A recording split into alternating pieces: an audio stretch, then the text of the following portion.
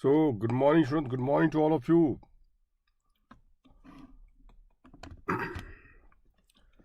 So, here in students, we'll start now to today's class. Second lecture, the part 2 of the chart revision. Oh, some very important announcement. Good morning, Vyati, Shiv, Shelly. Good morning, all of you. Arjun, Mamta. So, students, here one point. Those who have just joined in for the very first lecture, this is my second class. For all the links, I'll be putting up in the description box. Plus, yesterday I told you about the ICDS lecture also. I'll be putting the link of the description box. So even that would be there in that regard. Now, the charts primarily, the many students are talking about from where the charts, the bookshop to buy the charts. So the bookshop, I'll just give you the contact number of the bookshop. You can best buy there if you all want. So it's 9 herein, the bookshop contact number in this case for the chart. So you can just contact WhatsApp there herein to the bookshop and accordingly try to get the charts. So chart bookshop herein. So you can WhatsApp there and you can get it. So students, now this is the second session now that we are going to do this one. Yeah, I think that should be help. Arjun, that should help along with the amendments. That should help. That should help, Arjun. So in that case, now students, let's start on this one. Now students, yesterday the first class I have given you about, we have done tax rates, we have done house property, and also we have done a significant coverage of the PGBP. Today students, in the case of the PGBP, we are going to discuss the things further and we will complete this one out. I told you yesterday students, I gave you the checklist about your preparation strategy so far as the PGBP is concerned, isn't it? I had given you the preparation strategy students. I have given you the ABC kind of an analysis about how to focus in your study leave, which section, what is the thought process. Now in that particular chart, I told you about the fact that this particular segment, all the big sections like 33AB, 35AD, 35, this should be done very thoroughly. Banking company. So these 5 or 6 particular areas which are there should be done extremely thoroughly. So one of them happens to be this section 33AB, long due students. Tea, coffee, rubber development allowance students. Now you can say that it is long due and it should be there in your examination. So in that particular context, in this context students, this is the chart which has been there in this regard. Now students, what happens for them in respect of the tea companies? What happens for the tea company students? So students, what happens in the tea company when you talk about the tea companies? For these tea companies, students, tea or coffee or rubber development allowance. So what they have to do is that if they make a deposit, students, if they make a deposit in this NABARD account, which is the NABARD account they have got in the NABARD, the account, if they make the deposit, on the deposit itself they get a deduction. So please understand, just like the way we have done for the employer contribution in the recognized fund, on the contribution to the fund itself, you get a deduction. Subsequently, from the fund, you will do the expenditure. And what was that discussion that we had? That from the recognized fund, when you make a contribution, you get a deduction. And subsequently, when the amount is expended to the employees, subsequently, when the amount is expended to the employees, do you get deduction at that point of time? To that, the answer was no. The answer was no. Same thing is going to happen over here also. That is, you get the deduction for these companies, you get the deduction when you make the deposit in the relevant fund. But as I told you, subsequently, after the deposit in the relevant fund, subsequently, if they want to withdraw the money and do a normal expenditure, normal, I'm using the word, Mamta, Vyati, The normal expenditure I'm talking about it. So if they do a normal expenditure by withdrawing the money from this particular fund, they will not be getting any deduction. That is how the things are. So whenever you do this, always remember what we discussed about the employer contribution to the recognized fund.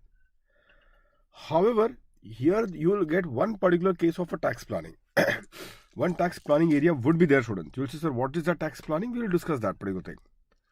But just have a look how these people prepare the profit and loss account. That is very critical. So if we look into this one, students, see here, the way these people are going to make it, income from growing and manufacturing, tea, coffee, rubber in India. Students, in one of the questions which I can discuss with all of you, supposingly they give it to you that this tea company, students, they give it to you that this tea company has got, they grow the tea leaves, they are growing the tea leaves, and whatever tea leaves that they've grown, they are selling it off in the market. The tea leaves that they have grown, students, the tea leaves that they have grown, they are selling it in the market. Meaning thereby, they are not further manufacturing into tea powder. So, the tax treatment, students, as you can say, what is the tax treatment?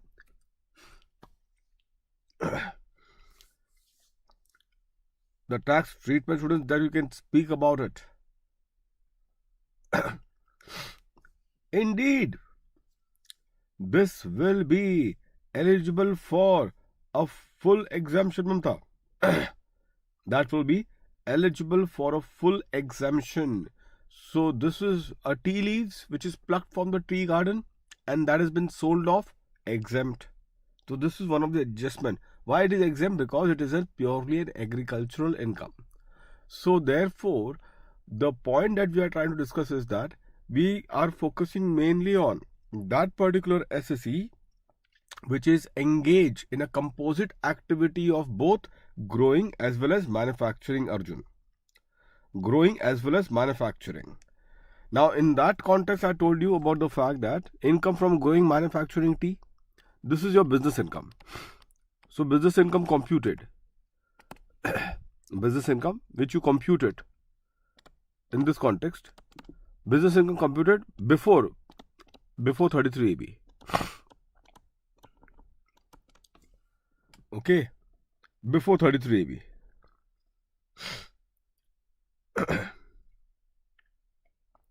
Roshan, I'll not be going to off-track discussion. So I'll just focus on the discussion that we are having it about the topic, because this is chart revision. As and when that particular concept will come, definitely I'll address that.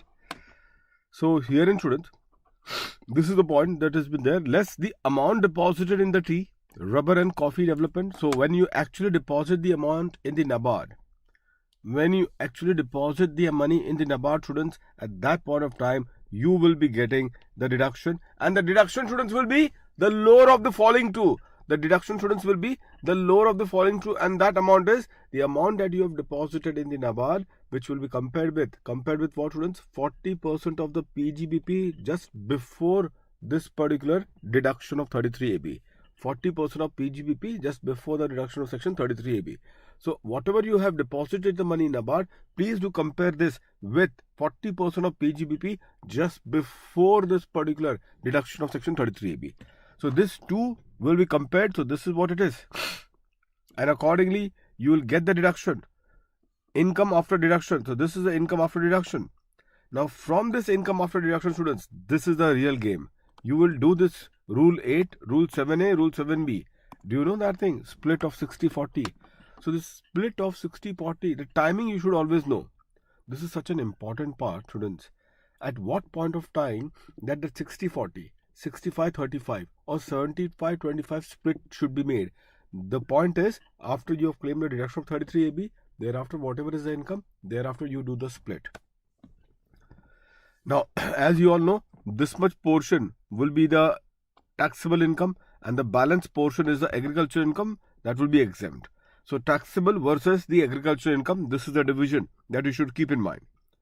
Now students, in this particular context, the division now, every one of you are aware of it. This is the division. Now please be very careful. From this amount, I'll just drag this particular part. So whatever is the balance portion, so the balance after after this rule 8, 7A or 7B. So whatever is the balance herein, from this balance, students, you will then minus, I'll just tell you the total income. From this balance, then you will minus the brought forward business loss. Brought forward business loss under section, students. From this balance, you will then minus the brought forward business loss under section 72.2. Okay, after that the UAD. After that the UAD. And once UAD has been done with it, you get what? The PGBP. The PGP on the outer column. Okay, and then thereafter, students, then thereafter the other heads. Then thereafter the other heads. You get the GTI. Chapter 6A. And the total income.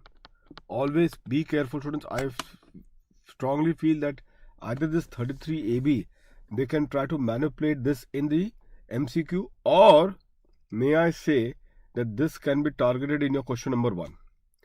In your question number 1, students, in a form of a total income. So your picture of the total income, how you will compute the total income if 33AB is included in the question. This is how you do this. I will also tell you one important thing. Last attempt, old course, they have tried a similar tactics in the context of partnership assessment, which is merged with 35AD, which is merged with the PGBP adjustments.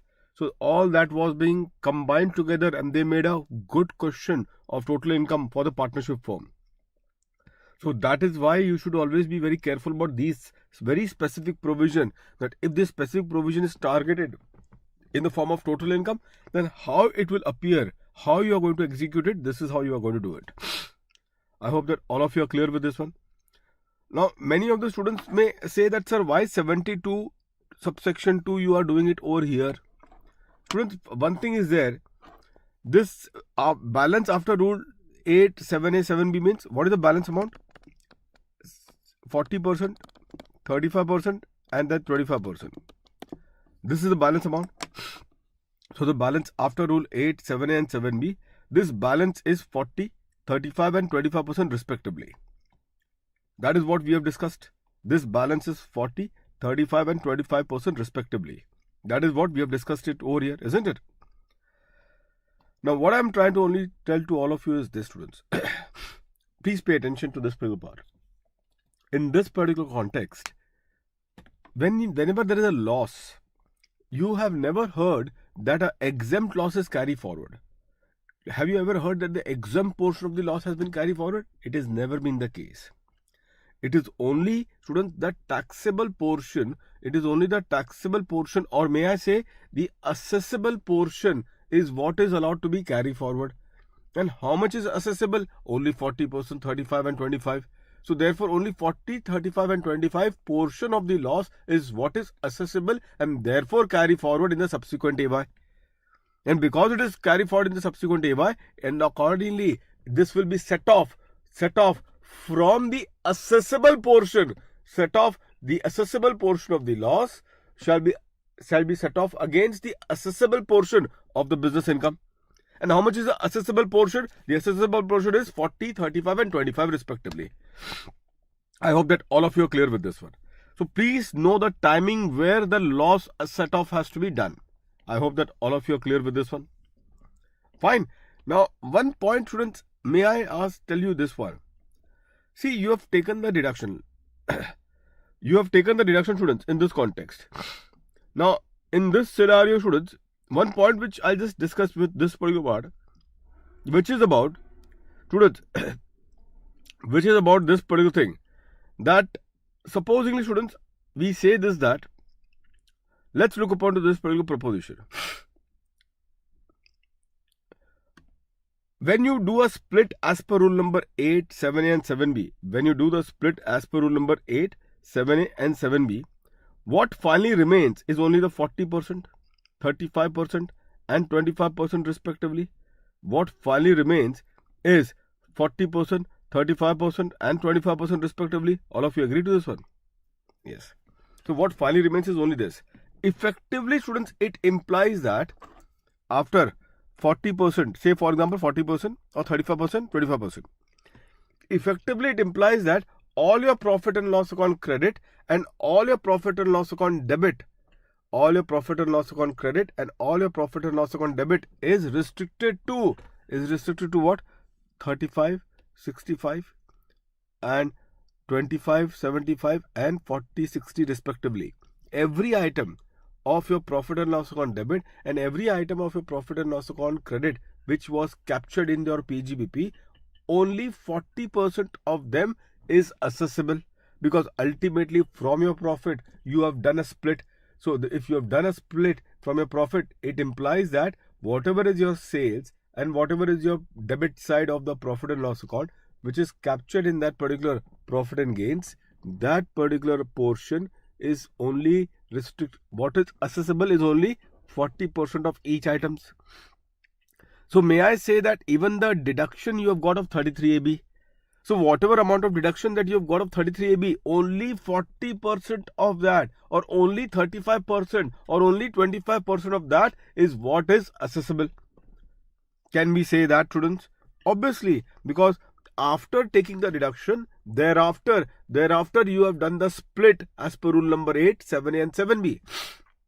After taking the deduction, thereafter you have done the split as per rule 8, 7A and 7B. And hence, I told you that only the portion of 40, 35 or 25 portion of that particular deduction amount is what is finally is accessible. So even in the case of the deduction of 33AB, which is done before application of rule 8, even in the case of deduction of 33AB, which is given before the application of rule 8, the accessible portion of that deduction, is restricted to 40, 35 and 25% respectively. Is restricted to 40, 35 and 25% respectively. Did you all got this one, students? Why I'm focusing on this one? Because subsequently, students, when there is a default, on account of the manner in which the money has been utilized or non-utilized from the NABARD account, then please ensure that when you talk about how much portion is taxable on account of the default, please don't confine yourself the taxable portion to the amount which is withdrawn from the NABARD. No, the taxable portion would be the amount which is subject matter of default. Of that amount, 40%, 35%, 25%. Why? Because only 40%, 35 and 25% is what was accessible in that particular amount which was deposited in NABARD. Because only 40%, 35 and 25% is what was being accessible so far as that particular money which was being deposited in NABARD. So therefore, the taxable portion on such default will then have to be split to 40%, 35% and 25% being the accessible portion, because you never got the deduction of 33AB of 100%. The deduction of 33AB after the split of rule number 8 was only restricted to 40, 35 and 25 respectively, which is the accessible portion which is left out after the application of rule number 8. I hope that all of you are clear to this particular concept. Students, every one of you are clear to this one? Every one of you, students? So now, students, this is what it is in this context. Now, students, there are certain things which are being there in this particular scenario, students. If all of you are clear to this particular part, students, please always be now be very careful on this particular part. By the way, to get the deduction in the NABARD, students, you have to deposit the money by 30th of September. To deposit the money in the NABARD account, you have to deposit the money in the NABARD account. Okay. Now, just very quickly, students, I'll just let you know about this one. So, herein what happens? Now, The money has been deposited in NABARD. Money deposited in NABARD, okay, on which the deduction under 33AB was given. So that was already done. The next particular point, students, that arises is this. Be careful now. The next particular point which arises is the subsequently. Subsequently, what has happened? The money has been withdrawn. And as you all know, students, if the money has been withdrawn, and there can be two things that could have happened on the money which is withdrawn. So money not utilized.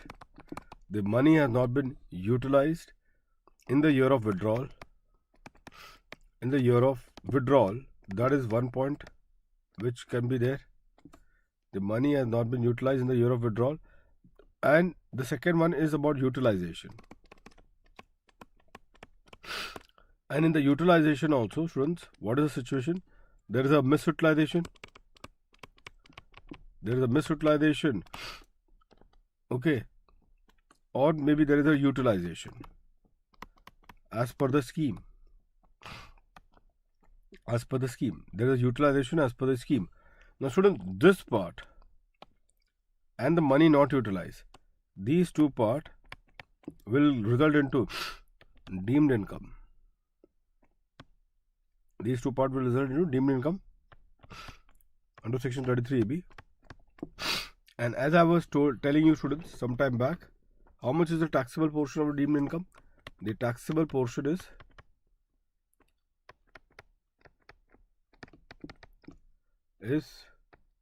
40%, 35%, and 25%.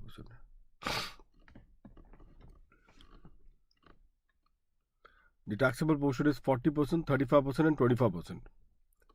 Now, if it is a utilization as per the scheme, students, if it has been utilized as per the scheme, so if the amount has been utilized as per the scheme, students, then what we will say in this context?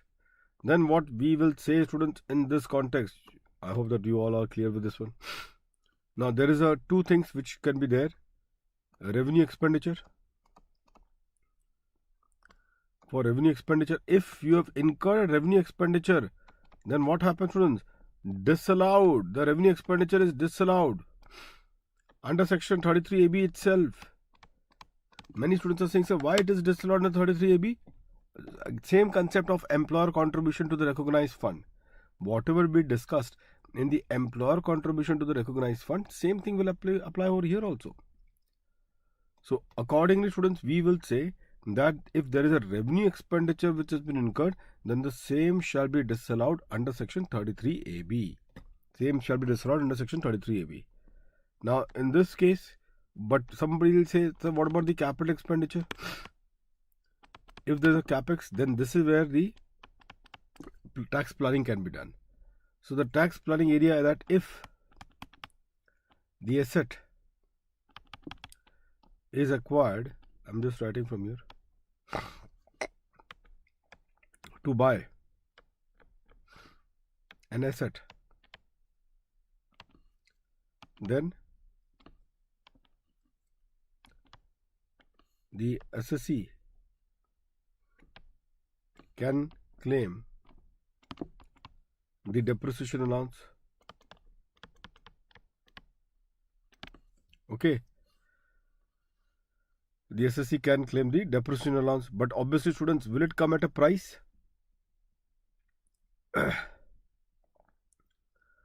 Will it come at a price, students? And to that the answer is yes, it will come at a price, students. The price would be lock-in period. Students, what is the lock-in period? There is a lock-in period, students.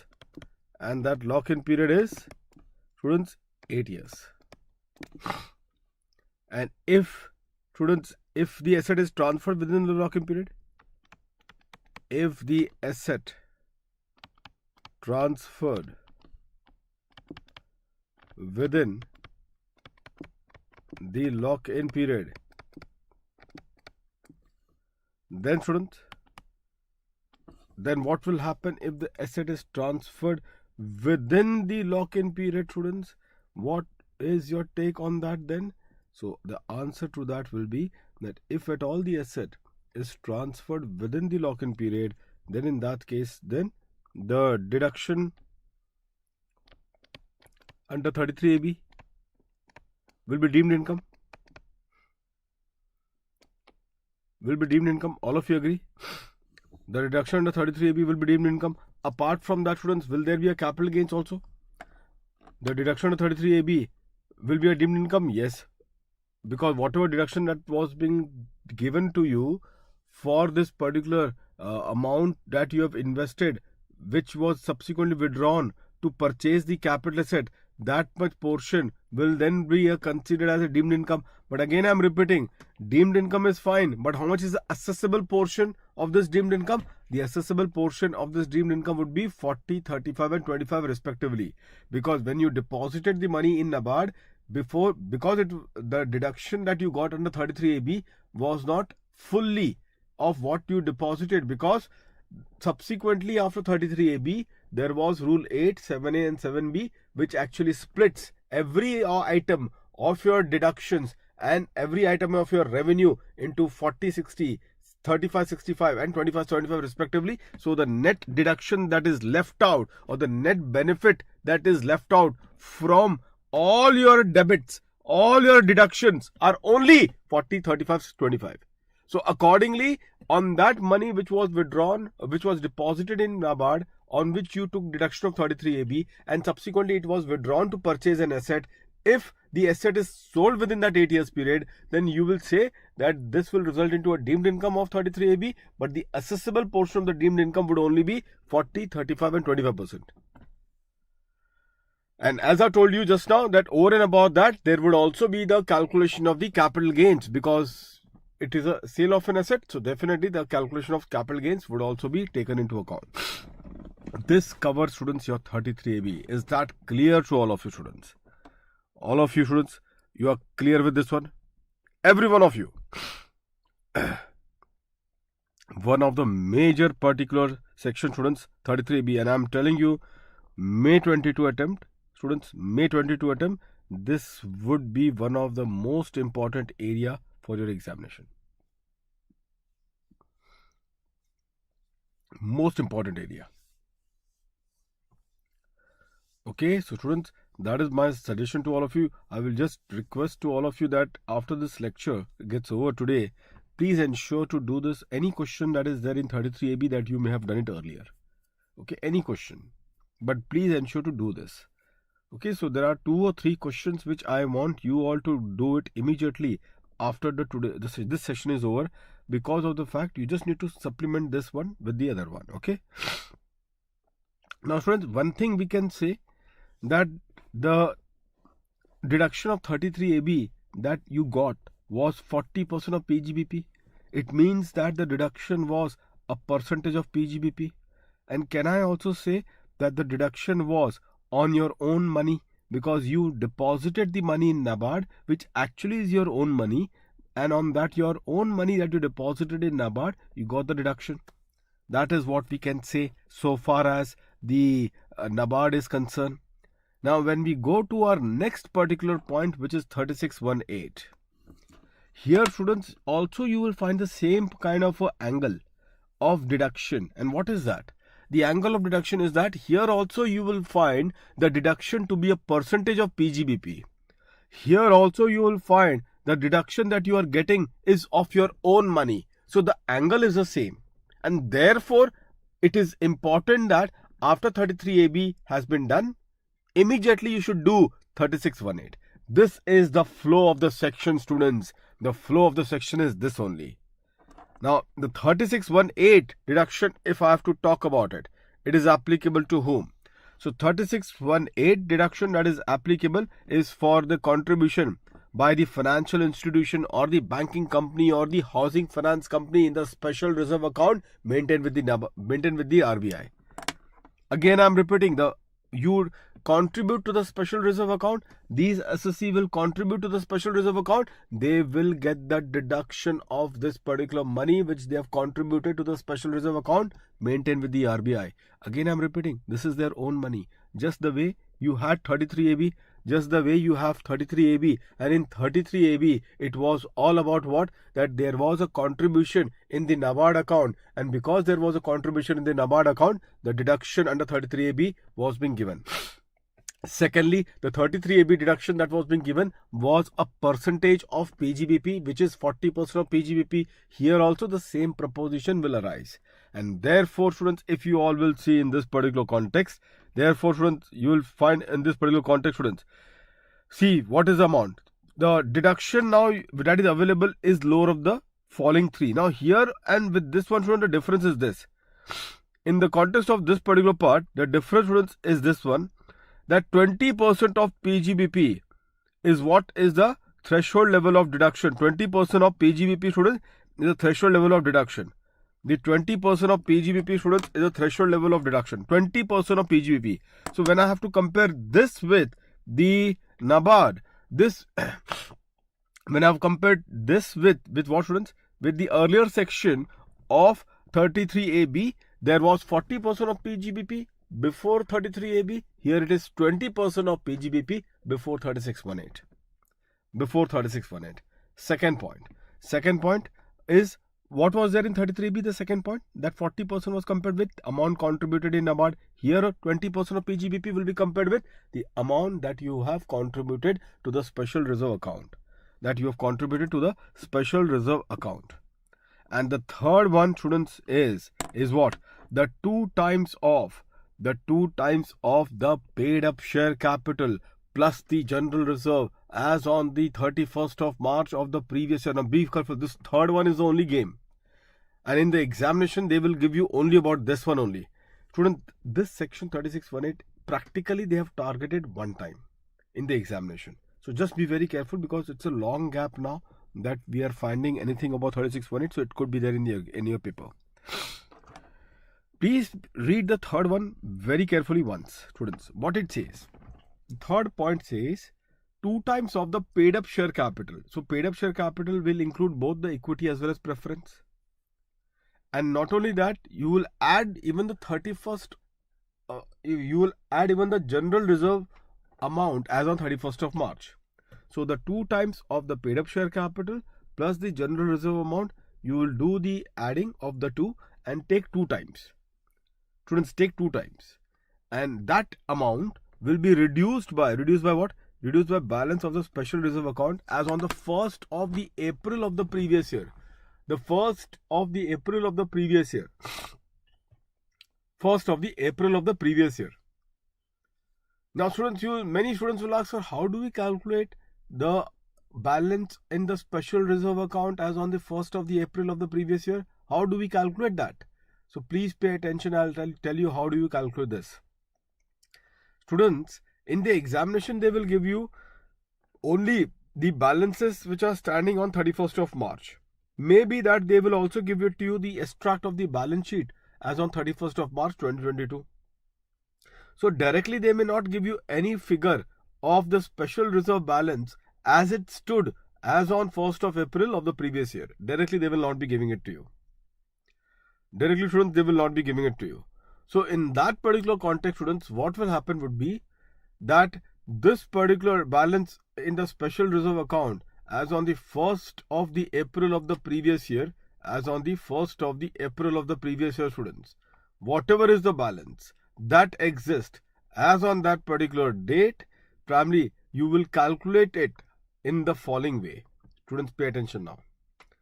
From that particular balance sheet date, whatever is the special reserve balance as on 31st of March, you will reduce from this amount the special reserve contribution that you have done it during the previous year. The special reserve contribution that you have done it in the previous year. You will say, sir, from where we will get this particular point? This is your point number 2. This is your point number 2, which is the amount which has been transferred during the previous year. So whatever is the balance sheet 31st March special reserve account balance, from that balance you will reduce the amount that you have transferred to this particular special reserve account during the previous year. This will finally give you the balance which is there as on the 1st of the April of the previous year. This will give you the balance as on the 1st of the April of the previous year. Is that clear to all of you? This is how you will do it. So students, this is exactly how the things has to be looked upon in this particular context about how to calculate the quantum of the deduction. How to calculate the quantum of deduction under section 3618. Again, I am repeating this particular part, students, that the paid up share capital has to be both equity as well as preference. This is one. And the general reserve account is on the 31st of March. So obviously, so these items would be the balance as on 31st of March, and from this you will take 2 times of the amount. You will take 2 times of the amount, and the 2 times of this particular amount will be reduced from the special reserve balance as on the 1st of the April of the previous year, which you will calculate by reducing the special reserve balance as on 31st of March with whatever you have transferred during the previous year. With whatever you have transferred during the previous year.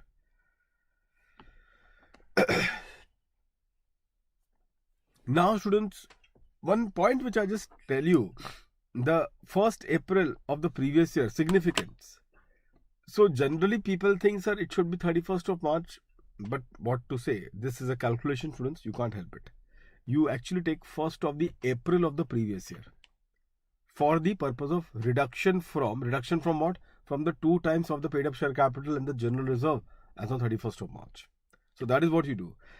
Just, it is very out of the box, a question, very, you can say a completely different question which I'm asking you right now. But still, I'm habitual offender to these kind of a questions. What to do? Can't resist the temptation of asking this kind of a question. There is one more place, students, where the focus was not on the 31st of March, the focus was on 1st of April. I'm sure that you may not be in a position to answer it, but still, there was one more particular place where the focus is not on 31st of March, the focus is on 1st of April. That is the first day of the previous year. The focus was not on the 31st of March, but the focus was on 1st of the April, students. So in that particular case, I should tell you, I'll answer it also. Definitely you will accuse me by asking this kind of a fast stretch question. The answer is, students, in the case of students, when you do the secondary adjustment 92C, thereafter you have to take what? When you have to apply the interest, say the SBI interest rate. So whatever is the SBI interest rate applicable on 1st of April of the previous year, remember that? On that 1st of April, yeah, apart from shift, residential status also, we have to see the residential status on 1st of April. True, very true. Even that is there. Apart from that 1st of April for the residential status. So the 1st of April of the previous year, whatever is the SBI rate, on that SBI rate, you add up the 3.25 further rate of the secondary adjustment. SBI base rate on 1st of April of the previous year, you add with what? With the 325 basis point, which is 3.25%. So this is where the focus was also on 1st of April of the previous year. In fact, ICI, students, you may aware, they have asked one question also on this. ICI in their MCQ, they have targeted, I think MCQ or I think last attempt question. Either it was the MCQ or last attempt question. One of the two. I am not aware of it, but they have targeted, they have given you the 1st of the April of the previous year, the SBI base rate, and the second one was, they also gave you 1st of April of the assessment year, SBI base rate. The SBI base rate. And as you all know, it has to be the 1st of the April of the previous year and not the AY that has to be taken into account. Nevertheless, it is such an out-of-box question at this stage, but still I thought just to discussing this one with all of you. Coming to the next one now, which is 3617. Coming to this one now, friends, which is 3617. Now, in this context, students, what happens in this scenario, students? Okay. That is true. So, that is how it is to be considered. Anyway, students, nevertheless, not an issue. The transfer pricing, any case, so my flow after this, I should tell you, after PGBP is over, my next topic would be non-resident taxation only. After PGBP, students, is over, you will find the next topic would be NR taxation transfer pricing, because that would be for 30 marks. So that I'll try to do it in the next Sunday. Next Saturday and Sunday, I'll be doing those topics. Okay, but today our target has to be, we have to complete this particular part, because this is such a big topic also at the same time, because it captures your total income, question number 1. So even this is such a high stake topic. So high stake topics are something which I'm going to capture it ASAP. This, students, is very important. Always keep in mind this. I strongly feel now the time has come for this section. Banking company. The top particular question for your May 22 attempt, and there could be also a banking company question which is a total income question. Students, please be very careful of this banking company. There's a lot of gap now which has occurred on banking company side. Students, what happens when you do banking company, always try to do it comprehensively. Students, the specific provision for deduction for the banking company is given to you under section 3617A. A specific provision for deduction in respect of a banking company is given to us under section 3617A. Students, here the banking company gets the deduction on the basis of the provision for bad and doubtful debts. They are getting deduction on what? On the provision for bad and doubtful debts, students. What has happened, if you know, students, yesterday we have discussed that the deduction of bad debts is allowed if you actually write off the bad debts from the books of accounts.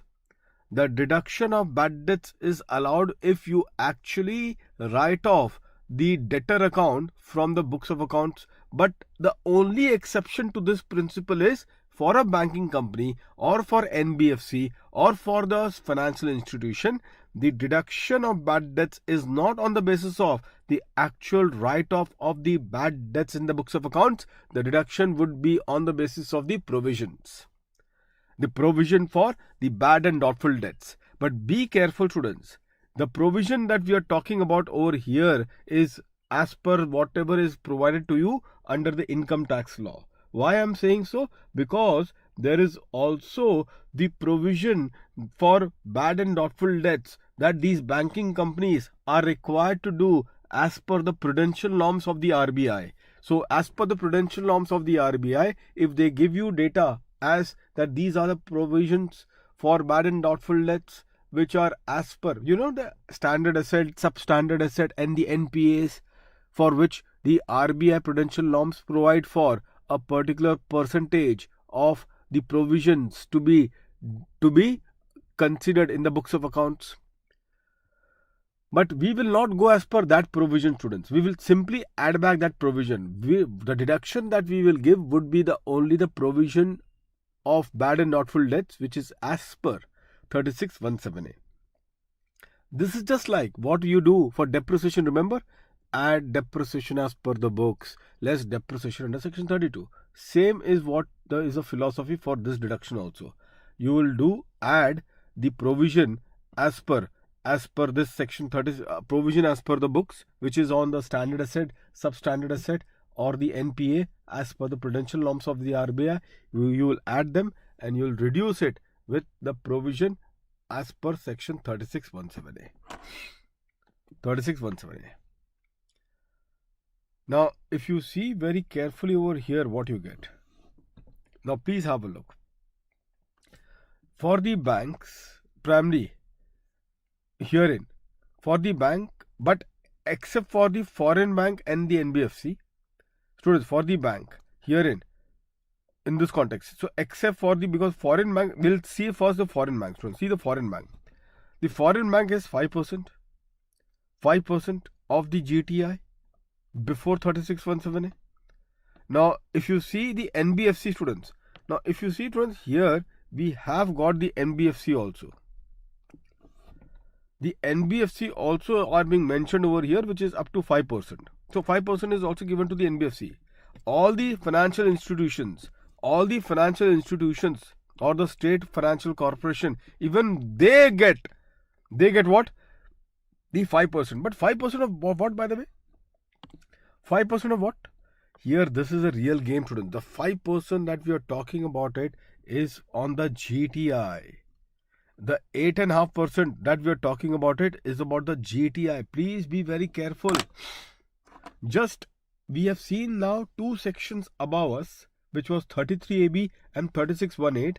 Those two sections allowed us the deduction, which was a percentage of PGBP before 33AB or a percentage of PGBP before 3618. For one, that was for the NABARD, and the second one was about the special reserve, isn't it?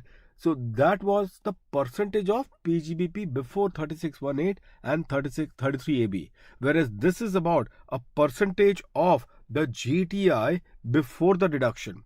Now, what is the difference in this regard? Always keep in mind this particular point, students. Now, what difference that it is going to make in this regard? Please pay attention. So the most fundamental difference, students, that is going to happen would be that if you will be given a data relating to the brought forward loss and the UAD in the question involving the computation of total income of this banking company, if they will give you the data relating to the brought forward loss and the UAD in that question of total income relating to the banking company, in that question, students, my point which I'm raising is this: will you reduce the brought forward business loss and the UAD in determining the qualifying amount on which you will apply 8.5% or 5% for the purpose of getting the amount of deduction of 3617A?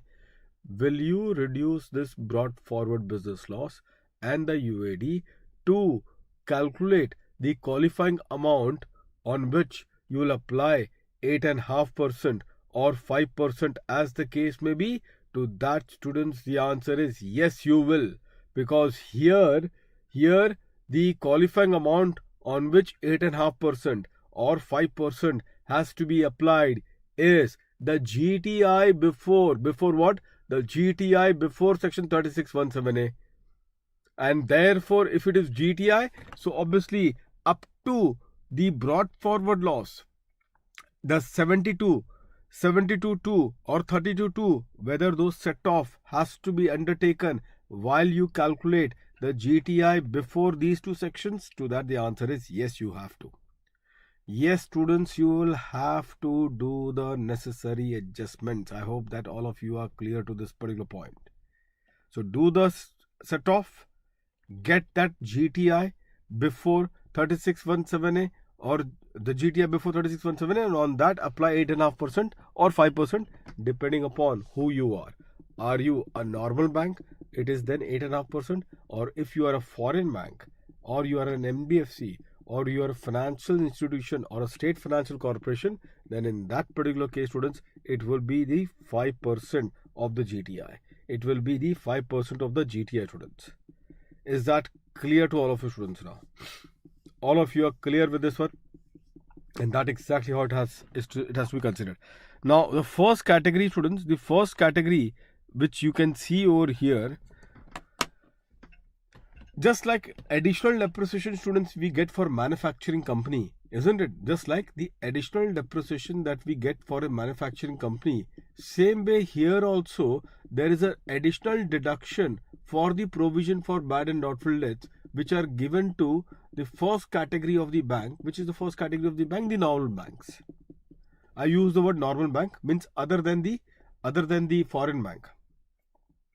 So the first category, which is the normal bank, students, they get what? They get also additional deduction in the form of the provision for bad and doubtful debts. They get the additional deduction in the form of the provision for bad and doubtful debts in respect of the rural advances that they would have made during the previous year. So obviously, students, they would have made some rural advances during the previous year, isn't it? So, and the default rate could be very high in those rural areas, and that is the reason why the government has given the additional deduction for these banks who, through their branches in the rural areas, they have given the rural advances. So on those advances, 10% is a further deduction that they are going to get it. 10% is a further deduction. So this 10%, students, don't make the mistake. This 10% is not on GTI before this section, the 10% is on the aggregate average rural advances. Don't worry, this will be given to you in the question. So this is how you get that deduction of 3617A. Now, students, one point which I just wanted to discuss with all of you, Palak.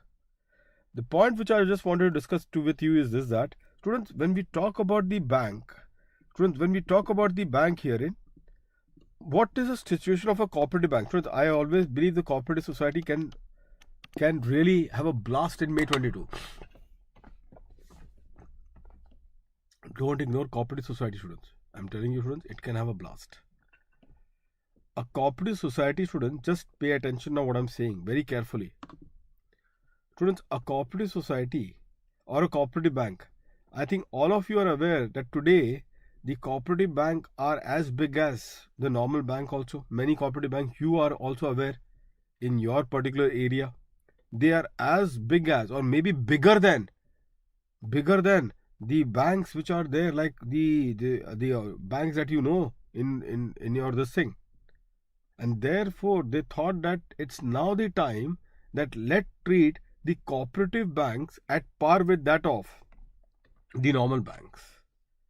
So therefore a cooperative bank also now, earlier, students, the cooperative bank was not treated at par with the normal bank.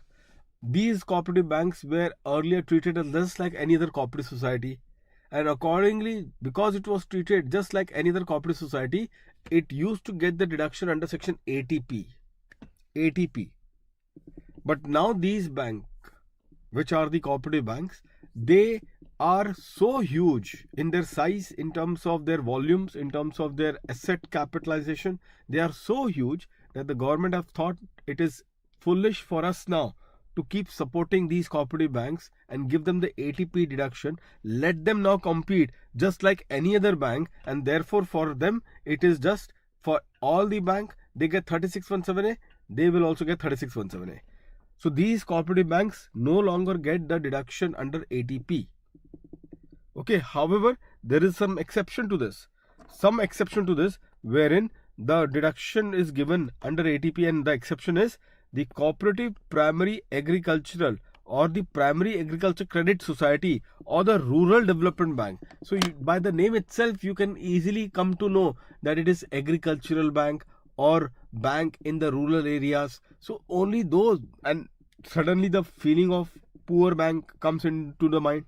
Suddenly students think that it's like a poor bank, rural bank or the agricultural bank. So those banks are only being kept apart because they are the one who are allowed ATP deduction.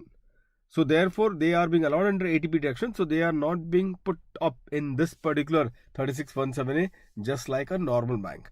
So other than this cooperative bank, all the remaining cooperative bank. So if they don't mention in the question, what they don't mention in the question, the primary agricultural credit society or the rural development bank or the agricultural bank. So if they don't mention this, they are mentioning only a cooperative bank. Students, then blindly you will go ahead and do the treatment which is at par with that of any other bank for which we give the deduction under section 3617A. Okay. Now please excuse me, students, that I am going to touch upon one point of 115 BAD. 115 BAD is the alternate tax regime for a cooperative bank. 115 BAD is the alternate tax regime for a cooperative bank. Now if you see over there for 115 BAD, now in that case, what the cooperative bank has to forego, students, what the cooperative bank has to forego, what the cooperative society has to forego. 115 BAD is for cooperative society. So what the cooperative society has to forego, all the big deduction of PGBP, which is the profit link deduction, additional depreciation, etc. Okay, and also chapter 6A, they have to forego chapter 6A. They have to also forego chapter 6A except for ATAA. So that chapter 6A means ATP also will be gone. ATP will also be gone, isn't it? Now you tell me one thing, whether this cooperative bank which I'm talking about it, just who are as big as any other bank, whether those cooperative bank are they taking ATP deduction, or are they eligible to get ATP deduction? Answer is no.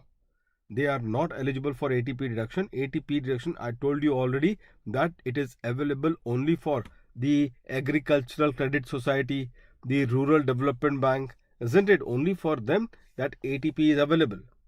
So for all the big cooperative bank, ATP is not available. So if I'm a cooperative society and I'm not taking ATP deduction at all, so in that particular case, if I'm opting for 115BAD, where is the question for me to forego anything? Because I don't have to forego anything to get 115BAD, because I was anyways not allowed ATP deduction even in the normal regime. So there is no sacrifice that I have to do if I have to opt for 115BAD. And therefore these are the banks, cooperative bank, if they give you the question, cooperative bank, if they want to opt for 115BAD, they definitely will opt for 115BAD because it suits them. Why it suits them? Because under the normal provision also I am not taking ATP. Under 115BAD also I will not take ATP. But at least I will get the benefit of that concessional tax rates. I will again make the emphasis of this particular point, students. I will make the emphasis of this particular point at some point of time when I do alternate tax regime. But it was my duty to raise up this particular point at this particular stage, so that you people are clear about how the things can drift apart if you don't interlink the provision of one section with another. This is the real problem of the students. When we discuss it independently, there is where we actually really fumble big time. So therefore, my suggestion to all of you students is that you should always interlink the way I am doing it right now with all of you. So I hope that you have understood this point a bit. Cooperative society question, cooperative bank question, as I told you, they are as big as any normal bank. So therefore, unless they mention to you that they are a rural development bank, they are the agricultural bank, in that particular case, if they are talking about it that they are rural agricultural bank or the other particular the primary agricultural bank, if that is what is the focus, then you can always go with this particular part. Then in that case you can always go with this particular part, that these banks are ATP bank. But if their question is silent, they only talk about cooperative bank, please students, treat them just like a normal bank. In your mind it should be like a normal bank only. And one more point I'm adding on, that they don't get ATP deduction. These normal cooperative banks don't get ATP deduction, except for the investment that they do in the other particular this thing. And last is that whether 115BAD, if they opt for it, then whether they should opt for 115BAD, and the answer is yes, they could opt for 115BAD, because primarily they anyways don't get the deduction of ATP, so why not? They could opt for 115BAD. We will discuss this particular point again one more time when I do alternate tax regime. Anyway, coming back to this. So mentally be ready. I just made you mentally ready, students. Rather than a reckless revision, I just made you mentally ready that let's think from a cooperative society bank point of view. Let's think from a cooperative bank point of view. If the question is for compute the total income of a cooperative bank, then how you are going to position yourself. So if it is a cooperative bank, please go ahead and treat them at par with normal bank. And that is the reason why I told you that these banks will then be getting the deduction up to 8.5% of the GTI before the deduction of this particular section. And if they have given any rural advances, if they have any branches in the rural area through which they have given the rural advances, then yes, they will get an additional deduction of 10%. Again, for the last time I am repeating, the qualifying amount on which these percentages to be applied, is the GTI before the deduction. And because it is a GTI before the deduction under this section, therefore that qualifying amount has to be arrived after the set off of the brought forward business loss and after the set off of the UAD, that qualifying amount on which you will apply the relevant percentage. And this is how the things will be considered. Yes, it's one and the same, Mamta. If you see herein, cooperative society is the umbrella. In the umbrella, cooperative bank is one of the trench. One of the trench is the cooperative bank. Okay. So that is how it goes with it. So cooperative society, there is a housing society, that is another trench. Cooperative housing society is another trench. So on and so forth. Students, please herein, as I told you, when you take about the deduction, just a second. In this case, can you see that, students, the format I have given it to all of you? I have given you the format, students, here of the total income of the bank. Now, before I go to this format of the total income of the bank, my next question to all of you therefore is, if the bank is allowed the deduction on the basis of the provision, then whether they get the deduction of bad debts also? Whether will they get the deduction of bad debts? What if the bad debts is debited in the profit and loss account? What you need to do then in that case? So if the bad debt, students, is debited in the profit and loss account, definitely you have to add it back. Why you have to add it back? Because you don't. If you are eligible for deduction on the basis of provision, then will you be given the deduction of bad debts? When you are eligible to get the deduction on the basis of the provision, then will you be eligible to get the deduction of the bad debts? To that, the answer obviously has to be no. When you are getting the deduction on the basis of the provision, then where is the question of giving you the deduction of the bad debts? Answer definitely has to be no. And therefore, students, any deduction of the bad debts in this particular case, you will do first thing, which is add the bad debts debited in the books. Isn't it? Add the bad debts debited in the books. Add also the provisions which are made as per the prudential norms of the RBI. Add also the the provision of bad and doubtful debts which are made as per the prudential norms of the RBI. All these items has to be added. And then after, you give the deduction of the provision for bad and doubtful debts as per section 3617A. Give the deduction of the provision for bad and doubtful debts as per section 3617A. Now, the larger question remains, is there any chance for us to claim a deduction of bad debts? And the answer is yes, there is one case where the deduction of bad debts will still be allowed to the SSE, and that one case is if the total bad debts exceed the total provision that has been made so far. Total bad debts exceed the total provision made so far. Now that total provision means that the current year provision that you already would have calculated in the current year, whatever we have discussed. Plus they will give you in the question the provision of the earlier year. That data also would be supplied to you in the question. So the total provision made so far will be compared with what, students? The aggregate of the bad debts. And if this aggregate of bad debts exceed the total provision made so far, then it is the bad debts which is the excess. It is the bad debts which is the excess amount is what would be allowed as deduction. So this is the only way that you can get the deduction in this context. Yes, so only the excess portion is what finally will be allowed to you as a deduction. I hope that every one of you are clear with this particular proposition. Fine, students.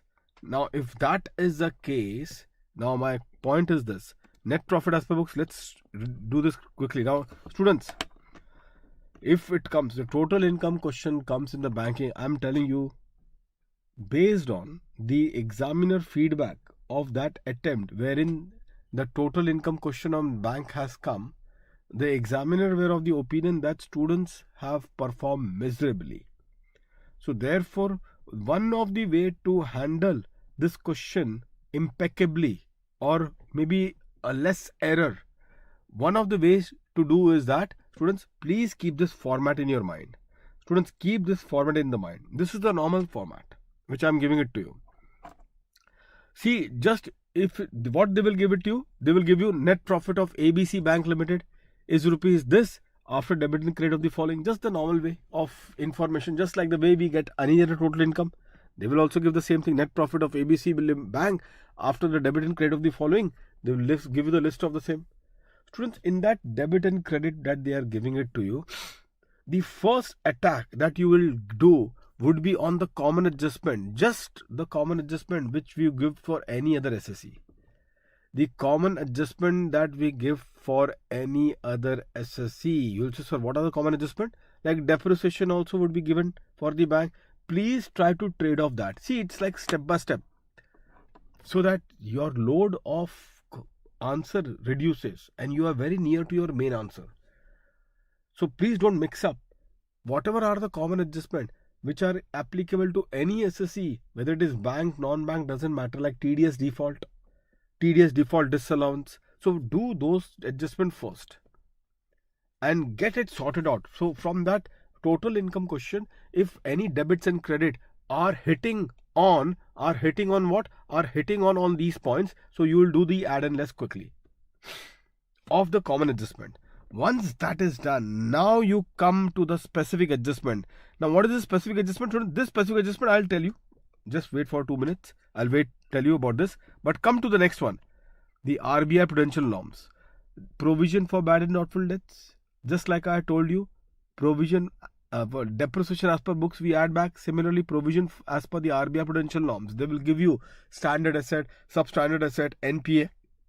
Please add all. Please add all. Thereafter, bad debts written off. Bad debts written off also needs to be added, because as you all are aware, it is not the bad debts which is there. It is not the actual bad debts for which you get a deduction. The deduction, students, you get it is on the provision for bad and doubtful debts. Only one case, the bad debts is allowed, which you have seen just below. And then thereafter, once you have added back these two, then you claim the deduction of provisions.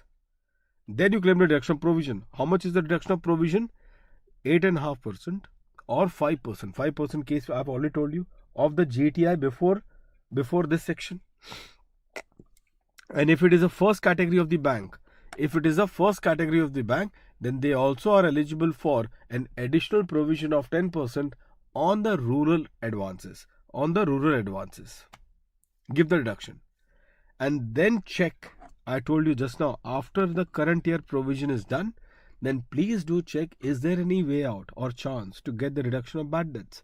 And I told you that check the bad debts that has been written off with the total provision made so far. And what constitutes the total provision? The total provision is sum of the current year provision and the earlier provision. That is what is the total provision. So then in that case, the excess of the bad debts is what will qualify for deduction. Now after that, students, comes your, don't forget this, the brought forward business loss of 72.2 and the UAD of 32.2. Many students are asking, sir, don't you think that you are giving a 2 times deduction? Just now you told that in GTI that qualifying amount, you have to do this. Now again you are doing this. Students, this is not a 2 times deduction. Now this is the actual deduction that we have to give. The deduction that we gave over here, was only to arrive at the qualifying amount. Was only to arrive at what? The qualifying amount on which 8.5% and the 5% was to be applied. But that does not imply that to arrive at qualifying amount, if I am reducing, I am actually giving the deduction of the brought forward loss. No, that was only to arrive at the qualifying amount on which that 8.5% or 5% would be applied on to get that particular deduction of section 3617A. I hope that every one of you are clear with this one. Now comes the actual deduction, which is here. This is where the actual deduction will come. Then you will get your PGBP, then the other heads of income, GTI, Chapter 6A, total income. Then you have your PGBP, other heads of income, GTI, Chapter 6A, total income. I hope that every one of you are clear with this one. All of you students are sorted out with this. Any doubts that you have? If not, then I'll explain you this point. The specific adjustment.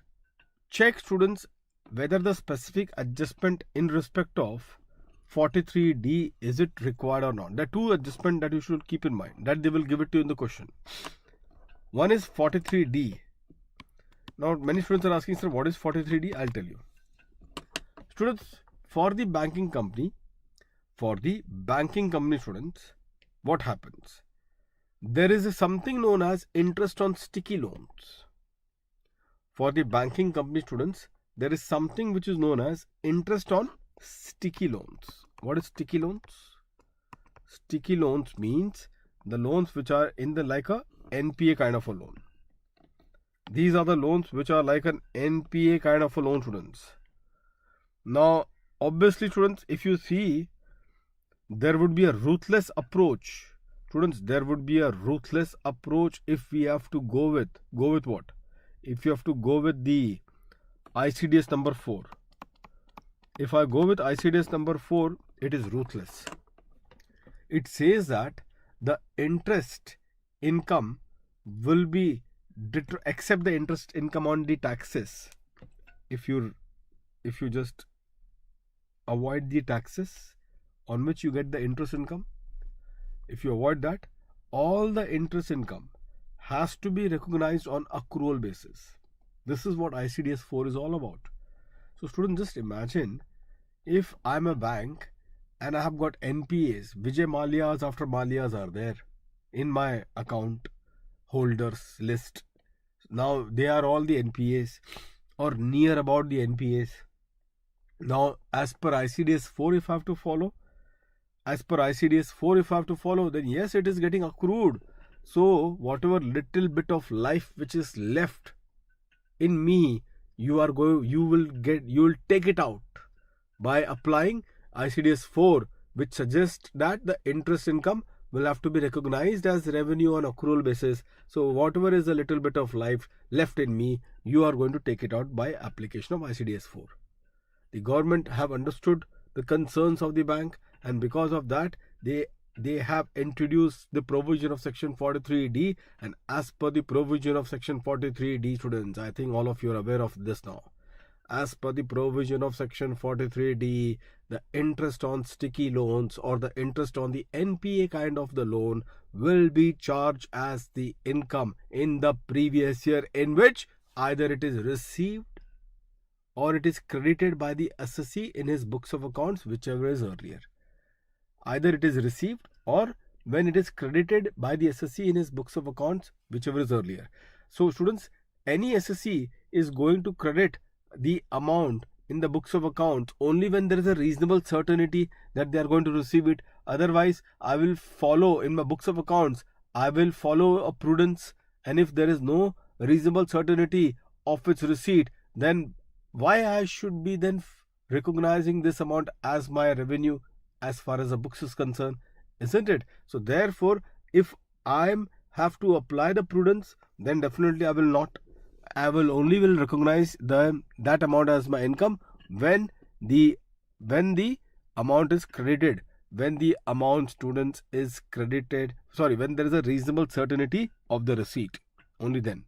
So 43D, interest on the NPA loan will be taxed in the year which is the year of receipt or the year in which that amount is credited in the books of accounts, whichever is earlier. I hope that all of you are clear with this one, and this covers up your banking company. The last point, students, United Commercial Bank, Supreme Court, UCB Supreme Court. Now students, what is the situation? Please pay attention. This is such an important area. Again, all these are examination questions. They have been asked earlier in the exam. Students, as you all are aware that the banking company have to maintain the liquidity for which there are SLR and CRR requirement. You people would have done it in the bank audit also. Now, what happens to maintain the liquidity, students? They have to also deposit the money in the short-term securities. To maintain the liquidity, they have to deposit the money in the short-term securities as well. And therefore, when they deposit the money in the short-term securities, students, in that particular case, please pay attention. When they have to deposit the money in the short-term security, students, then in that particular case, the frequency of buying and selling is very high. The frequency of what? Buying and selling is very high. And because of frequency of buying and selling is very high, these securities are considered as the securities which are held as stock in trade. These securities are held as securities which are considered as what? As a stock in trade. So they are considered as a stock in trade, students.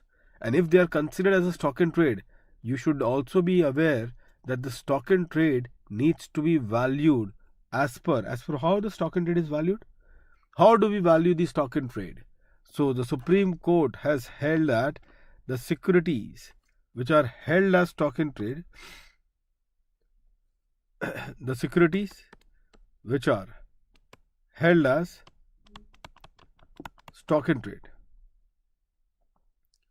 shall be valued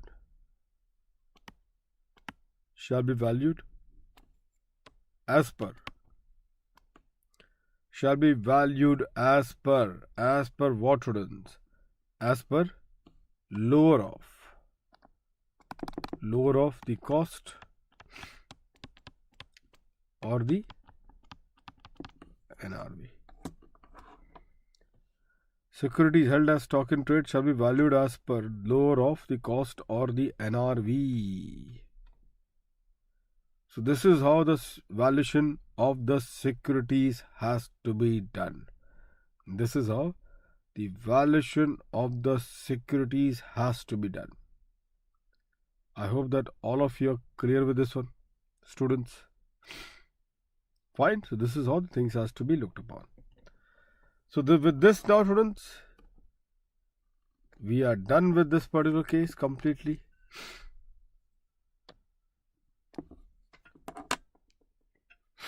We are done with this particular case completely, students, and that exactly how it has to be considered. Are you all through with this one, students? Now, students, don't you think that even this valuation of the securities, this valuation of the securities is also same in ICDS 8, if you people are aware of it?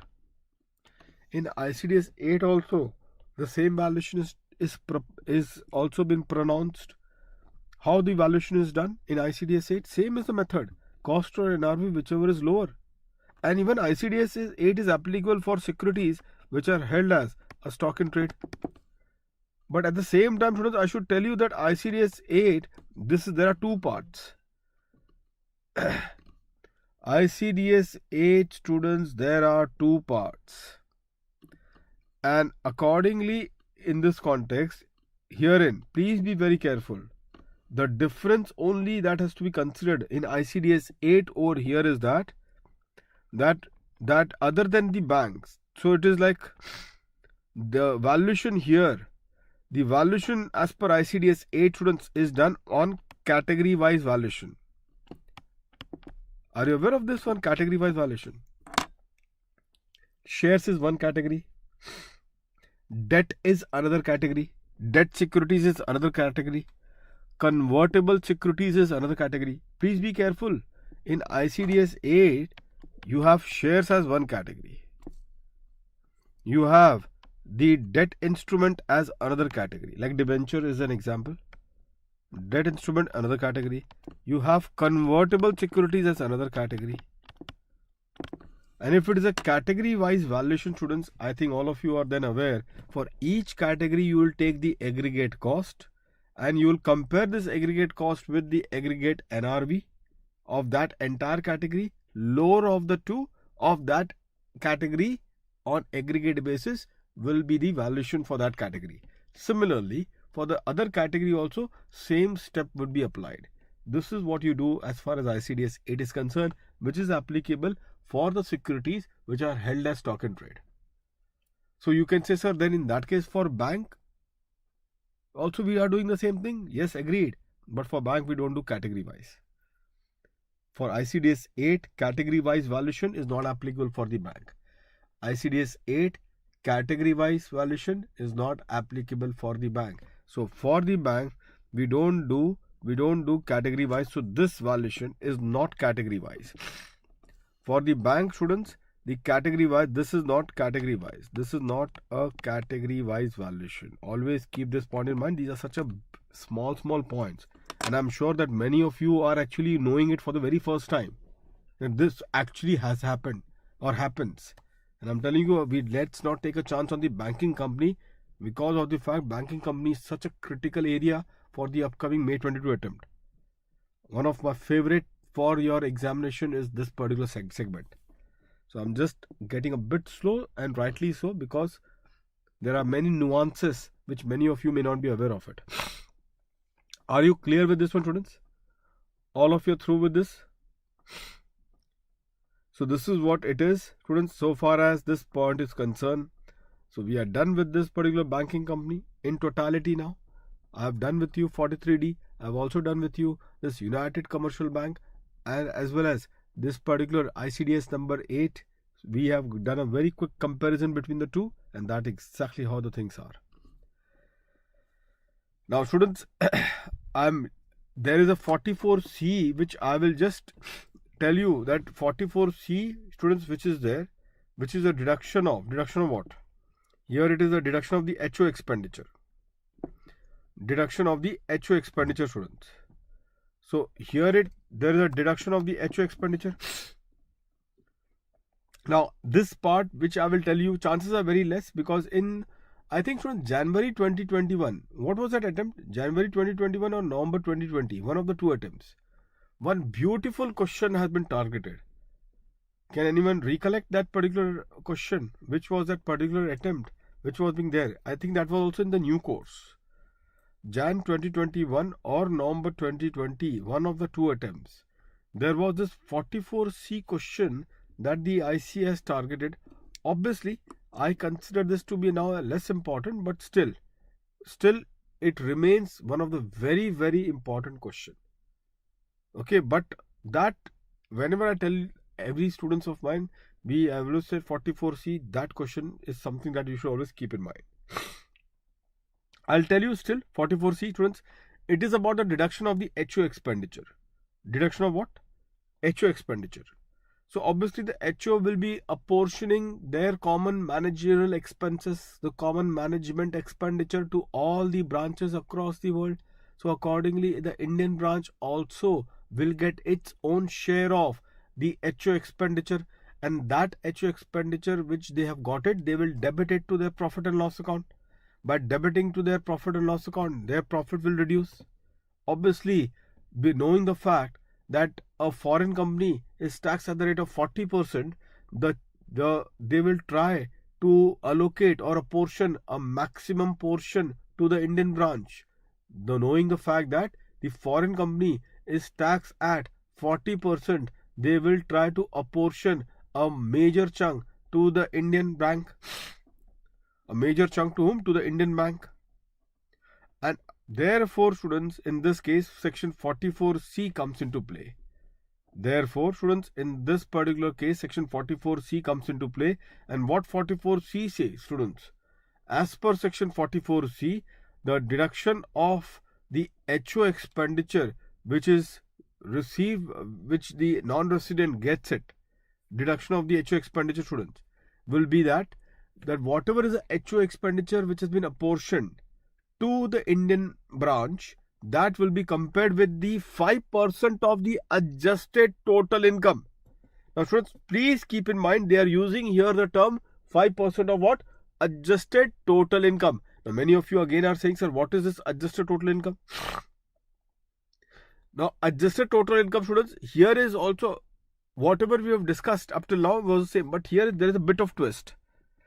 The adjusted total income is the GTI before what? The brought forward losses, UAD, and unabsorbed capital expenditure on the family planning. Repeat with me. What is the adjusted total income? GTI before the brought forward losses, UAD, and unabsorbed capital expenditure on the family planning. Please compare this 44C with what we have discussed in 3617A just now for the provision of bad and doubtful debts. In the case of provision for bad and doubtful debts, it was what? It was 8.5% or 5% of the GTI. There was no such before brought forward loss or before UAD, and that was the reason why I told you that in determining the qualifying amount for 3617A, in determining the qualifying amount for 3617A, if there is any brought forward loss or the UAD which has been given to you in the question, whether that needs to be adjusted for determining the qualifying amount, and the answer is yes. But what about for 44C? When they are using the term adjusted total income, which is GTI before the brought forward losses, UAD, unabsorbed capital expenditure on the family planning. So if it is before this, so my question therefore is, if they would have given to you the data relating to brought forward business loss or the UAD, are you going to adjust it to determine the qualifying amount on which 5% would be applied under section 44C? Are you going to reduce it in determining the qualifying amount on which 5% would be applied under section 44C? To that the answer is no.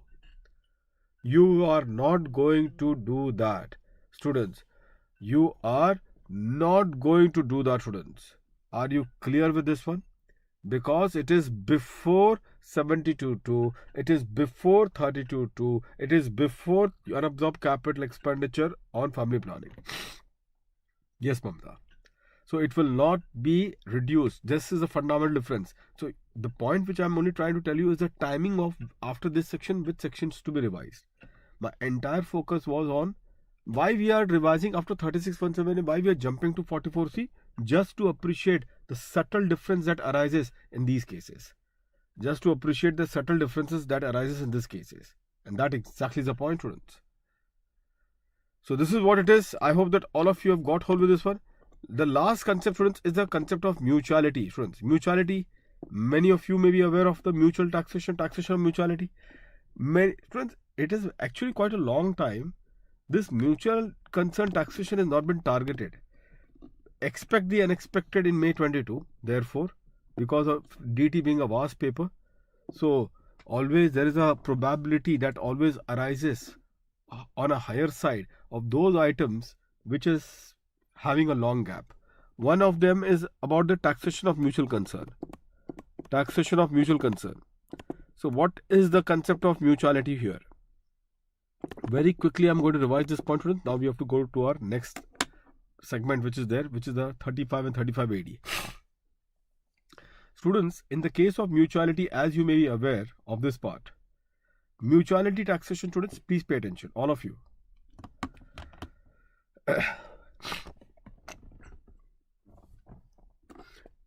In the case of mutual concern, students, every one of you are aware of this particular fact. In the case of the mutual concern, students, every one of you are aware of this particular fact. What is that fact? I am talking about it. So students, I am talking about the fact that you cannot earn the income from your own self. All of you agree to this one? You cannot earn the income from your own self. Every one of you will agree to this one, isn't it? And how do we identify that you are earning the income from your own self? How do we identify? This is how it goes. Students, when the contributor to the amount, please pay attention, what is the statement? When the contributor to the amount and the participant to the surplus, if they happen to be the same person, repeat with me, contributor to the amount and the participant to the surplus, if they happen to be the same person, then the surplus is not an income. And if the surplus is not an income, accordingly, it cannot be charged to tax. Repeat with me. If the contributor to the amount and the participant to the surplus, if they happen to be the same person, then surplus, students, cannot be considered. The surplus cannot be considered, students, as the income. Is that clear to all of you? Then the surplus cannot be considered to be an income, students. In this case, the surplus cannot be considered to be an income. So if I have to tell you, students, like say for example, in like a gymkhana or a club, the members contribute the membership fee. Thereafter, the gymkhana or the club does the expenditure. Now thereafter, whatever is a surplus which is left out, is a surplus, could it be considered as the income of that club or the gymkhana, which is for the member, of the member, by the member? Answer is no. Because of the fact that whatever is a surplus, tomorrow if the gymkhana or the club has to get closed, it will go appropriately on a pro rata basis to all these particular persons itself, isn't it? So that will go to them only. And that is the reason why we say that this will not be shown. This will not be considered as an income. Now just imagine in the case of a company. All of you just imagine in the case of a company. What happens in the case of a company, students? So far as a company is concerned, you will find that the money comes from the customer.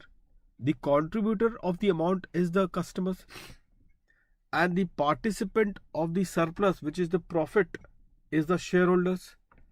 So because the contributor of the amount and the participant to the surplus are two distinct category of person, therefore is the profit or the surplus in the company form of an association, can that be considered as an income? And the answer is yes. And the answer is yes. This definitely will be considered as an income, students, in this regard. I hope that every one of you are clear with this point. So that is what is the concept of mutuality. Now, is the mutuality has got any special provision? Yes, it has special provision. And what is the special provision? Please have a look. Students, the mutuality angle. Now, herein, students, if you see in this context, what is the case? The receipt. So they have got the receipt of the amount minus the expenditure. So receipt from the member minus the expenditure. And the receipt minus the expenditure will give you the surplus, isn't it? As I told you, this surplus is not an income. Is not an income. Students, then this there is also, but this is not assessable, not taxable side, not assessable category, non-assessable category. All of you agree to this one? Now there is also assessable category as well. Now what is this assessable category? Please pay attention. Students, they can provide, in the case of trade association, if they are providing any specific services to the members, then that specific services is chargeable under their PGBP. I'll give you a very common example. Like a stock exchange, again it is a mutuality. Stock exchange, it has the stock brokers. The members are the stock brokers in this. It's a mutual concern. So whatever is the membership fee which the stock brokers give to the stock exchange, from which the stock exchange incur the expenditure, from which there is a surplus which is left out, that surplus cannot be considered as an income of the stock exchange. But just consider this, student, that supposingly in the stock exchange there is a particular member. Supposingly in the stock exchange there is a particular member. I'm just giving an example now. Supposingly in a particular stock exchange there is a particular member, and that particular member, students, that particular member wants a specific service from the stock exchange, for which it approaches a stock exchange, pays us fees of 25 lakhs to obtain that specific service. Now, can this be considered to be a mutuality? Is there any mutuality angle to this one? No. Why? Because the stock exchange makes a profit out of it. And it cannot be said that the profit is going to be refunded to this particular member. Isn't it? The profit will not be refunded to this particular member. And that is the reason why, students, what do we say? That the specific services in the case of trade or professional association, you take that. So we are talking about the assessable category. Now this is specific services. Now this specific services is what needs to be captured. Now against that there would be any expenditure or allowances, the specific expenditure, and then that is your PGBP. Students, that would be your PGBP. That would be your PGBP, students. Now this PGBP is chargeable under section 28. There is a specific charge which I yesterday deliberately told you some of the specific charge of 28. I'll do it at appropriate places. This is one among them. Now, what is such a special part about this one now? The things are not over, students, just pay attention. The things are not yet over. Just the way we have got surplus is not an income. Here I told you, surplus is not an income. There can also be a deficiency. There can also be a deficiency. What is deficiency? When the expenditure is more than the receipt. So the way surplus is not an income, even deficiency is not an income. All of you agree to this one? The way a surplus is not to be considered as an income, even the deficiency won't be considered to be an income. Do you all agree to this? To that the answer is yes. Deficiency is also not an income. It's a negative income. May I say it's a negative income? Yes. And accordingly it is not assessable. So if it is not assessable, it should not be there. But there is a specific provision in the form of section 44A, and that section 44A, what it does? So section 44A, which talks about the deficiency deduction. The deficiency deduction. And what is the deduction of deficiency? It is lower of what? Point number 1. The deficiency amount. And this deficiency amount is to be compared with what? 50% of the total income before the provision of 44A. Again, see, the reference is total income, not PGP. 50% of total income before doing this. So the lower of the two is what will qualify for deduction. And finally, students, you get what? You get the PGBP. Finally, students, you get what? You get the PGP.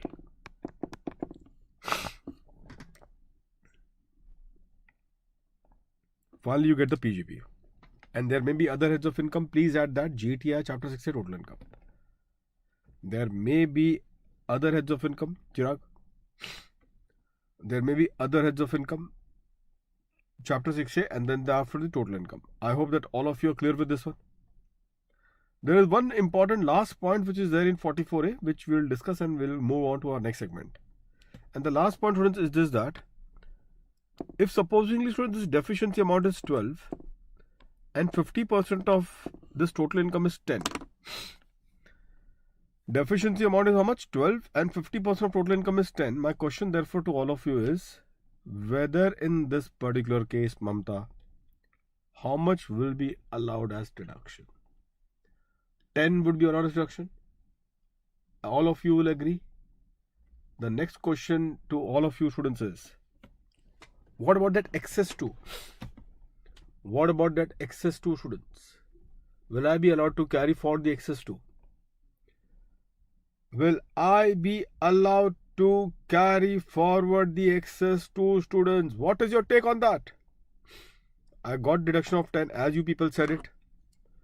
You all said it, no? 10 would be allowed as deduction. So students, I want to carry forward that 2 in the next year. Will I be allowed to carry forward the same or not? Please tell me, students. Will that be allowed to be carried forward or not? To that the answer is no, it will not be allowed to be carried forward. Shelly, Vyati, Mamta, it will not be allowed to be carried forward. Please write here in this case that the balance here deduction will be 10 and accordingly the balance deficiency of 2 shall be lapsed. The balance deficiency of 2 shall be lapsed. I hope that every one of you are clear with this one. So this is exactly how we have to take into account this entire proposition. This is exactly how we have to take that amount into proposition, students. Chirag, I hope that, students, every one of you now are clear to this particular concept. If that be so, then so be it, isn't it? So can I go to the next particular segment, students, now? Our biggest segment is over, students. Congratulations to all of you, students. Now, this segment, students, is this particular slide, which is about your page number 11. page number 10 is all about the amortization expenditure. Is all about what? The amortization expenditure. And I will, for a change, I will go from top-down approach. You are aware of the top-down approach, students. The top-down approach, students, would be first we'll be targeting this 35DD.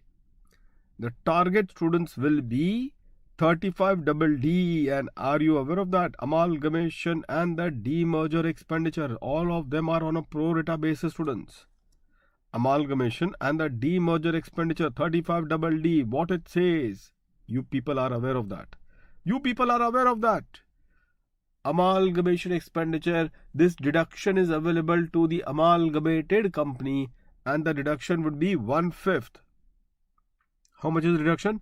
1/5 will be allowed as deduction to the amalgamated company.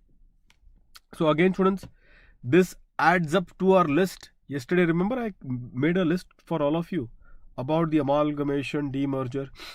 Yesterday, I made a list for all of you. So this adds up to that particular list. This, students, adds up to that particular list of the amalgamation demerger. Those who are watching this session for the very first time, please ensure that yesterday I have taken one session, part 1 is there. And students, you can join the Telegram channel CA Durgesh Singh. I'm sharing all the links over there in that Telegram channel of CA Durgesh Singh. Those who want to get this chart, they can contact the bookshop 97794300034. 97794300034. That is the bookshop number. Please contact there. And again, I'm repeating, do join up the Telegram channel CA Durgesh Singh for all whatever I'm putting up the link of these lectures. Now, students, on this particular part, 35DD, which I have spoken about it. The next section, which is about 35DDA. Now, students, this section is a game. Always keep in mind this particular section, students.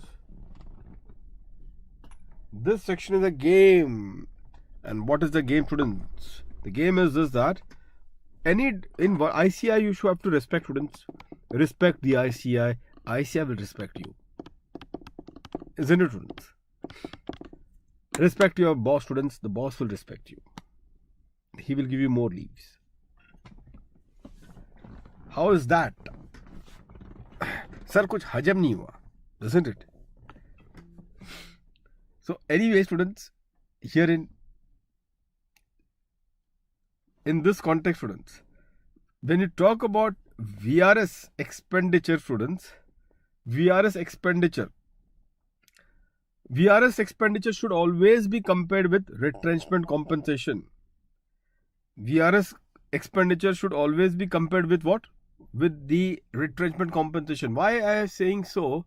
Because retrenchment compensation expenditure, the deduction of this retrenchment compensation expenditure is not regulated. The deduction of the retrenchment compensation expenditure is not regulated. Not an issue, Chirag. You can watch it later on. The deduction of the retrenchment compensation expenditure is not regulated. And because it is not regulated, therefore, you get a full deduction of retrenchment compensation under 37(1). Whereas, so far as VRS is concerned, students, this deduction is highly regulated. This deduction is highly regulated, students. And because this deduction is regulated, students, what happens? You primarily get this deduction of 35DDA, and that deduction is only that deduction will commence in the year in which the payment is made. The deduction is given to you in the year in which the payment is made. Can you see that? The year when the payment is made. And thereafter, students, and thereafter the deduction is 1/5.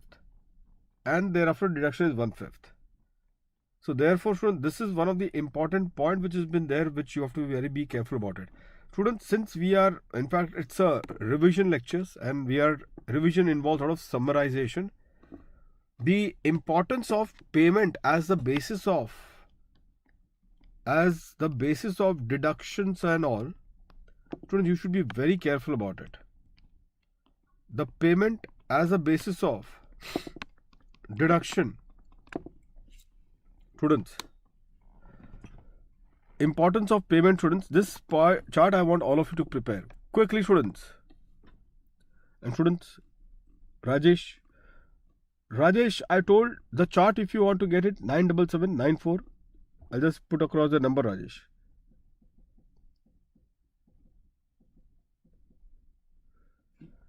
Contact at this number, Rajesh. 97794 30034. This is a bookshop where the charts you will get it. WhatsApp at this number, okay? Fine, students. Now, students, WhatsApp at that number 97794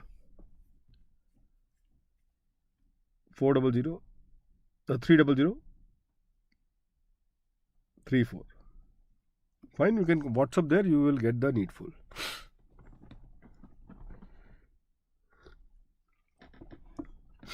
That is a bookshop number, so you people connect over there. Now, students, all of you pay attention. Now, just ensure, students, all of you just share this video and like the video to all your this thing, so that all the students will be in a position to refer these revision lectures. Now, coming on this one, payment. The emphasis of payment.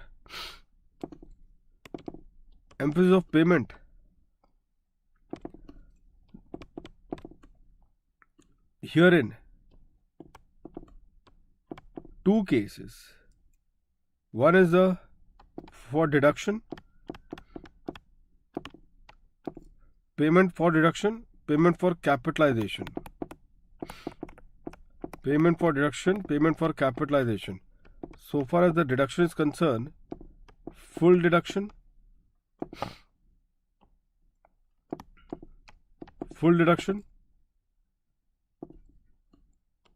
and full deduction and amortization.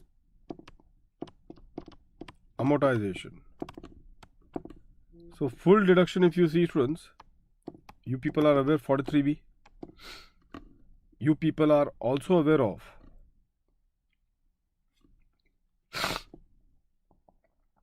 one is 43B, one is 43B. One is the municipal tax on payment basis. Municipal tax paid. This is for house property. Municipal tax paid for house property.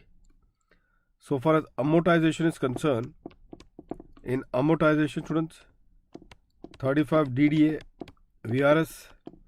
Then there is a 35 ABB, the telecom license. Telecom license, students, which we are going to discuss it. So this is a 2. And capitalization, students, 43A. 43A is for forex fluctuation. Forex fluctuation, students. Clear to this one, students? That exactly is the point.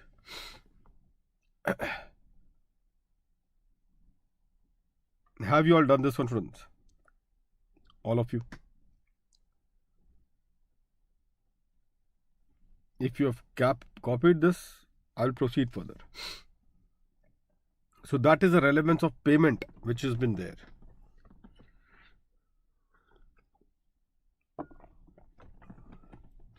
And if I have to take it further, foreign tax credit on all, rule number 128.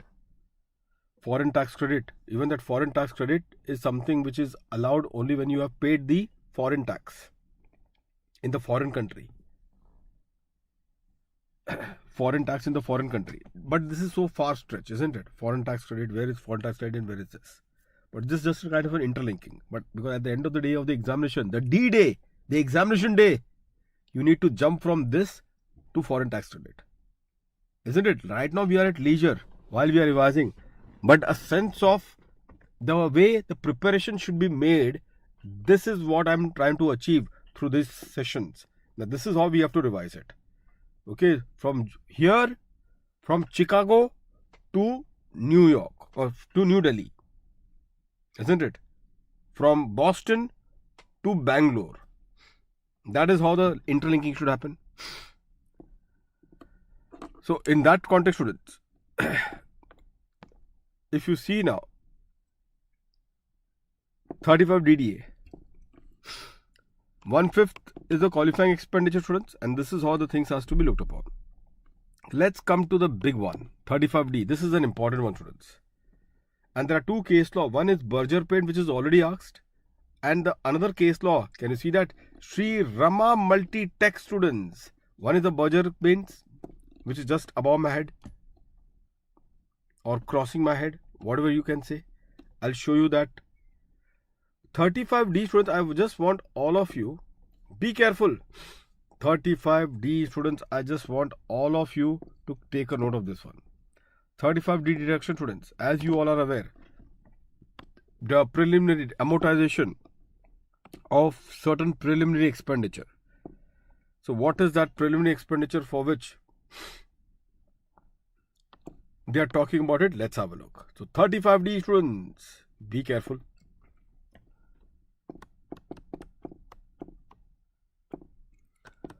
First of all, depends upon whether you are a company or a non-company. So non-corporate resident, are you talking about them? This chart, students, you will just prepare it. Or you're talking about a resident or maybe a domestic company. So for a non-corporate resident, students, it is the lower of the two. And lower of what? The 5% of the cost of project, COP, is compared with, COP is cost of project, is compared with the specified preliminary expenditure. PE is a preliminary expenditure. Now how much preliminary expenditure? Only 4. There are only 4 specified cases, students, of the preliminary expenditure which are being referred. I'll show you those 4. Other than those 4, students, there are nothing. You will not be taking any other expenditure other than these 4. And as I told you, lower of the 2 is what has to be taken, which will give you the qualifying amount, of which you will take 1/5.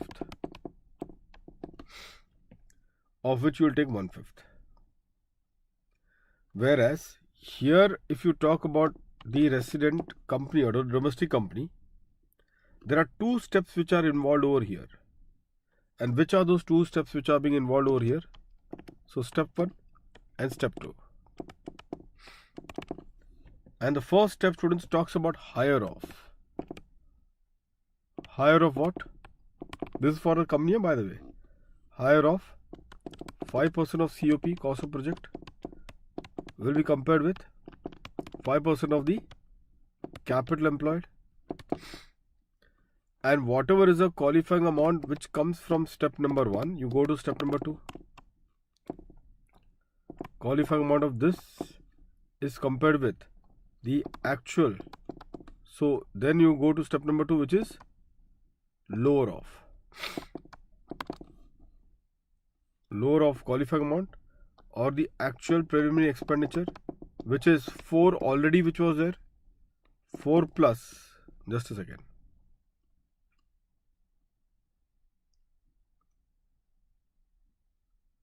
4 plus 3. 4 already, which was there over here. In the previous category, 4 was there, na? That 4 is there also here, plus another 3. So this, whatever is the lower of that, whatever is the qualifying expenditure, that now you get it after this. In this case, you will take 1/5.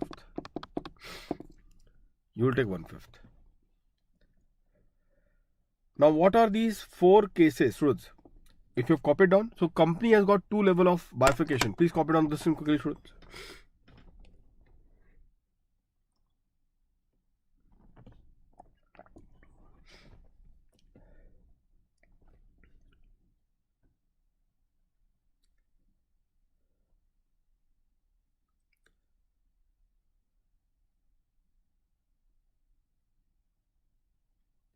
The company has got, students, the 2 layers of comparison to be done, and only in the second layer that you get your final answer. The first layer is the higher of, and the second layer is the lower of. And that lower of, students, as you can see very clearly, is the qualifying amount to be compared with the actual preliminary expenditure, and that is a comparison which will give you the lower amount, and of that the qualifying amount take 1/5. Of that the qualifying amount please take 1/5, and that exactly how it has to be considered.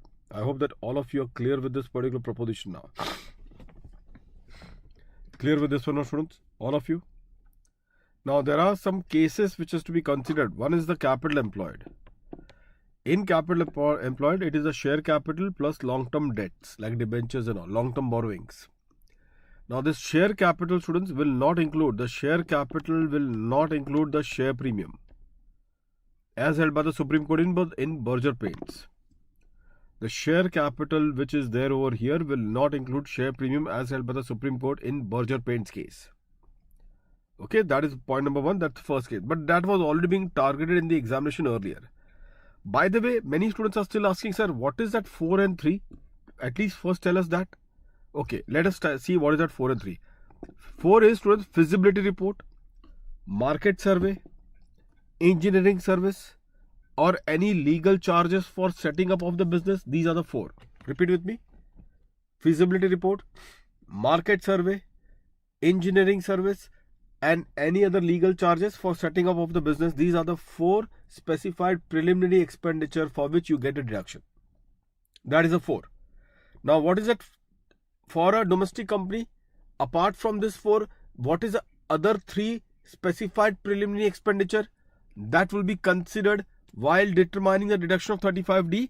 So the other 3 in this case is, 1 is the ROC fee that they pay, second, students, is the printing of MOA and AOA, and the third is the legal charges that they incur for enhancing the authorized share capital.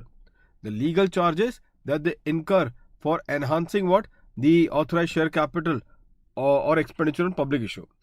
Now, students, the question that came therefore was, there was this 3 extra that you are giving it, which is for public issue, expenditure on the public issue.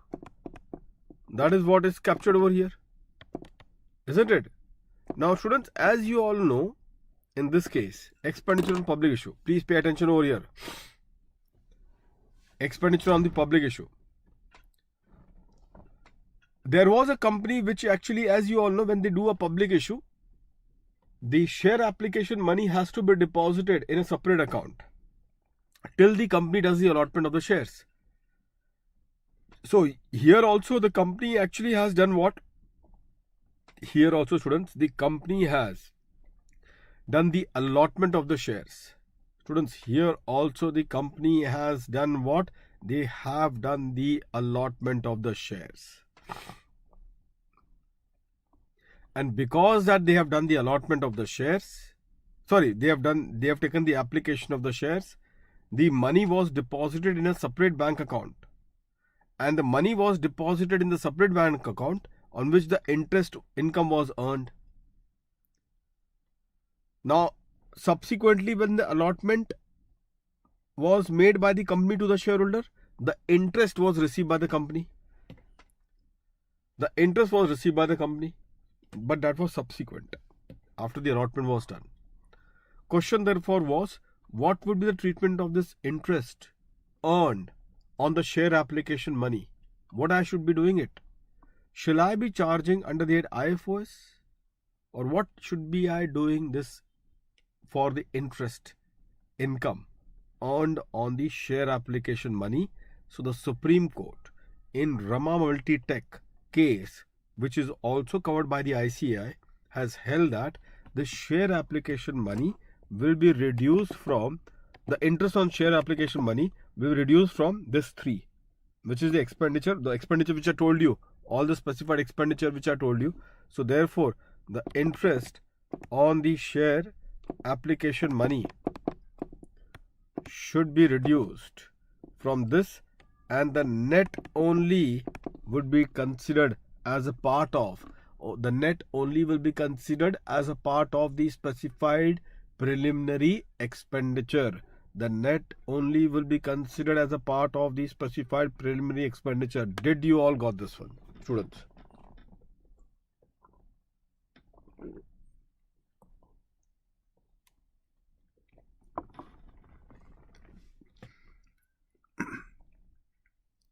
Did you all got this one, students? Not business income. Why business income, Veti? Business income will come there. See, when you talk about business income, you are confusing with the money which you have deposited, the money that you have deposited as a bank guarantee to obtain the business. In which case you are applying K&Co, Delhi High Court judgment over here, wherein we have said that the interest on such deposit will be charged under the head PGBP, being an incidental business income. That is K&Co that you're talking about it. But here it is not about that. It is about the share application money. This is about the share application money on which you have earned the interest income. So therefore, this interest income will be reduced from the preliminary expenditure which you consider for the share issue activity. That from that expenditure you are going to reduce this interest on the share application money, and on the net that will be considered for the purpose of the deduction. I hope that all of you are clear with this one now. Coming to the film industry, students, Rule 9A, 9B also could be an important one. Quite a time, isn't it, for the ICI to have asked your favorite section, Rule 9A, 9B. Film industry. Which is the last film, student, that you have saw? Which last film, students, you have saw? 100 marks question. Isn't it? If this would have been the life.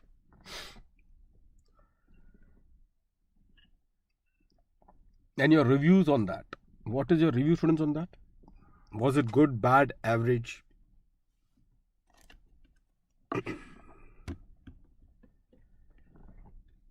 My last movie was Scam. So I watched in that lockdown period the Scam movie. In fact, it was not a movie, it was a web series. So that was the last movie. Pushpa. Review is great. Okay. After I'll get some time, I'll definitely watch it. So that was my last. Let's see. I get an opportunity. Is it like this movie? Hopefully it is there in the Netflix. Or somewhere you can see. Not to go to the theater to watch it. So students, in this context, students, Rule 9A, 9B, let's have a look. Film industry. Because obviously, students, we are doing film industry, so we have to give first, show the respect to film industry students. And then only you will be in a position to crack these particular provisions in the exam.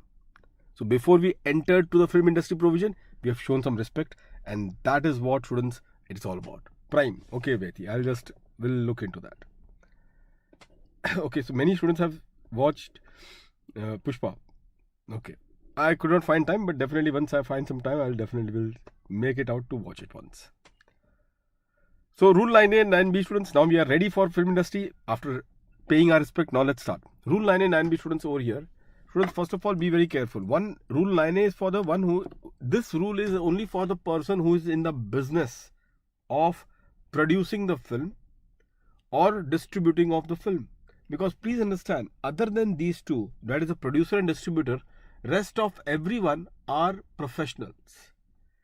Like director, actors, or any singers, anyone, they are under the profession. So in the film industry, there are only two persons who could be said to be doing the business. One being the producer and another being the distributors. Another being, students, the distributors. And therefore, students, on this regard, we will say that the deduction, first is Rule 9A, the deduction of expenditure on the production of feature films. That is what Rule 9A is about. And Rule 9B, when you talk about it, it is about what? Deduction of expenditure on acquiring distribution right of the feature film. So that is for the distributor. Now, if you see below this one, students, in this context, if you see below this one, students, 1 and 2, film producer or the distributor has sold all the rights. Now, please pay attention over here. Here, students, just I think all of you are aware, so I will just finish off this provision very quickly. Every one of you are aware of it. So, students, in the examination, always keep in mind the cutoff. Is the movie has been released or exhibited after 31st of December? If it is released or exhibited after 31st of December, then only there is a regulation of how much is the deduction that would be allowed on this particular the expenditure on making of the film, so far as the producer is concerned, or the expenditure on buying the film rights so far as the distributors are concerned. So how much deduction of this expenditure will be allowed, that will depend upon when the movie got exhibited. If the movie got exhibited after 31st of December, then the amount that is being allowed as deduction, the amount which has been allowed as deduction, that will be restricted up to, students, that will be restricted up to what? That will be restricted up to the amount which is realized from the exhibition of the movie. So whatever is the expenditure that you have incurred either to produce the film or to buy the distribution rights of the film, that particular expenditure will be compared with the amount realized from the exhibition of the movie. Lower of the two is what will be eligible for deduction. You will say, sir, what if my amount for producing the movie is 100 and the amount from exhibition I have got only 80, and that movie got exhibited after 31st of December, then the deduction, students, is only 80. Then the deduction, students, is only 80, and therefore the maximum deduction that you can give is only 80. Balance 20, students, balance 20 you will be allowed in the next year. Balance 20 will you be allowed in the next year, students? And the answer is yes. So the balance 20, students, will be allowed to you only in the next year. I hope that every one of you is clear. Okay, full 20 will be allowed. That is point number 1.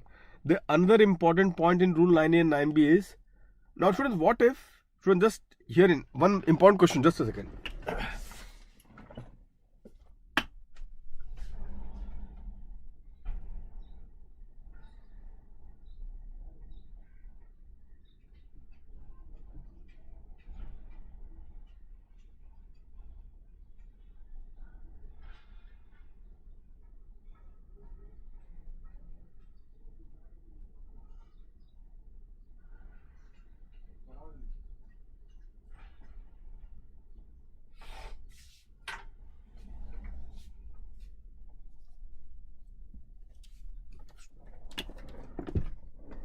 Students, over here, one very important point occurs is that 20 rupees would be carried forward in the next year. All of you agree to this point, isn't it? My question to all of you therefore is, what if you people say that 20 would be carried forward in the next year? What if the ROI, so that was the example, no? I hope that you got the example. 100 was the cost of the expenditure, cost of producing the film.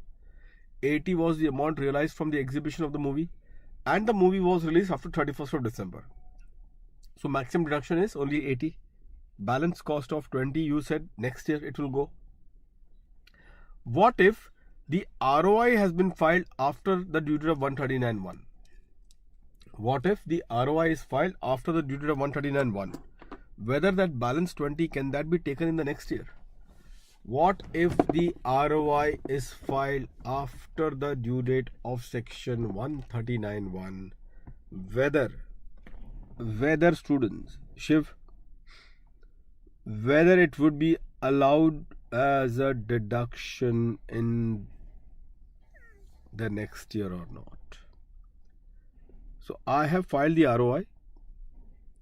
I have filed the ROI after the due date of 139.1. So my question therefore to all of you is this: whether that 20, could I take the deduction in the next year or not?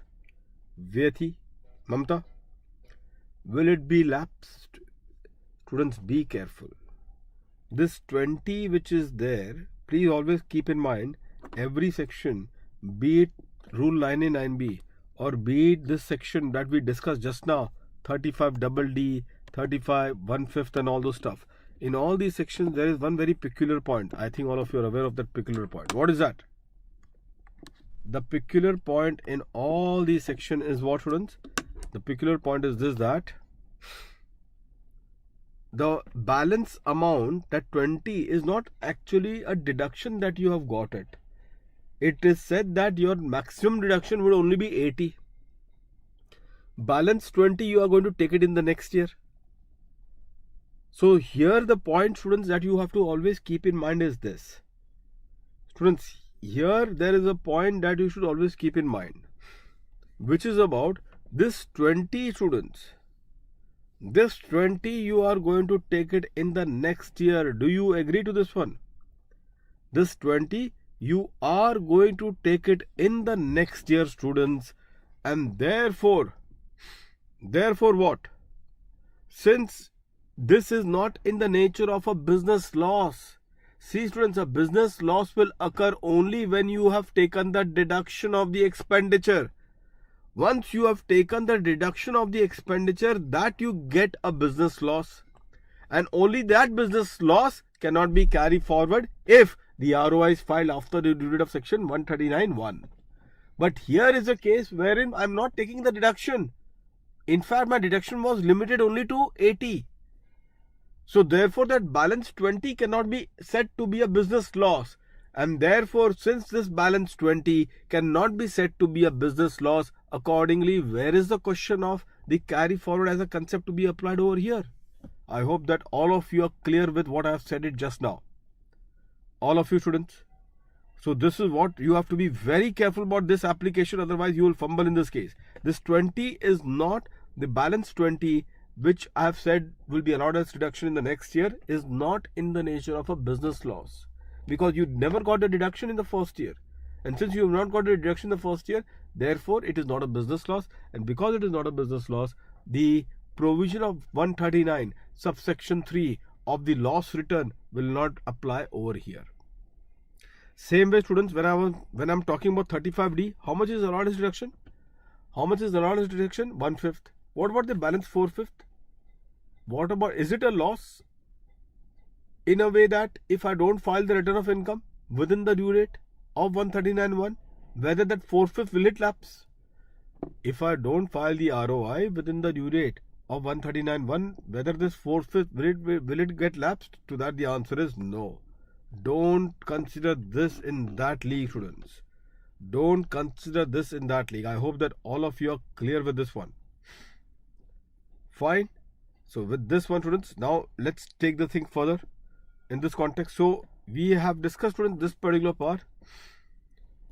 Now the other one last important point which I'll just discuss with all of you over here. There are 2 points, last 2 points, students. What if a film producer has sold the entire rights of the film? What if the film producer has sold the entire rights of the film?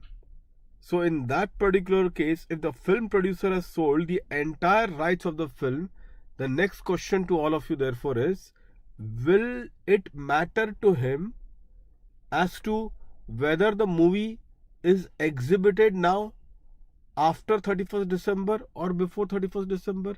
Will it be of any relevance for the producer who has sold the entire right of the distribution of the exhibition to the distributors? Will it be of any relevance for him now to determine when the movie got actually exhibited? Is it any relevance for him now? SRK, Vyethi, Mamta? Answer is no. It has no relevance whatsoever in this case. I think all of you, because whatever money that he has to make, he has made it. What does it make now? Difference. Whatever money that he has to make, probably he has made it from this movie. So therefore, if he has sold all the rights, then in that case, when the movie has got released, has got no relevance. Last point. Many a time, friends, the movie gets abandoned. And because the movie gets abandoned, therefore, students, you all are aware that it does not get released at all. It will never get released. It gets abandoned in between. What is the treatment of the expenditure in respect of that movie which got abandoned? So the treatment of that expenditure is that, will you be eligible for the deduction? Will you be eligible for the deduction in respect of the expenditure? And the answer is yes, you will be.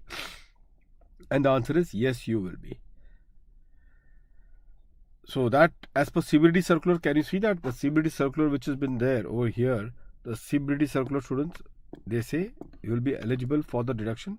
In this case, for the abandoned film, rule 9A is not applicable. For the abandoned film, the deduction, full deduction is what is allowed.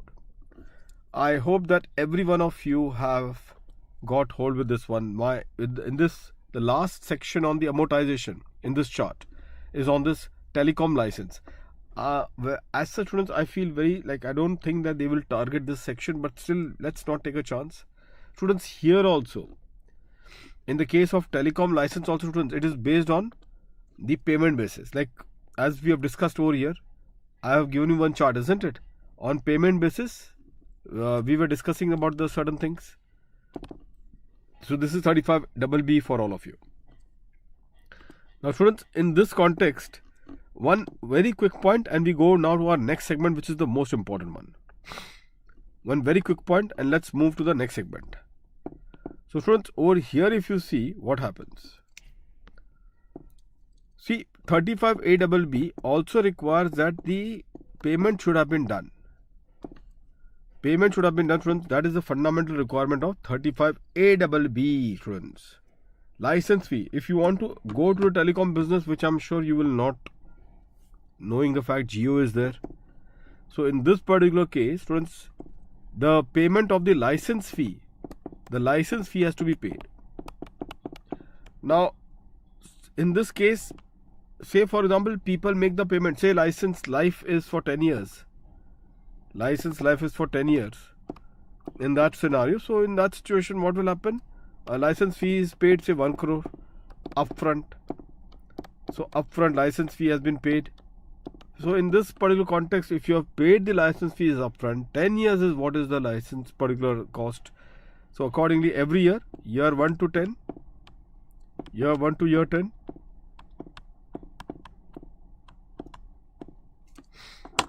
the deduction that you will be getting from it would be how much? Would be around 1 crore or 10 lakhs, sorry. The deduction that you will be getting would be 10 lakhs.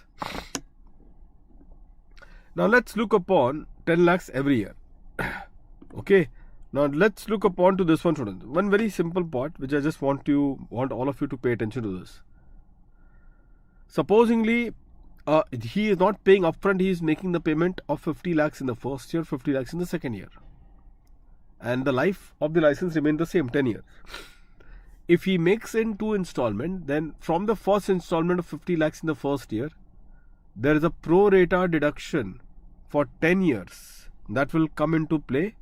There is a pro rata deduction for 10 years that will come into play, which would be 5 lakhs each from year 1 to year 10. That would be rupees 5 lakhs each from year number 1 to year number 10, students. Okay. 5 lakhs each from the first installment. And from the second installment, which you are making in the second year, 50 lakhs. Again, that 50 lakhs will be divided by the unexpired life of the license, which is 9 years. So from the second installment will come from second year to 10th year of rupees 5.55 lakhs each. Of rupees 5.55 lakhs each. So now, if you say this, then from year 1, 5 lakhs is the amount of expenditure. And from year 2, students, it is 5 lakhs plus 5.55 lakhs. 5 lakhs plus 5.55 lakhs, students. From year 2 to year 10, 5 lakhs plus 5.55 lakhs. So therefore 10.55 lakhs. 10.55 lakhs from year 2 to year 10.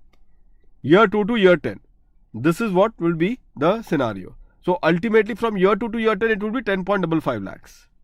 From year 2 to year 10. Okay. So that is another example which I have given it to you.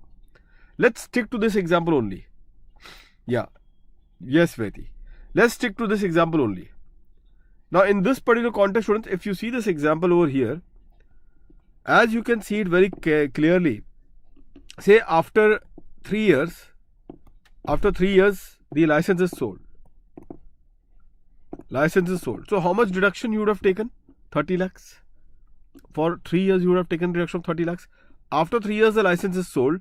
So now in this case, how much is the balance license which is left, students, over here?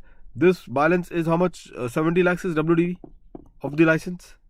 So balance cost.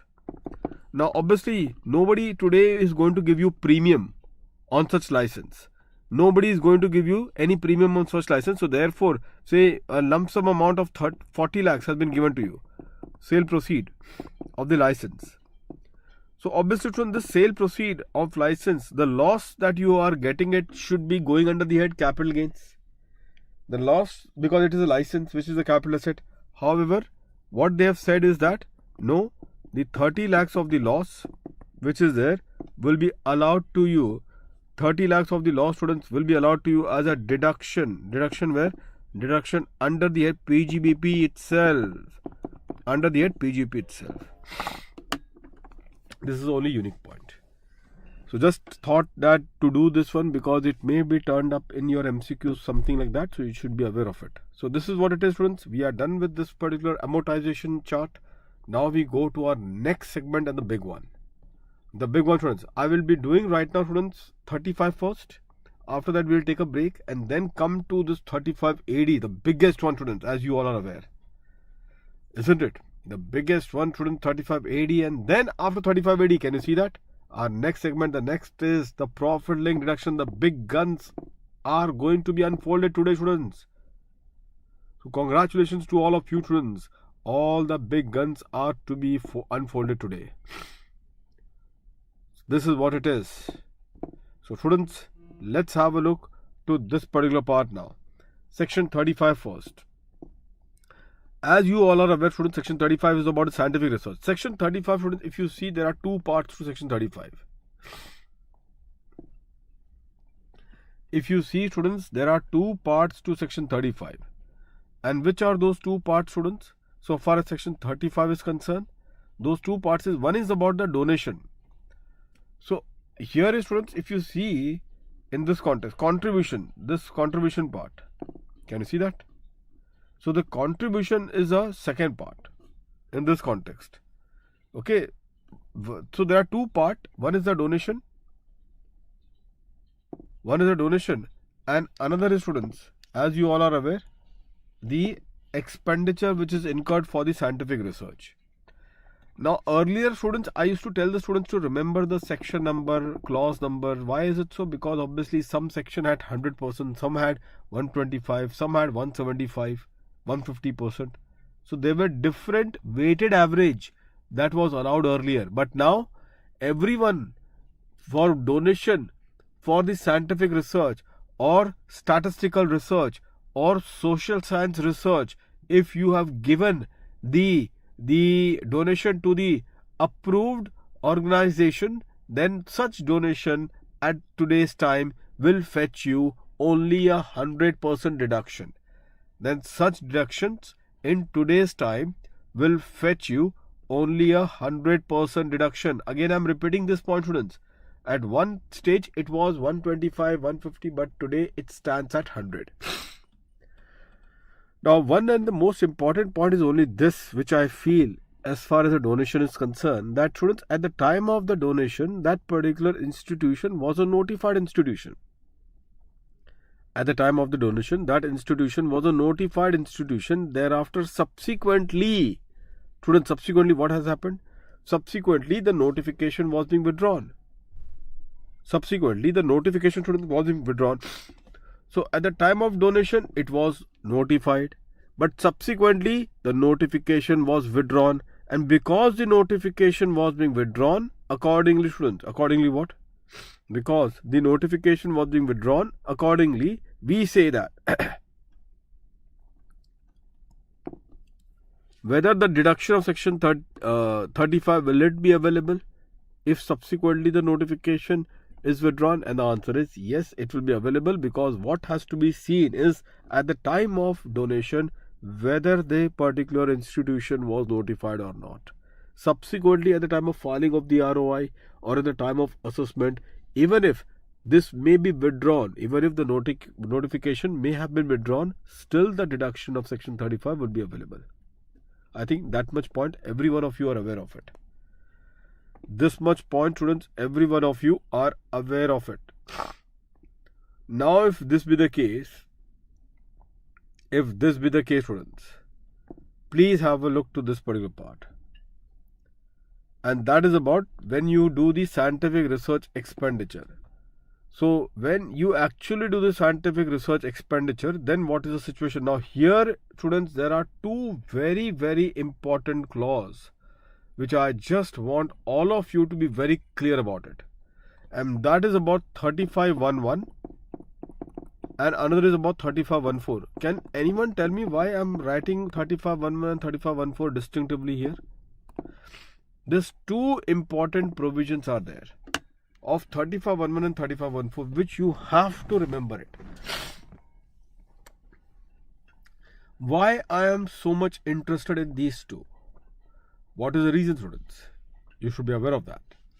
Please tell me, students, what could be the reasons for the same 3511 and 3514, students? Can anyone tell me in this case? ATR. Indeed, Mamta. Indeed. SRK. Yes, that is the capital and revenue expenditure. But be careful, SRK. If I am what? I am a company and I want to go for 115 BAB or I want to go for 115 BAA, the alternate tax regime. Are you aware of that? Then in that case, if I am doing a scientific research expenditure, be it revenue for which it is 3511 or be it capital for which it is 3514, question therefore to all of you is this: whether the alternate tax regime of 115 BAB, 115 BAA, does it allow the deduction of section 3511 and 3514? Does it allow the deduction of 3511 or 3514? And the answer is yes. Please write a note quickly. Please write a note quickly, students. All of you. Write a note straight away. Where a company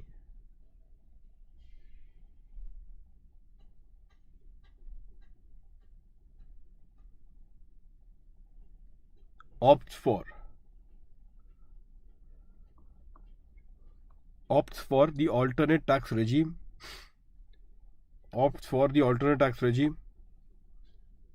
under section 3511,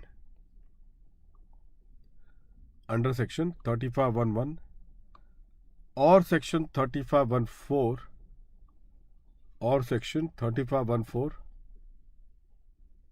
Oh, just hold on. A company opts for alternate tax regime under section 115 BAB or section 115 BAA, under section 115 BAB or section 115 BAA, then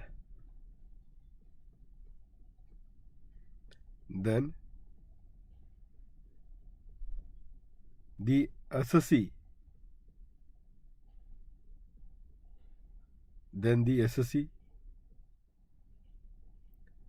shall be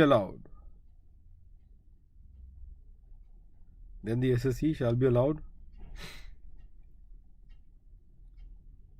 The deduction under section 3511,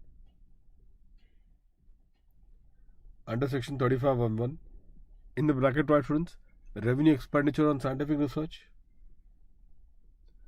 In the bracket, right, revenue expenditure on scientific research, bracket complete. Or under section 3514, in the bracket again, right, capital expenditure on scientific research.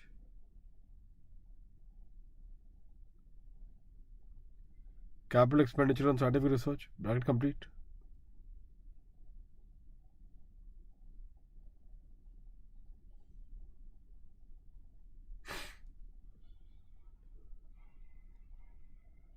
Capital expenditure on scientific research, bracket complete. Full stop. Next line. The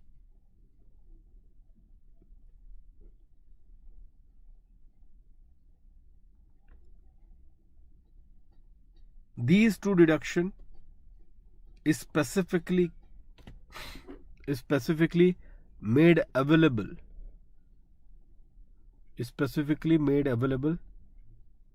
to the SSE opting for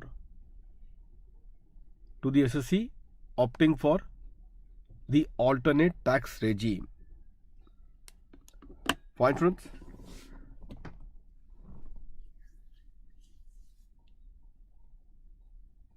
To the SSE opting for the alternate tax regime. Now, students, it goes without saying, all of you just pay attention. It goes without saying that when I'm talking about these expenditures, be very careful. When I'm talking about these expenditures, it all goes without saying that, students, are you aware of that? Be careful. The capital expenditure does not include land. In the case of 3514, the capital expenditure of 3514 will not include land. Apart from land, plant and machinery, you can say building, furniture, whether they are covered for deduction under 3514 if they are being used under that scientific research division, and the answer is yes, this will be. Okay. Students, earlier even this 35-2AB and this 35-11, this one this distinction was of relevance, because earlier in 35-2AB we used to get 150%. In fact, I studied 200%. Now it got reduced to 150. Now it is 100%. So whether it is 35-2AB notified scientific research business or the normal scientific research business, doesn't matter, students. In both the cases, 100% reduction only would be allowed. But only thing that you should just keep in mind, students, is that the capital expenditure will not include the land. That land will not be allowed as deduction. Okay. Now comes, students, the next part, the last part over here, which is about, students, I have purchased the scientific research asset, and that scientific research asset, I have used it for my business and profession. I have taken the scientific research asset and I have used it for my business and profession. And after using it for my business and profession, I have sold it. Again I'm repeating this one. I have purchased the scientific research capital asset. After the purchase of the scientific research capital asset, I have taken the deduction of 35, used it for scientific research, and then thereafter I have sold it without using for the business purpose. So sale of the asset, students, the sale of the asset will be chargeable, students. The sale of the asset, students, as you all are aware, herein should be chargeable under the head capital gains. But section 41 subsection 3 says, what section 41 subsection 3? It says that it will be charged under the head PGBP to the extent of the deduction that you have earlier taken under section 35. To the extent of the deduction that you have taken earlier under 35, that much of the amount will be chargeable. That much of the amount will be chargeable under the head. Under which I told it? Under the head PGBP.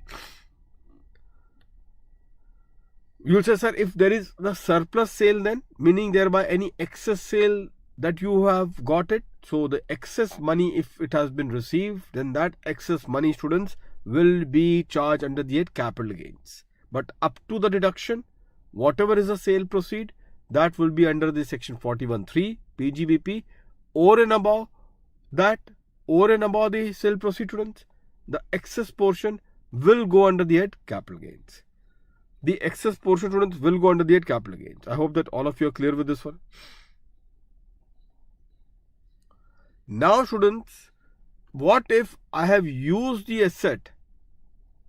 I have used the asset, students, for my business purpose. Now, I'm not decided to sell it. I'm using it for my business purpose. Now, by the way, students, tell me one thing. Do we have any lock-in period over here? Do we have any lock-in period for this scientific research asset that it should be used for a period of say 8 years? Just today we did 33AB, wherein the lock-in period was there. Do we have some similar lock-in period over here also? And the answer to that is no. There is no lock-in period for up to which the scientific research should have been used. So this is one of the very important points, students. No lock-in period is there, that is for a period up to which the scientific research asset should be used. So this is one of the points that you should be very careful about it. Fine. Now students, if I'm, instead of selling that scientific research asset, if I'm transferring it in my business division, instead of selling this particular scientific research asset, if I am transferring this asset for my business division, then in that particular case, the asset will now enter into the block, because now you will be using the asset for the purpose of business. The asset will now enter into the block because now you are using the asset for the purpose of business. But at what value it will enter into the block, students? At what value, students, it will enter into the block? It will enter into the block at a value which is nil. It will enter into the block at a value which is nil. So nil is the answer. So students, always keep in mind, a scientific research on which you have taken the deduction under section 35, you may have two options further to be considered. So you can consider two options. One, sale of the scientific research asset without using for the business purpose. I just now told you there is no lock-in period for how many years you need to use that scientific research for your business purpose. So therefore you can directly sell that asset, no worries. Students, you can directly sell the asset, no worries. So kindly sell the asset, but whatever is the sale proceed to the extent of deduction, whatever is the sale proceed to the extent of deduction, that much of the amount will be charged under the head PGBP. The excess portion of the sale proceed, students, is what will go under the head capital gains. The excess portion of the sale proceed will go under the head capital gains. That is point number one. The other particular point which I have told you, students, was about the case wherein instead of selling it off outside, I am just using it for my business purpose now. And if I'm using it for my business purpose, the asset will enter into the division. And if the asset enters into the division, it will enter into the business block at nil value. It will enter into the block at nil value, students. I hope that this point is well taken by all of you. So with this, students, we are done with this, students. Congratulations to all of you. Now the last, I will be doing 35 AD. See, step by step, brick by brick, students. Can you see that? We are hitting this particular point now. Now, as you all are aware, students, many students are worried about, sir, the list of 35 AD is huge, isn't it? Many students get worried about it. It is not that huge, students, that you should be worrying about it. By the way, I must tell you this particular thing. It is not that huge, students, that you should be worrying about this particular entire aspect. So in this particular context, students, which is there so far as a list of the specified business are concerned, only point is that, students, 2 or 3 times whenever you get an opportunity, please always revise it. Always you should revise this. I will still let you know, students, couple of things herein. So couple of things, students, I'll just let you know. Like for example, cold chain facility, warehousing facility for agriculture produce. Now when it comes to the warehousing facility for the agriculture produce, there is another particular case of warehousing facility for sugar. There are 2 warehousing which are being covered. Are you aware of it? One is warehousing facility for the agriculture produce. Another is a warehousing facility for the sugar, storage for the sugar. Okay, so that is what it is. So that is also there. Apart from that, students, there is a housing project under the affordable housing plan. That is there, and also a housing project for slum development, redevelopment plan. So that is 2 housing projects which has been there. Then the hotels, if you all are aware, which is 2-star or above. The hotels which is 2-star or above category. So that is also considered. Thereafter the hospital, which is also there. And the hospital, students, as you all know, in the case of the hospital, students, the number of beds and all the stuff which are being there, 100 beds minimum is what is specified in this regard. 100 beds minimum is what they have specified in this regard. Other than that, students, you also have the case for the production of fertilizer plant. Are you aware of that? fertilizer plant. This is the only particular case which is very surprising, because this is the only manufacturing particular case. This is the only manufacturing particular case, students. So this is what is a list of the business, students. Again, I'm repeating this point. For 35 AD, at one stage we had 150% for few of the business, but that 150% is gone. Now even this is fully 100%. Even this is fully 100%, students. Now comes your heartbeat should now go fast, because now comes the critical discussion. Students, as you all are aware, so far as 35 AD is concerned, this expenditure, which is a capital expenditure, you can get the deduction even before the commencement of business. Are you aware of that? You can get the deduction even before the commencement of business, but the only criteria is that you need to capitalize this expenditure, the capital expenditure, in your books of accounts. So if you have capitalized the expenditure or the capital expenditure in your books of accounts, you shall be allowed the deduction under section 35 AD. The next particular part is about what are the eligible and the ineligible expenditure. The capital expenditure, what are the eligible or the ineligible capital expenditure which is specified in 35 AD, students? Please be very careful. In 35, we had only one ineligible capex, which was land, whereas over here the ineligible list is going into case of 3, apart from the 10,000 thing which is there. So one is land, goodwill and the financial instrument. Land, goodwill and the financial instrument, they are the 3 ineligible capital expenditure for which you will not be getting the deduction under section 35 AD. For which you will not be getting the deduction, students, under section 35 AD. Is that point clear to all of you? Is that point, students, clear to all of you? So ineligible has got these 3 items. One is land, another is goodwill, and third one is the financial instruments. Okay, so that is what they have mentioned it. What about the time limit, students? Herein is the time limit. Herein in this context, is there any lock-in period for it, students, over here? But before I go to the lock-in period, students, just give this one. I go to the lock-in period and thereafter further we will discuss it. The specified business, can you see that, students? The specified business, there are certain conditions over here. Obviously, students, this business should be completely a new business. It should not be something which is arising from the split up or reconstruction of a business which is already in existence. So this is one of the things that all of you will appreciate. Scientific research before the commencement, SRK, it is allowed. It is allowed. There also it is allowed. So here, students, in this context,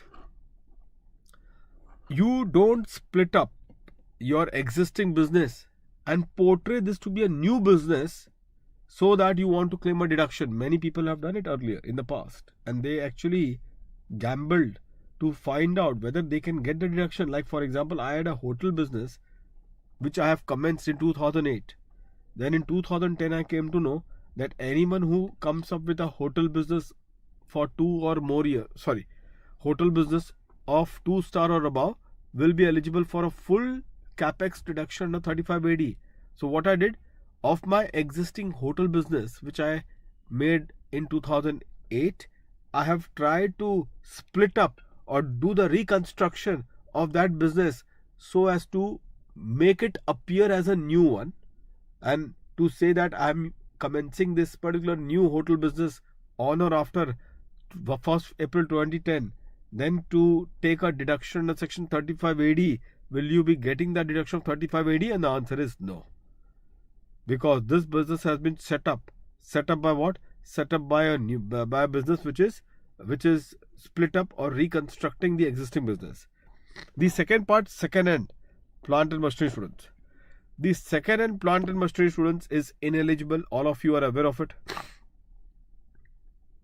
However, the second-hand plant and machinery, up to 20% you can have it. Up to 20% second-hand plant and machinery, you can use it for the purpose of the specified business. So 20% of the total plant and machinery, up to that is the limit, upper limit of using the second-hand plant and machinery in the specified business. Students, yesterday one very important point I have discussed with all of you, and that was about this second-hand imported plant and machinery. Remember that? I gave you two sections and the other two sections. And the two sections was, one was this 35 AD and another is about 115 BAB. Under these two sections, students, the second-hand imported plant and machinery, they are considered as what? They are considered as new plant and machinery, students. They are considered as a new plant and machinery. That is the beauty of this section. They are considered as a new plant and machinery. But this is the case only for the imported one. And that is for these two sections, it is considered as new. But which are the other two cases which is ineligible? I told you yesterday. The other two cases where it is ineligible is additional depreciation 32(1)(2)(a) and then there is a startup 54 GB.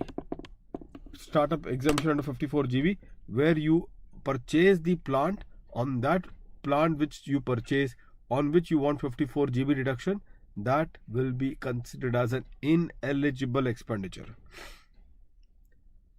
The next point, students, which has been there, as you also are aware of this particular aspect, loss of such business are allowed against the set off against what? The loss would be allowed against set off only from such business. The loss would be allowed to be set off only from such business. Do you all agree to this one, students? Such loss, can it be carried forward for indefinite period? Yes, but only if you have filed the return for that year in which the loss has been incurred. In that year, if you have filed the ROI within the due date of 139(1). So for that year, if you have filed the ROI within the due date of section 139(1), then in that particular case, students, whatever is the loss, that loss can be carried forward for unlimited period. This is what it is, students. Now, if you all are through with this one, now comes the real game, the last segment, which is the most important one. Students, as you all are aware, students, do we have a lock-in period over here? Do we have a lock-in period over here? So, yes, do we have a lock-in period for 35 AD? Yes, do we have a lock-in period? 35 AD, we have 8 years. So, if you have purchased the asset, now please pay attention to this one. If you have purchased the asset and you are using the asset, then up to a period of 8 years, you can use the asset only for what, students? Only for the specified business. Again, I'm repeating, please pay attention what I'm saying. If you have purchased the asset, point number 1, and you are using it for the specific, if you are using it for the business purpose, then it can only be used for the specified business for a period of 8 years. Okay. If within that 8 years period, students, you are now doing what, students? If within that 8 years period, students, be careful. If within that 8 years period, students,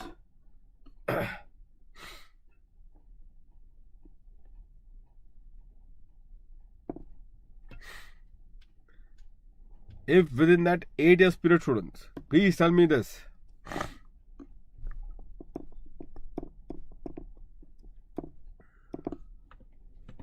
You are now want to use it for any purpose other than the specified business, then it will be considered as a default. If you want to use it for any other purpose other than for specified business, then will it be considered as a default? And the answer is yes. It shall be considered as a default, students, in this case. Now, I should draw your attention to one very important point. Students, what if I sold that asset within the 8 years or after the 8 years? What is your understanding of that? I'm using the word sale. what if I am selling that asset within the period of 8 years or after the period of 8 years? What is your understanding between the two? Quickly, students, you have to tell me this. If I am selling the asset within the period of 8 years or after the period of 8 years, then what is your understanding in this regard? Within 8 years, after 8 years? SRK, Mamta, Vyathi. Quickly, students. Shelly.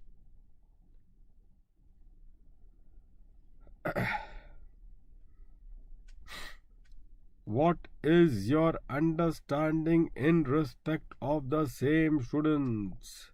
Last 10 seconds is left now to answer this.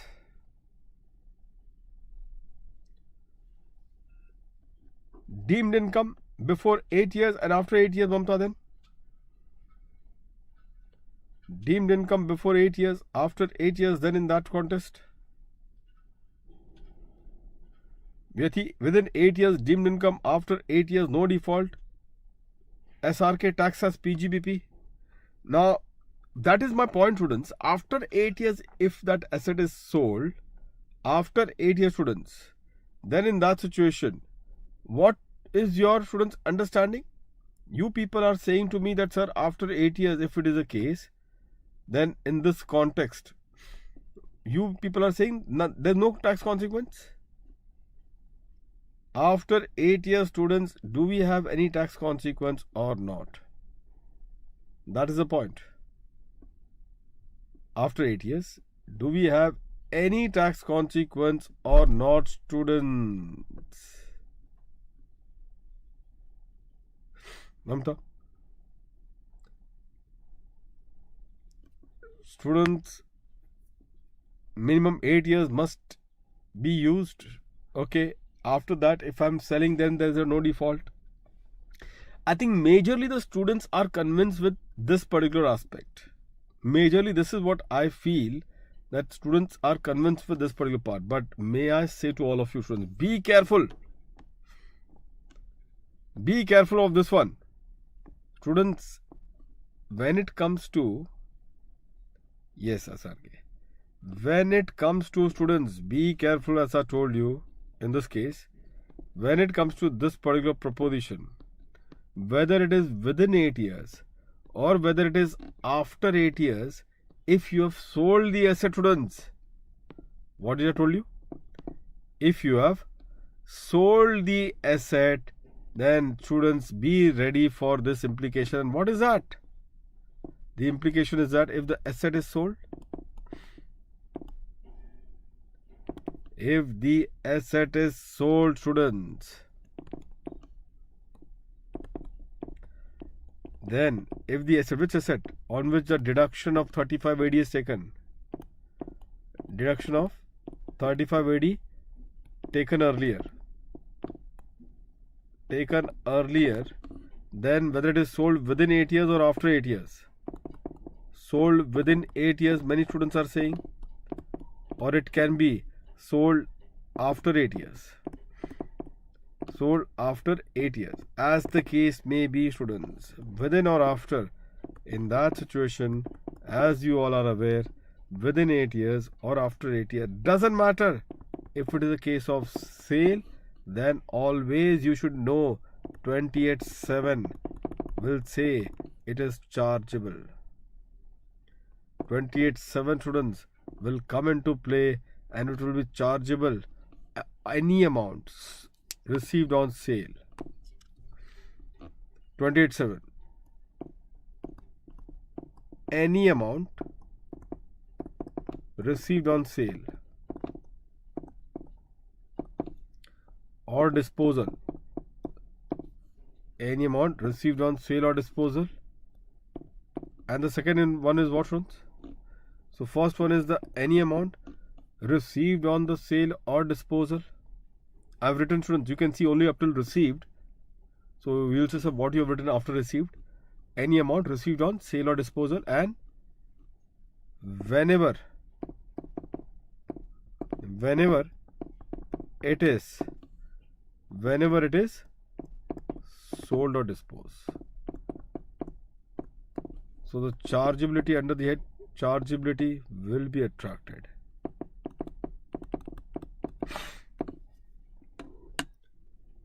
So any amount received on sale or disposal, that is point number 1. Second is whenever it is sold or disposed. Whenever it is sold or disposed, that also would be taken into account. And as I told you students, 28.7, whether the chargeability will that be attracted in this particular context? To that the answer is yes. The chargeability under section 28.7 will be attracted, students, in this particular case.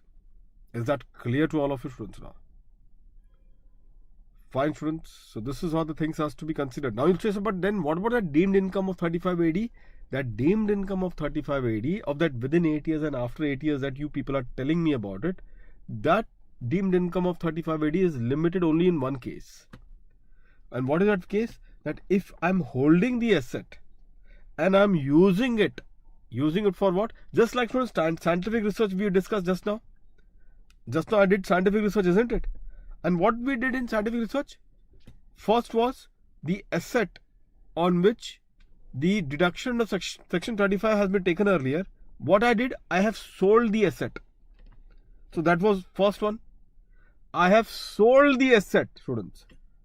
So if I have sold the asset in this case, so in that situation, students, we will say that the sale proceed will be chargeable under section 41.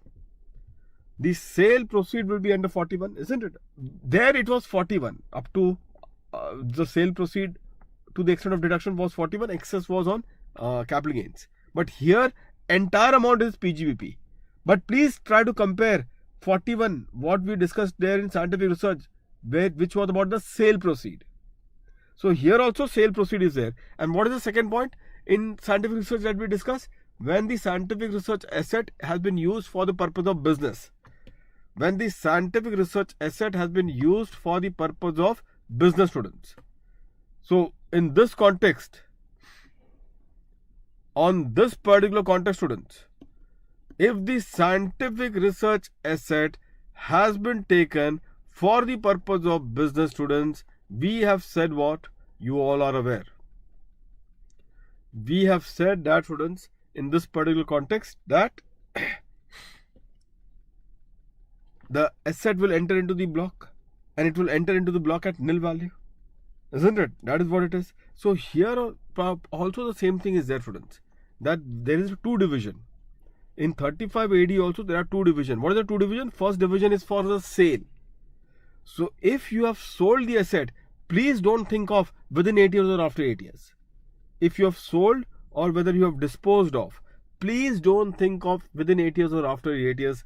Whenever you have sold, of whatever amount you have sold, the entire sale proceed will be chargeable only under the head PGBP under section 28.7. What you are going to say? Whenever you have sold, for whatever amount that you have sold, the entire sale proceed would only be chargeable under the head PGBP. Is that clear to all of you students? All of you are clear with this one, students, now? Whenever and for whatever amount you have sold. Okay, keep this in mind. This will be charged only under the head PGBP. Please remember these 2 words. 2 words, Mamta, Gathi. Whenever and for whatever amount you have sold, this will be charged under the head PGBP. Fine, that is section 28.7.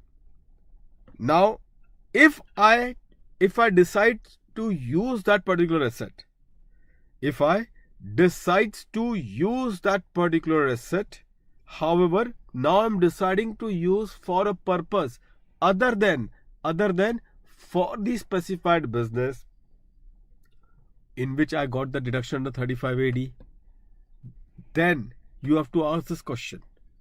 That you want to use that particular asset for other than specified business within 8 years or after 8 years. Because if it is within 8 years, if you are using it other than for the specified business, then there would be a default case that will happen. then there will be a default case that will happen, and then it will result into a deemed income under section 35AD, meaning thereby your deduction in a way that you have taken under 35AD will get revoked. It will be revoked, students. The deduction that you have taken earlier under 35AD will be revoked. That is what they are trying to say in this case. And how they are going to revoke it? Students, I think every one of you would be aware of it. How they are going to revoke the deduction? So the deduction that will be revoked, students, as you all are aware, deduction under 35AD will be revoked. The revocation will be something like, you all are aware of it. You all are aware of it, students. That would be how the deduction will be revoked. The actual cost,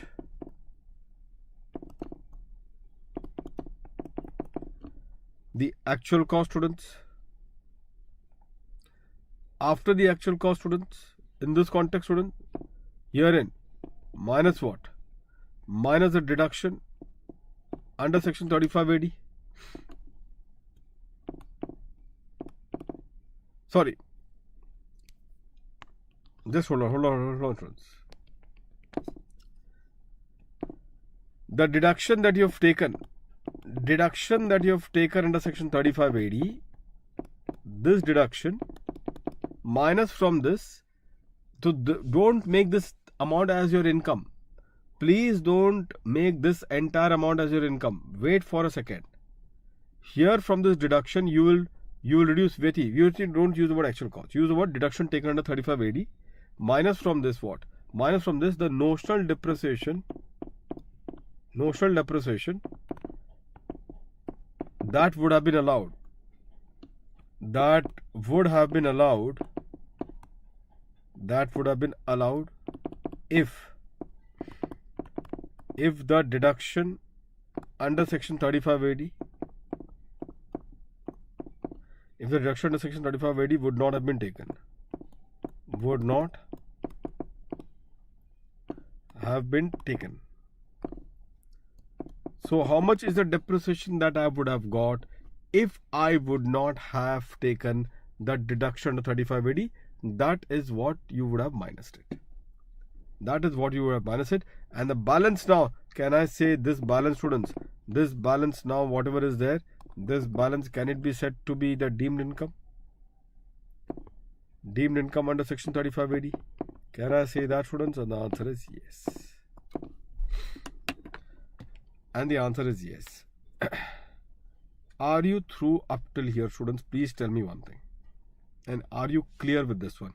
So again, please be very careful when it comes to a sale of the asset on which the deduction under 35AD has been taken. What did I told you?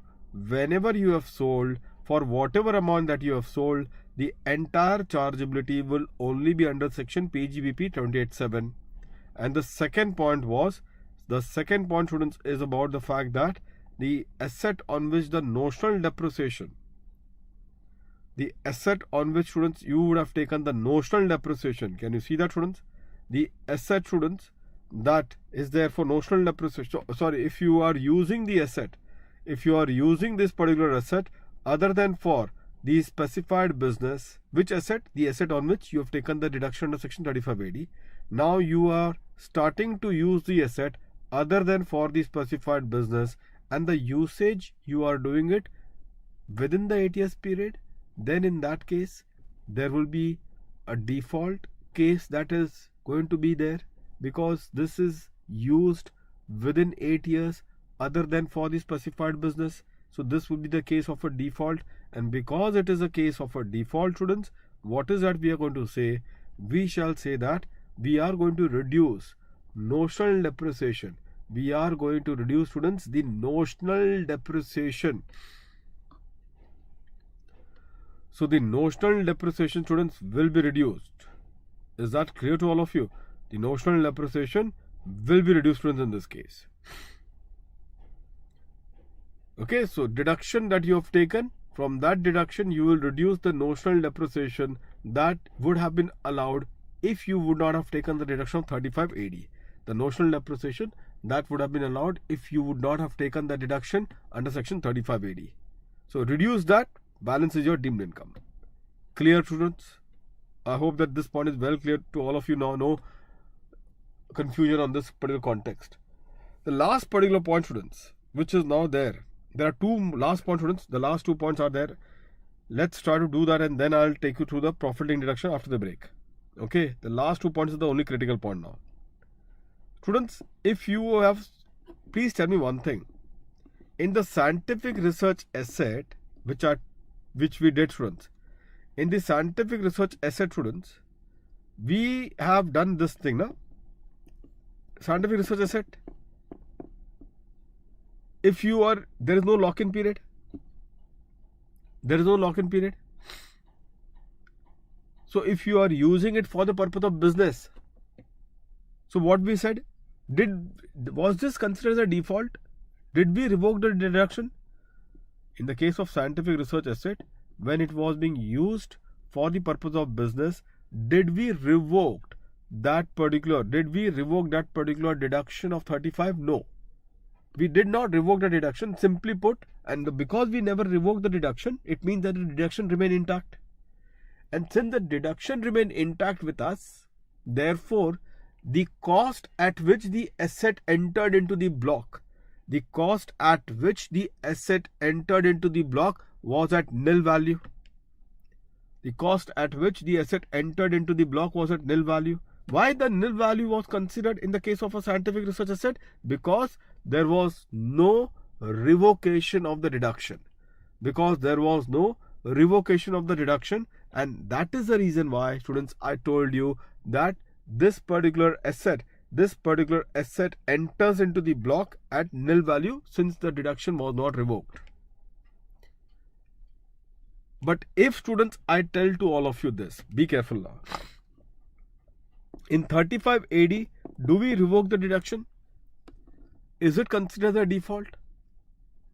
Do we revoke the deduction that I have taken earlier? Answer is yes, I do. I revoke the deduction. Revoking means, students, to take away. I take away the deduction from you. What the deduction I gave it to you earlier, I am taking away the deduction from you.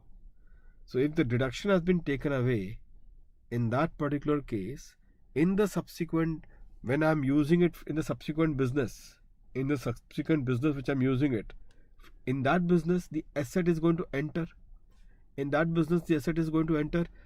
it is going to enter into the block, will it enter into the block at some value or not? Or will it be entering in the block at nil value? Will it be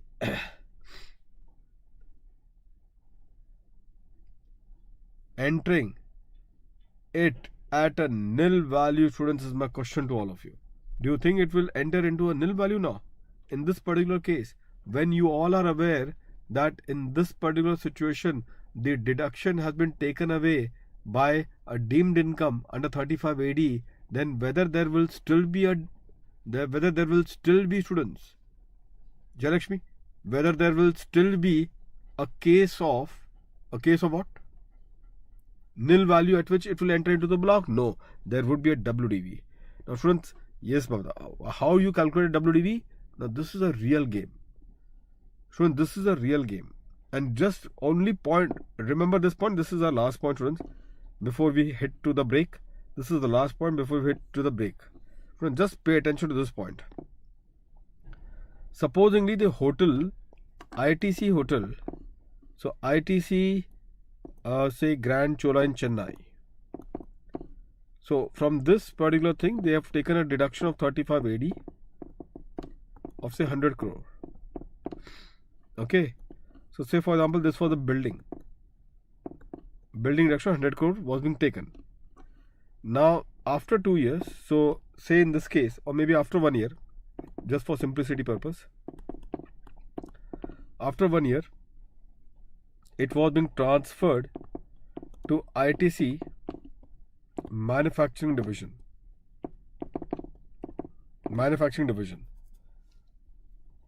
If this is the case, students, then as you all are aware, deemed income will come. Deemed income means to take away the deduction. Deemed income under section 35AD. Now what is this deemed income under section 35AD? So therefore the deduction taken, how you calculate deemed income? Under 35AD, deduction taken is 100 minus notional depreciation. Notional depreciation means the depreciation that would have been allowed if I would not have taken. You can write further if you want. Notional depreciation means the depreciation that would have been allowed if I would not have taken the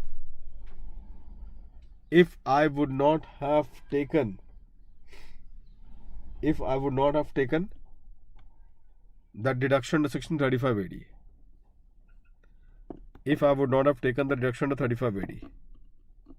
So here at 10% students, we all know it will be 10 and therefore 90 is the game.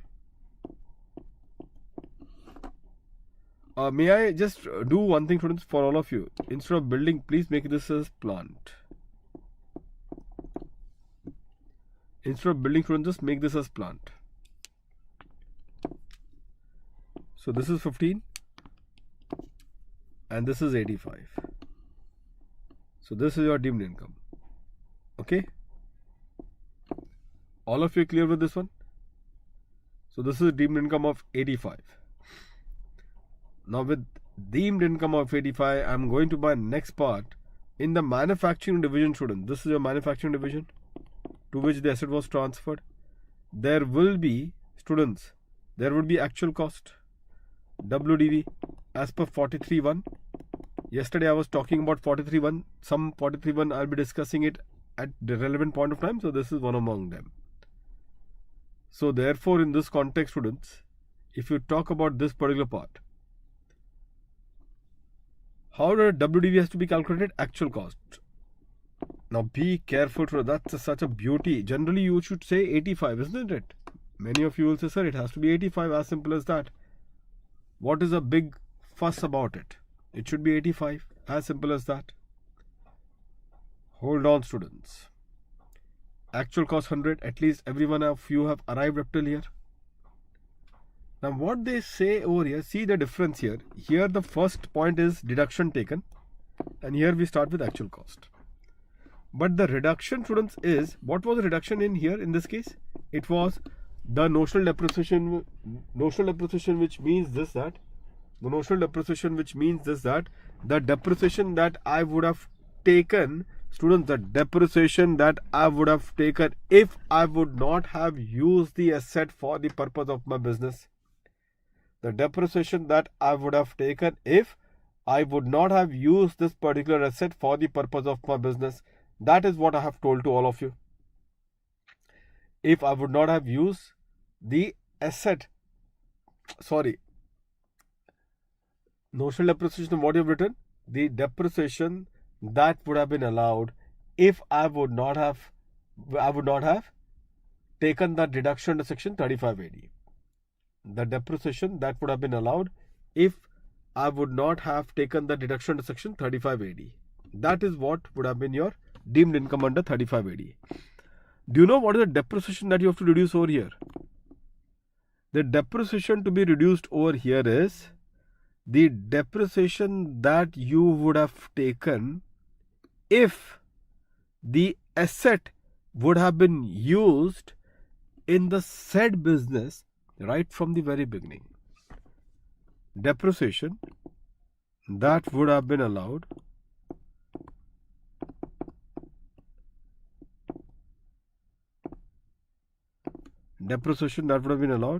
if the asset would have been used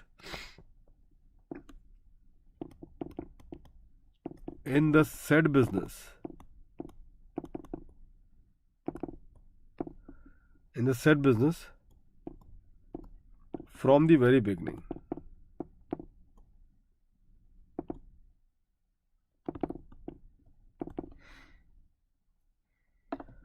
Depreciation that would have been allowed if the asset would have been used in the said business. What do you mean by said business, students? What is this said business? That is a business in which the asset is transferred. So please write, if those want to have, somebody who want to have clarity, the business in which the asset has been transferred. So if I would have used this particular asset in the business in which the asset has been transferred, students, please tell me how much depreciation I would have claimed by now. In that case, you would have appreciated this fact that I would have claimed the depreciation of 100 primary. The depreciation that would have been claimed first year, it is a manufacturing company. First year, students, it is a manufacturing company, students. So the manufacturing company would have claimed the depreciation of how much, students? I hope that all of you are clear with this one. 15 is a normal depreciation and 20 is the additional depreciation. 15 normal, 20 additional, and therefore my WDV is how much? 85. This is a game. This is the game, students. Did you got this one? All of you. That is the reason why deliberately, students, I have mentioned that the asset, that is the business to which the asset is transferred, is a manufacturing business. So that in that case, I would have been got the additional depreciation in that case. In that case, I would have got the additional depreciation while computing my WDV. Again, many students are saying that, sir, why is it that here you have not taken additional depreciation? Here I will not take additional depreciation, students, because see the definition again, what I have made you write?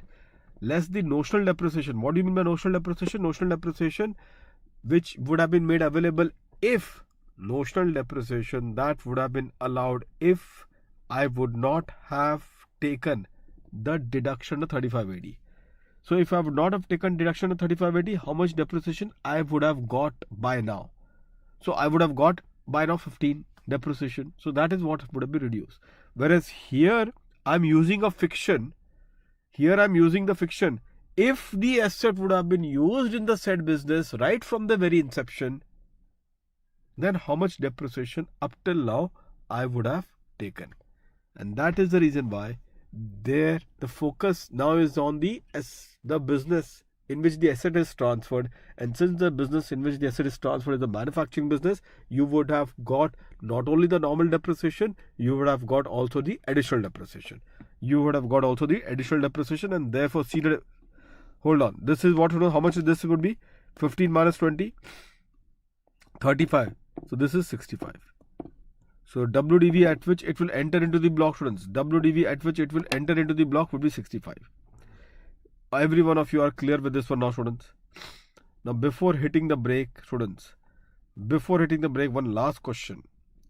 Let's look upon to this. one, students. The last question which has been there before we enter to the, after the break, students, profit link deduction. After the break, profit link deduction, we are going to commence. Are you aware of that? So students, here in this context, let's look upon to this part.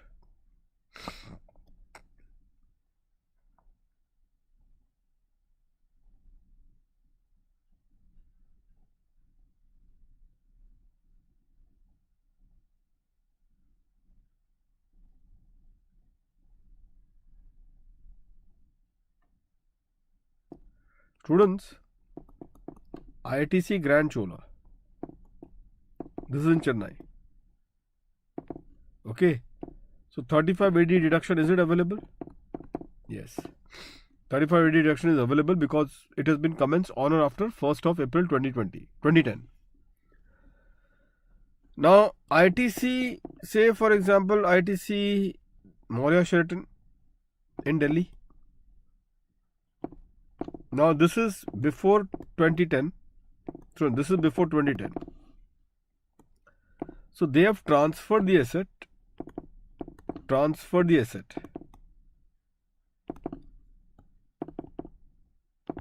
within 8 years to ITC Maurya Sheraton within 8 years. So the question to all of you therefore is, whether in this case there will be a default. Whether in this case, students, will it be a default? Default under section 35 AD? What is your take, students, on this one? ITC Grand Chola, you all are aware, it is after 31st 2010, whereas Maurya Sheraton is before 2010. So therefore, my question again to all of you is, in this case, the asset was being transferred within that period of 8 years, and since the asset was being transferred within the period of 8 years, whether this would be considered to be a case of a default under section 35 AD. Vyati? Will it be considered to be a case of a default under section 35 AD, students?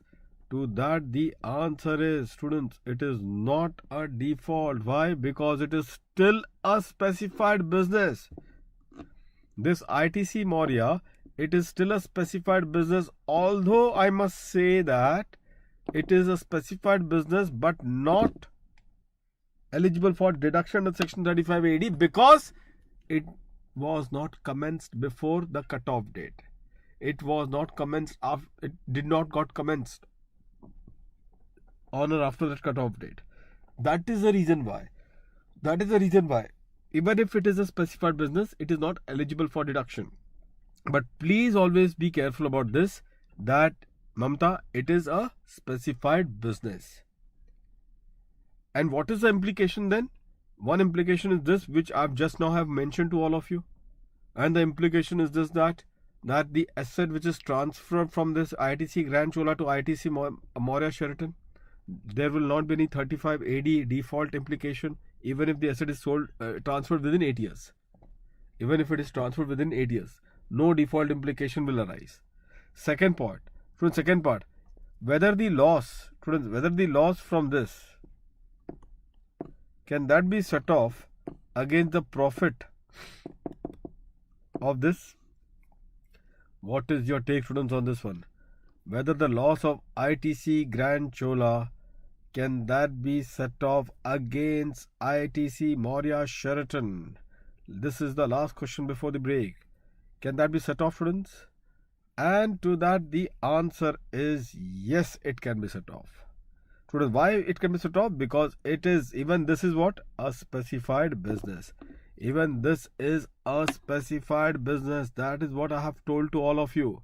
And because it is a specified business, didn't we discuss just now that the loss from the specified business, can be set off against the profit of specified business? Answer is yes.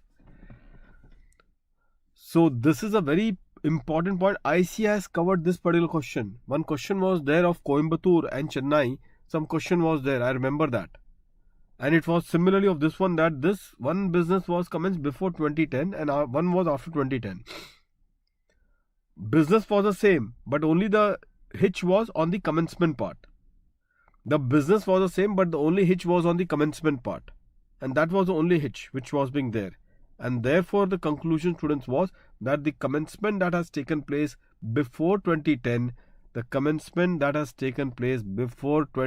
students, will that be made eligible for the purpose of set-off? And the answer is yes. Students. So that is what it is, students. I hope that all of you have. Set-off can be done. Yes, set-off can be done. Asset can be transferred without any default consequence. Yes, it can also be done. So now, students, we will now catch up for the profit-linked deduction, students. A profit-linked deduction, students. We are now going to catch up exactly after 15 minutes. After 15 minutes, we'll start with profit-linked deduction. So now it is like 9:35. So 10:50 p.m. 10:50 a.m.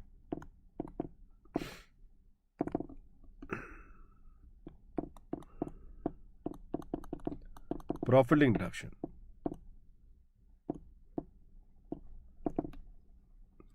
Okay.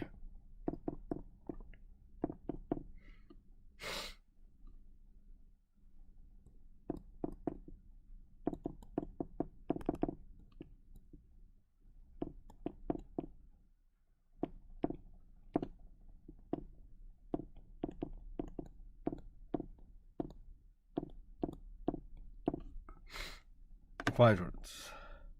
So at 10:50 a.m. students, now then we will be doing the profit link deduction. So that we will do at 10:50. Let's meet up in 15 minutes time quickly, students.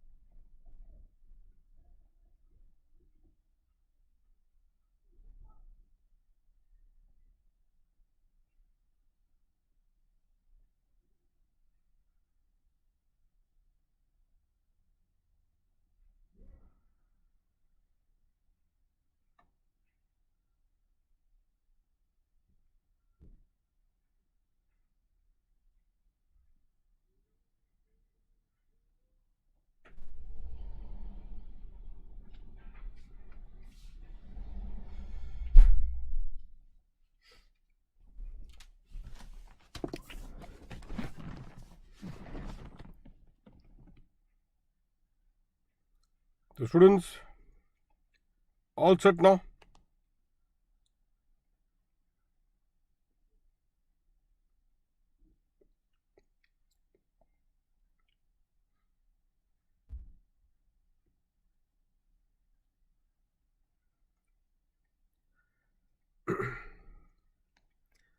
Are you ready for the profit deduction in context, students, now?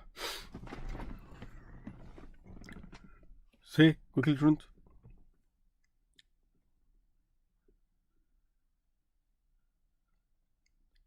SRK.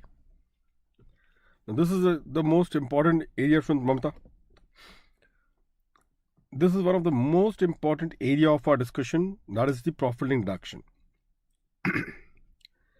Obviously, students, there are too many sections which are being there, but ICI students, we know exactly where they target the questions.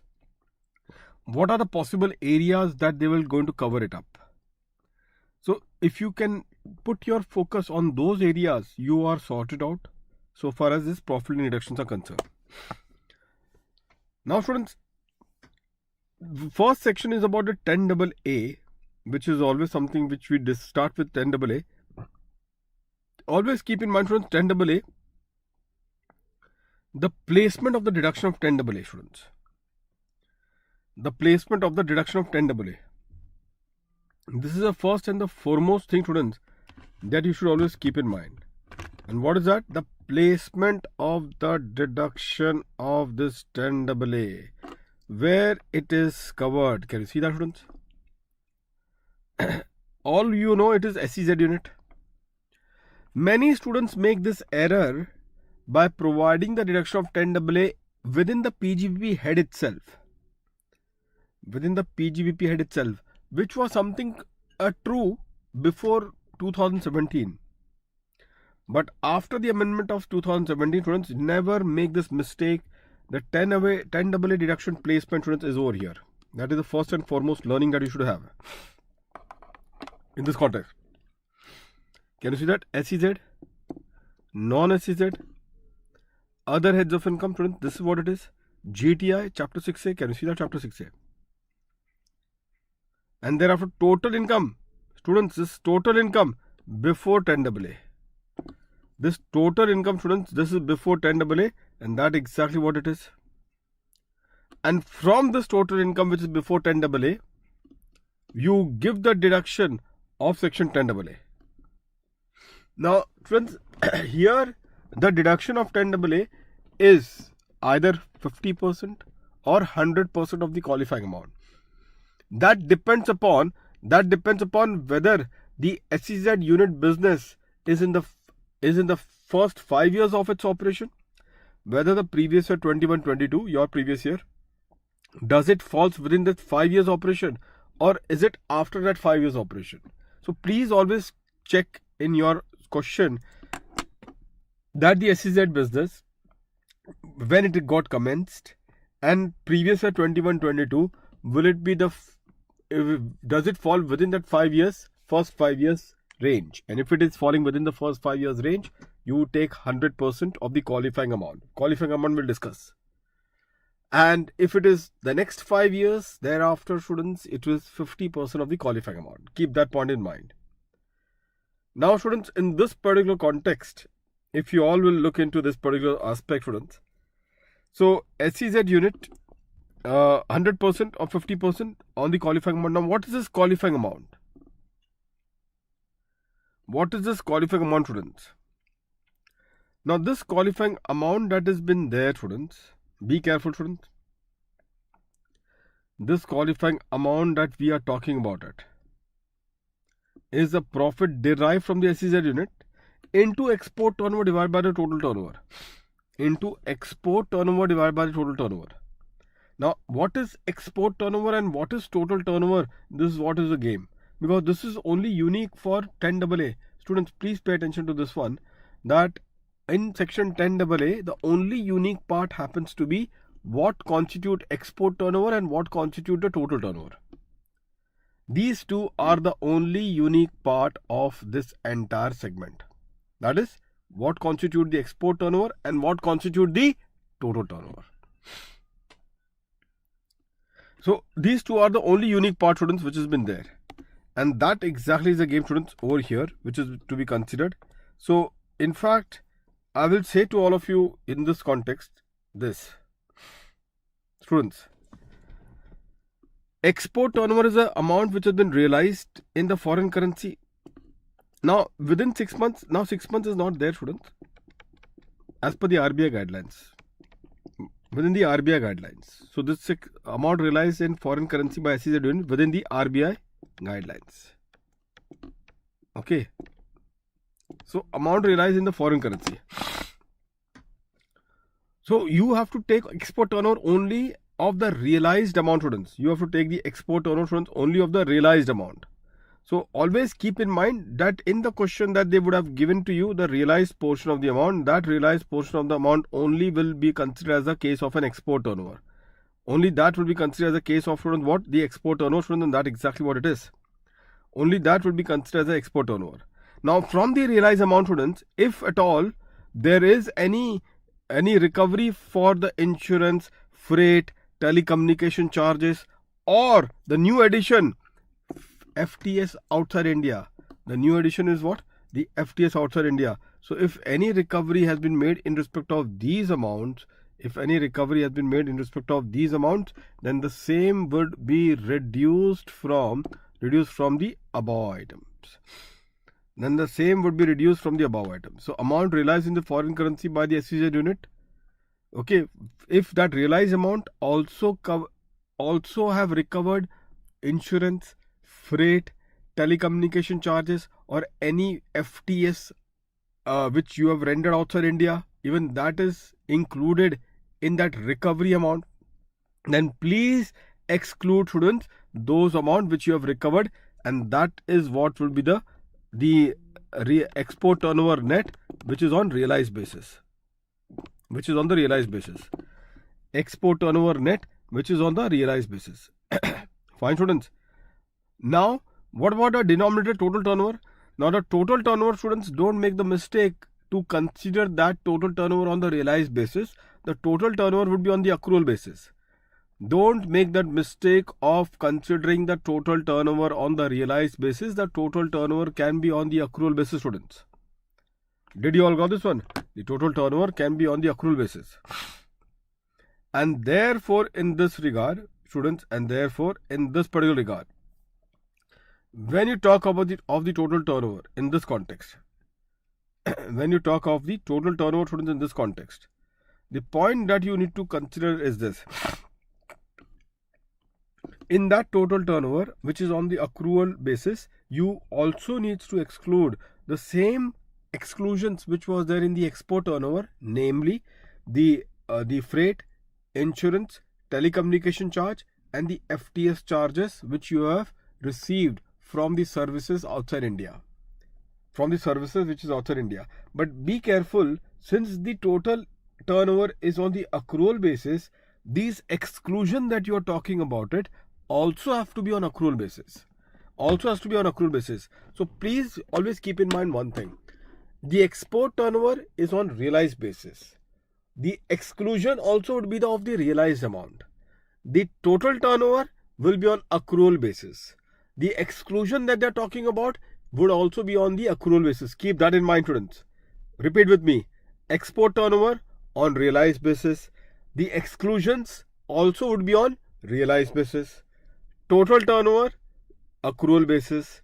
The exclusions that they are talking about also would be on accrual basis. I hope that every one of you are clear with this one. Apart from this, students, there are also duties and taxes.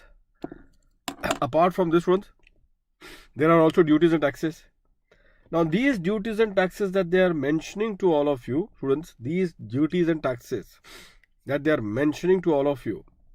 in this context, please be very careful. The total turnover constitutes the domestic turnover. Constitute also the domestic turnover, and the domestic turnover, students, as you all may be aware, that domestic turnover always comprises of duties and taxes. Export turnover does not comprises of the duties and taxes. It is the domestic turnover which comprises of duties and taxes. Now please pay attention, students. Since the numerator is export turnover and the export turnover is without the impact of the duties and taxes. So if the numerator is without the impact of the duties and taxes, to have a uniformity, even the denominator, to have the uniformity, even the denominator should be exclusive of duties and taxes. And that is the logic by in the total turnover, which comprises of domestic turnover as well. If there are any duties and taxes included in the turnover, then that duties and taxes should be excluded. And that is the point. Clear, students? Because this export turnover divided by total turnover is only unique to the 10AA. It is only unique to 10AA. This export turnover divided by the total turnover, students, is unique to section 10AA. And after this, students, you should be aware. After this, everything, students, after this, everything is common now. And what is that common thing which is there? The common thing which is there is the profit which is derived from the eligible business. Profit which is derived from the eligible business, students. Are you aware of it? The profit which is derived from the eligible business, this is common for all. Profit which is derived from the eligible business, this is common for all, students. And therefore, let's look upon to this particular angle, and that is the profit which is derived from the eligible business. Now, if you talk about this particular part of the profit derived, students, there is a situation that comes into picture, and this is situation which I am talking about it. Please pay attention, students, over here. The situation that comes into the picture over here is that, say for example, students, you are making a deposit to furnish bank guarantee. It is already there in the chart, but still I am writing it over here. To furnish the bank guarantee. On the deposit, students, you have earned the interest income. On the deposit, students, you have earned the interest income. So deposit to furnish the bank guarantee, and on the bank guarantee you are earning the interest income. After that, students, as you can see, there is a manufacturing which has started, and then thereafter this is a case of a sale or the export. So I'll say this to be a case of a sale or export. Okay. Now, students, obviously, in between there is a transportation activity that has taken place. So transport has taken place, students. So transport was involved from your ship to the port location. So because transport was involved to the port location, therefore there was a transport subsidy. Therefore there was what? A transport subsidy that was being given. And after the sale of or the export, students, as you all know, there was an export incentive. There was an export incentive. After sale or export, students, there was what? Export incentive. Now, students, one thing is for sure, you may be aware that each of the item, like the interest income on the deposit that you have made to furnish the bank guarantee, isn't it?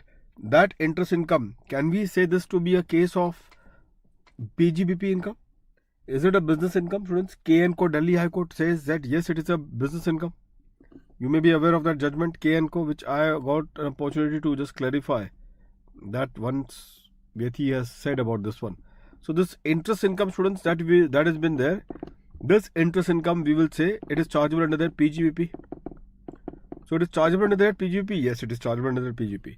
Transport subsidy, is it chargeable under their PGBP? Again, the answer is yes, chargeable under their PGBP. Export incentive, chargeable under their PGBP. So everything is chargeable under their PGBP. There is no doubt about that. Where the game then changes.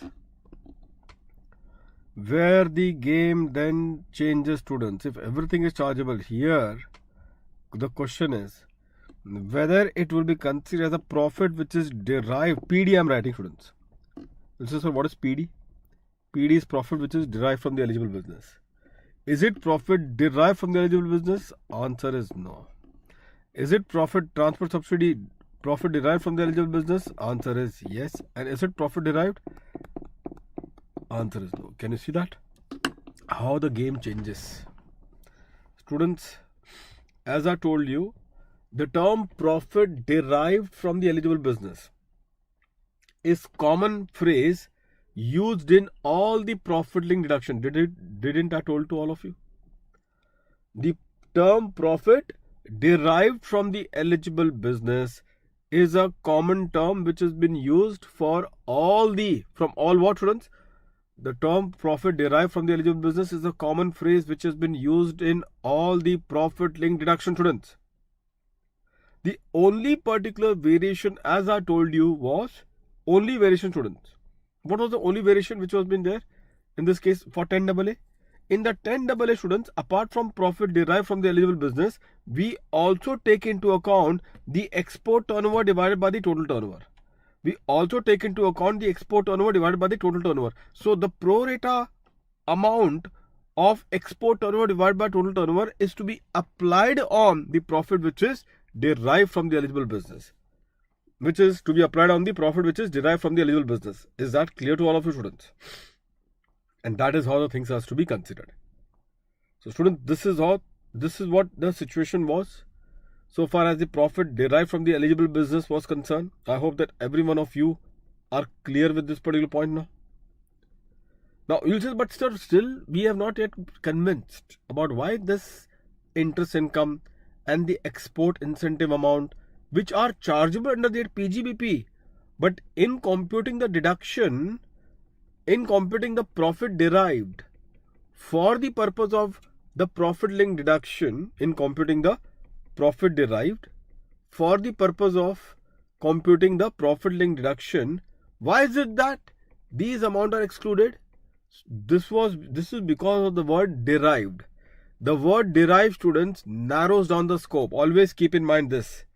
The word derived will narrow down the scope. When I say narrow down the scope, would mean restrict the scope. And when it is the profit which is derived, it narrows down the scope. It will therefore imply that it will involve only the very business of the SSC to be considered in determining the profit which is derived. The very business of the SSC to be considered in determining the profit which is derived. And what is the business of the SSC? Manufacturing to the sale or export. That is the very business of the SSC. So that is what needs to be considered, and whatever are the elements of profit which participates from manufacturing till the sale or the export, only those particular elements of profit shall be considered for the purpose of determining the profit which is derived. That is the reason why the transport subsidy is in respect of the transportation activity from to the point of sale, and hence any subsidy given to nullify the transportation cost or to reduce the transportation burden, that subsidy will be considered as a part of the profit which is derived, because it falls within that particular range. It falls within that particular range. Which is that range? From manufacturing to the sale or export. This is the range that needs to be considered for the purpose of determining the profit which is derived for the purpose of deduction. Again, any activity of business before manufacturing, any activity of business after sales or export, even though from that activity results an income which is chargeable under the PGBP, but will not be considered as a part of the profit which is derived. I hope that every one of you are clear with this one. Is that clear to all of you, students?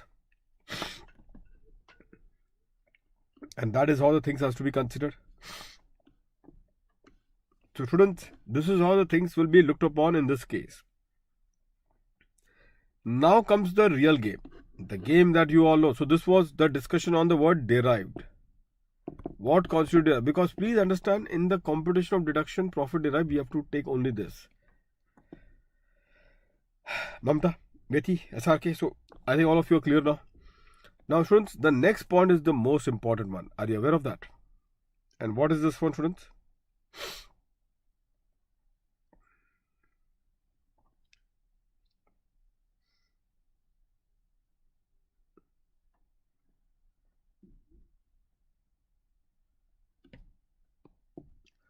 So if you see, students, over here,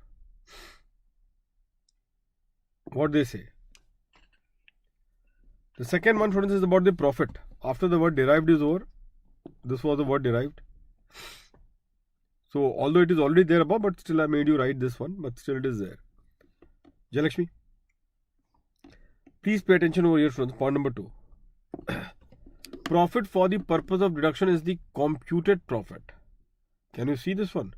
The profit for the purpose of deduction, students, is what? Is the computed profit. And therefore, when you talk about the computed profit, so therefore I require what? Profit derived from the eligible business. I want this, which is common for everything. Even for 10AA, this is common. The only factor in 10AA is what? This profit is subject to the proportion of export turnover divided by total turnover. This profit is subject to the proportion of export turnover divided by total turnover. What is derived, students? We have just now have seen. What is derived? We have just now have seen. And now we have to see what constitute the profit for the purpose of deduction. What constitute the profit for the purpose of deduction? So the first and the foremost particular point is that the profit shall be the computed profit that has to be considered. You say, sir, what is computed profit? Computed profit would mean, be careful. And this is where I will going to make an interlinking with transfer pricing now. So students, supposingly the assessing officer in the course of the assessment disallows some of the expenditure. And by disallowing the expenditure, obviously he increases my profit. By disallowing the expenditure, students, he is increasing my profit. My question, therefore, to all of you is this, that by increasing the profit in such particular cases, by increasing the profit, students, in such particular cases, whether the assessing officer, be careful, by increasing the deduction, students, in these particular cases, primarily whether the assessing officer will also have to increase the consequential amount of deduction of ATIA, ATIB, 10AA, etc. That is, the consequential amount of the profit link deduction also needs to be increased in this particular case. To that the answer is yes, it needs to be increased. Yes, students, it needs to be increased. Many students say, sir, why is it so? Because the profit is the computed profit. Can you see that? The profit, students, is the computed profit. I hope that all of you are clear with this proposition. The profit is the computed profit. Now, in fact, I should draw a parallel of this. Students, I need to draw a parallel of this with the transfer pricing chapter. In the case of the transfer pricing chapter, students, you should be aware, or you may be aware, that if supposingly the assessing officer has determined the profit by adopting the transfer price, determine the profit by putting the transfer price, and from that profit it has claimed 10AA deduction. From that particular profit it has claimed a 10AA deduction. Later on, the assessing officer in the course of the assessment adopts the ALP. And by virtue of the adoption of the ALP, the profit which is now computed by the AO is on a higher side. The profit which the AO has computed is on a higher side. With the higher profit which is computed, will it result into, because of the higher profit which has been computed, will it result into, students, please tell me, will it result into a higher deduction of 10AA? So the AO adopted ALP. Because of the adoption of the ALP, the profit got enhanced. And because the profit got enhanced, the SSE said, fine, give me the enhanced deduction of 10AA.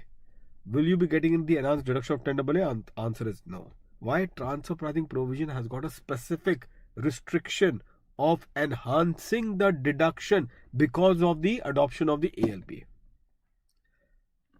Yes, Mamta. transfer pricing provision has got a specific restriction of enhancing the deduction because of the adoption of the ALP. Please write over here. In this case, I'm giving you a note quickly, friends, interlinking note. Although for profit link deduction,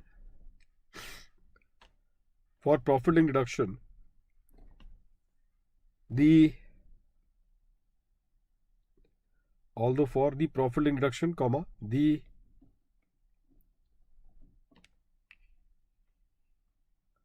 computed profit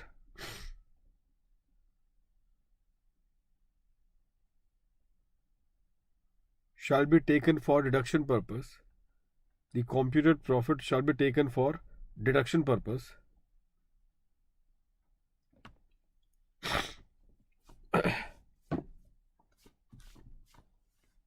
Comma. In the case of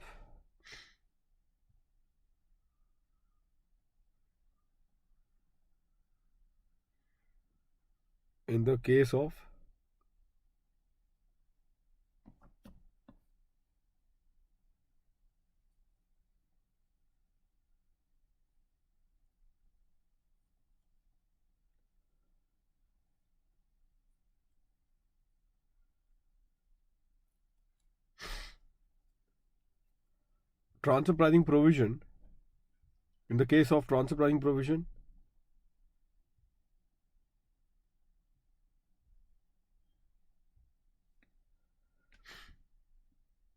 the enhanced profit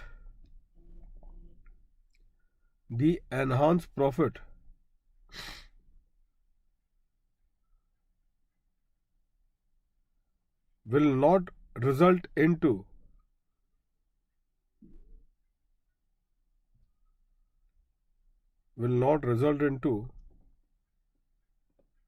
the enhancement of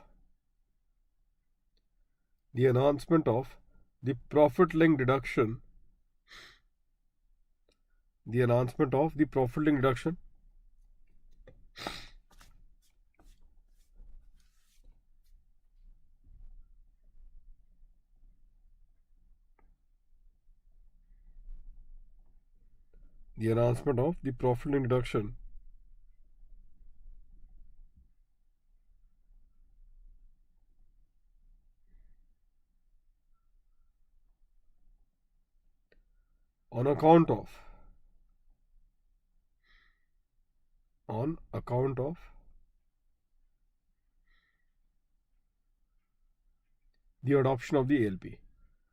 on account of the adoption of the ALP. Full stop. Fine, friends. So just keep this note in mind. This is such an important interlinking which has been done. So here, if you disallow some expenditure on the assessment which results into enhancement of profit, the AO will have to give the further enhancement of deduction. But if the enhancement of profit is on account of the adoption of the ALP, then it will not result in any further enhancement of deduction. I hope that this point is now very clear to all of you. Now the next point number B on the profit, students, is that the transaction with non-eligible unit or the close associates. Whenever there is a transaction with the non-eligible unit or the close associates, what is that we see? Or we say that the profit has to be determined on the basis of the fair market value of the transaction. The profit, students, has to be determined on what basis? On the basis of the FMV value of the transaction.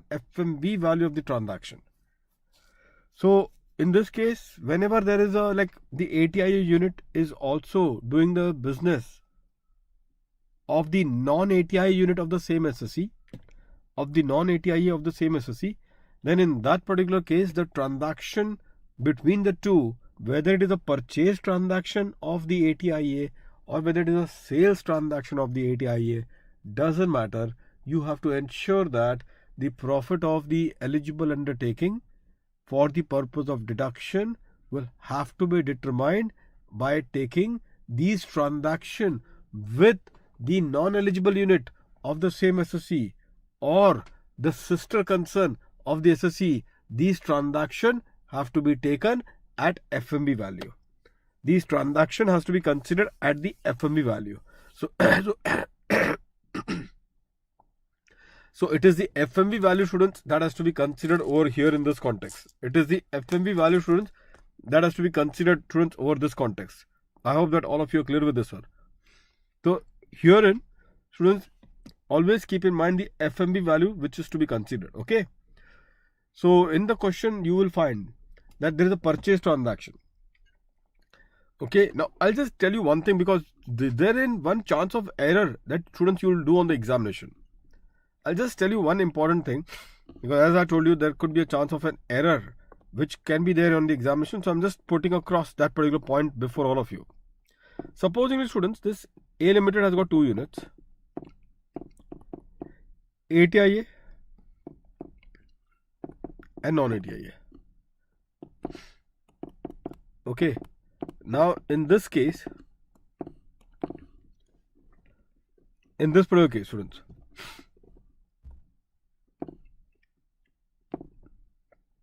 ATIA and non-ATIA unit, students, and in this particular context, students, if you see it very carefully, on this particular context, students, if you all see it very, very carefully, with the ATIA unit, which can be seen over here, with the ATIA unit, students, which can be seen over here, what exactly it is to be considered. Supposing they are selling it, they have sold it. Fine. It's a sale transaction. And the sales is at, say, at 500. Accordingly, the profit they have computed. The profit is, say, 150. Okay. And on this profit, they have taken deduction under 10AA. On this profit, they have taken deduction under 10AA. Or no, not 10AA, ATIA, sorry. Please copy on this, because this is where you can make a silly mistake easily. Now the question to all of you in this context would be,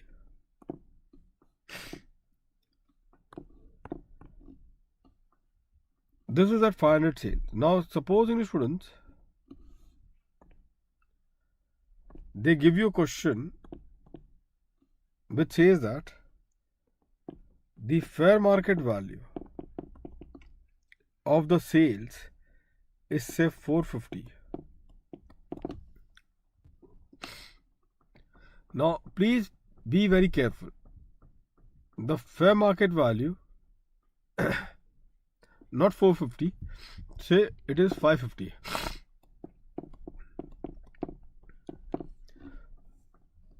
So whatever it be, 550 or 450, take both the things, students.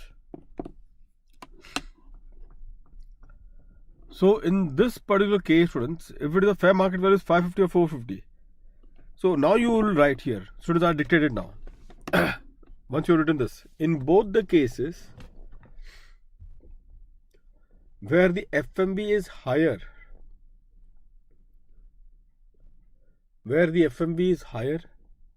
or lower than the transaction value,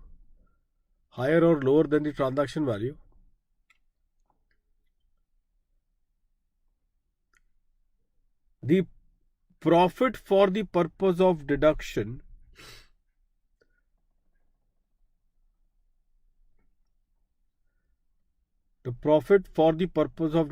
shall be recomputed. The profit for the purpose of deduction. Students, please put this phrase, profit for the purpose of deduction, within the inverted comma. The phrase profit for the purpose of deduction within the inverted comma, and underline this. The profit for the purpose of deduction shall be recomputed in both the cases.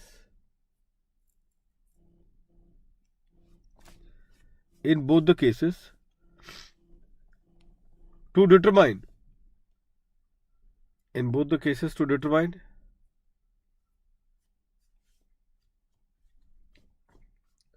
the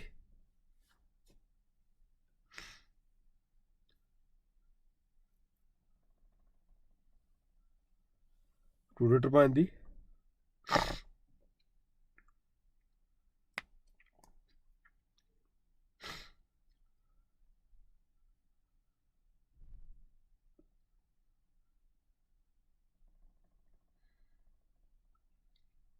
to determine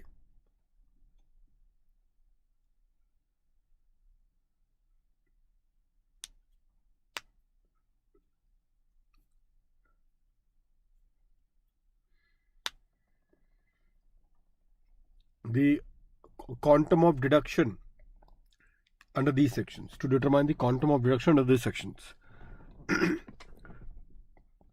Full stop. Students, again I'm repeating this part. Please be very careful. This FMBs and all which they are talking about, this is only for limited purpose. And what is the limited purpose? I just need to ensure that profit for the deduction purpose is recomputed accordingly. I don't know what is going to happen in the PGBP. Maybe or maybe not. But what I do know is that while computing the profit for the purpose of deduction, I need to readjust that profit as per the fair market value. I need to readjust that profit to as per the fair market value, students. This is what the section says. And that is exactly what they are trying to suggest in this case. So therefore, this is your point number 2. And now comes the real game. The last one. The last one, students. Are you ready for this onslaught? The concept of the legal fiction, students. The ultimate thing. This is the ultimate thing, students. In determining the profit for the purpose of deduction, the eligible undertaking shall be considered as the only undertaking of the SSE. Students, the eligible SSE shall be considered as what? As the only undertaking of the SSE. Only undertaking means, in my example which I have given you just now, students, which has both the ATIA as well as the non-ATIA unit. Just now we discussed, isn't it? The ATIA as well as the non-ATIA unit, that is what we have discussed. In my example, here, students, you will find that here the profit for the purpose of deduction should be considered as, shall be considered as the only undertaking of the SSE. Shall be considered as what? As the only undertaking of the SSE. And if that is the case, students, I'll then put you across to one last case study on the profit linked deduction. Are you ready for this one, students?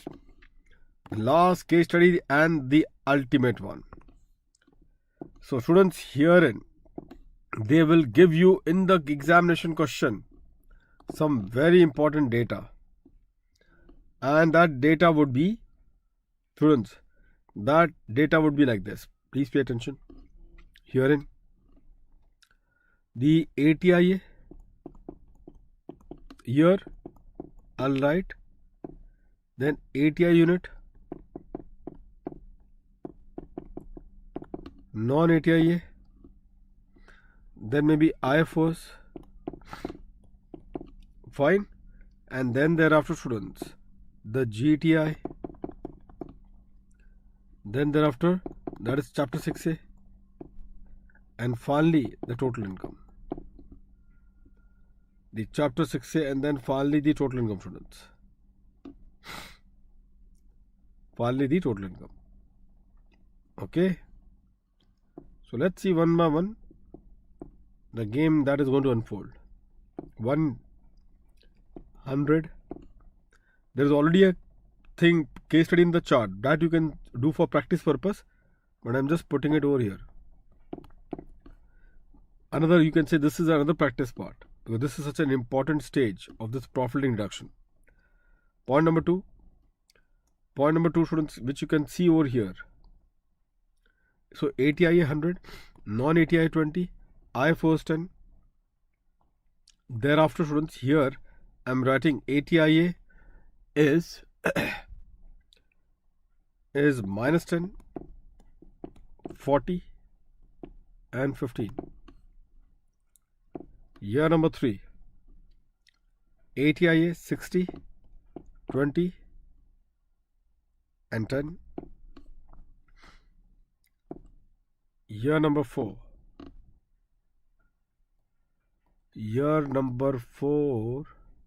680,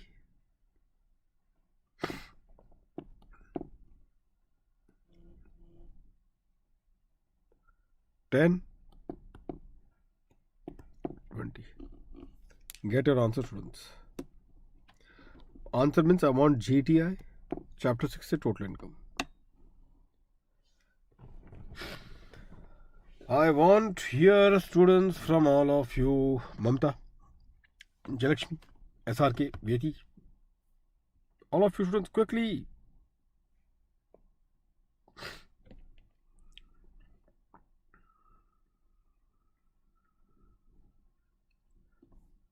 What would be the GTI, the total income, and the chapter 6 reduction?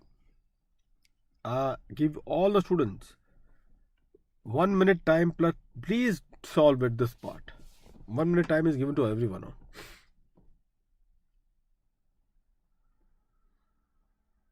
Mamta.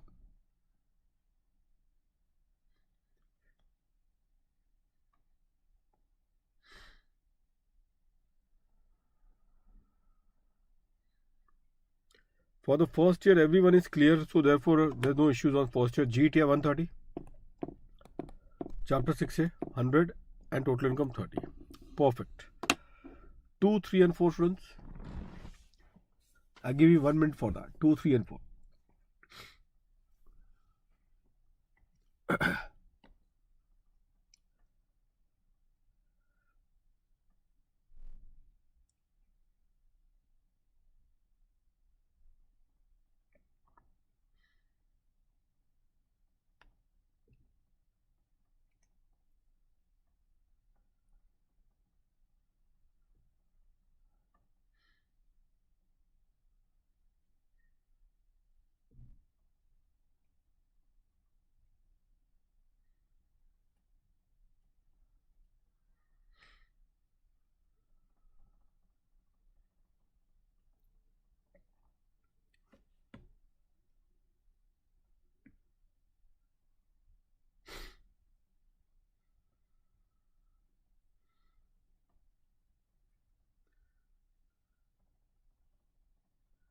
That you're talking about here too.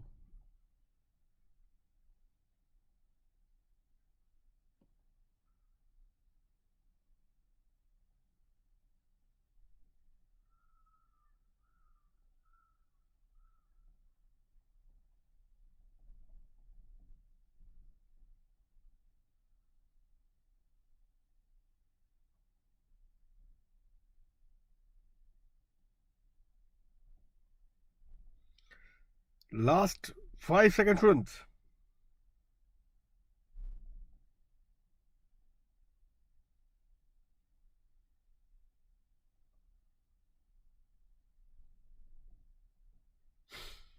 And year 4, last 10 seconds for year 4.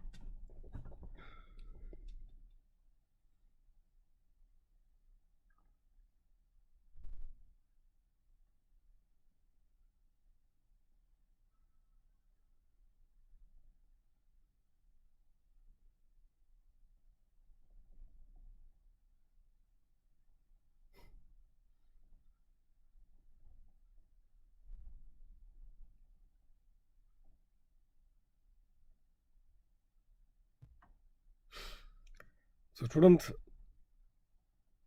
in that particular case, let's look upon Vyeti.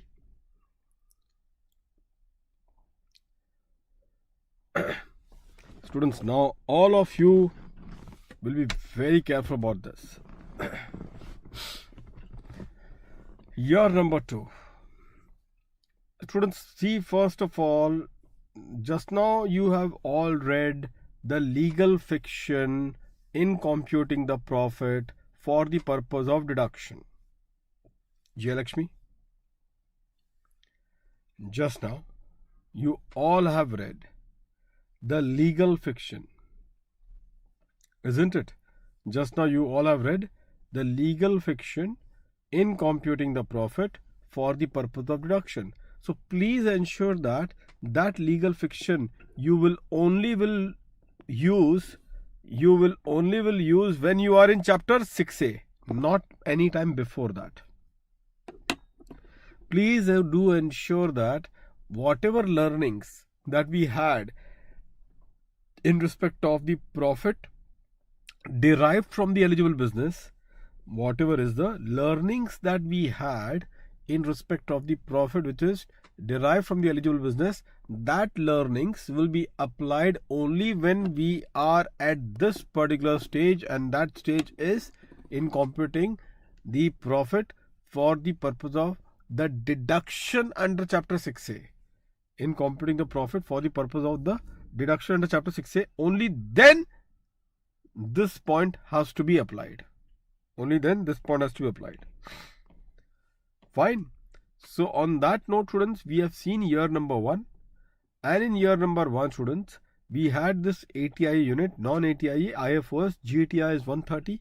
Chapter 6A that we have taken is 100. A full 100 has been reduced, and thereafter we got the total income of 30. Thereafter, friends, we have got the total income of 30. If you see year number 2, the ATIA is on the negative side 10, non-ATIA is 40, IFOS is 15. Now you tell me one thing, in computing GTI, Vyati, in computing GTI, students, you have to tell me that will I be setting off this loss against this particular profit? Will I be setting off this particular loss up to this particular from this particular profit? Students, what did I told you just now? This legal fiction and whatever learnings that we had has to be applied only when we arrive at this chapter 6A profit and deduction, not before that. So up till GTI, please think normally. Up till GTI, please think normally. And as you all are aware, that set off restriction of business head is only in respect of the two business. Which are those two business? Where there are restriction of the set off of their losses. The two business are, one is the speculative business loss, which can only be adjusted against the speculative business profit, and second is the specified business loss of 35 AD, which can also only be adjusted against the specified business profit. Other than these two, students, is there any restriction that is there for us? Other than these two, do we have any other restriction in this regard? And the answer is no. Other than these two, students, we don't have any other restriction in this regard. And that is the reason why, students, that is the reason why this loss would be adjusted with this profit. So therefore, how much is my GTI? 45. 45, students, all of you are aware of this one, 45. Chapter 6 said nothing. Total income, 45.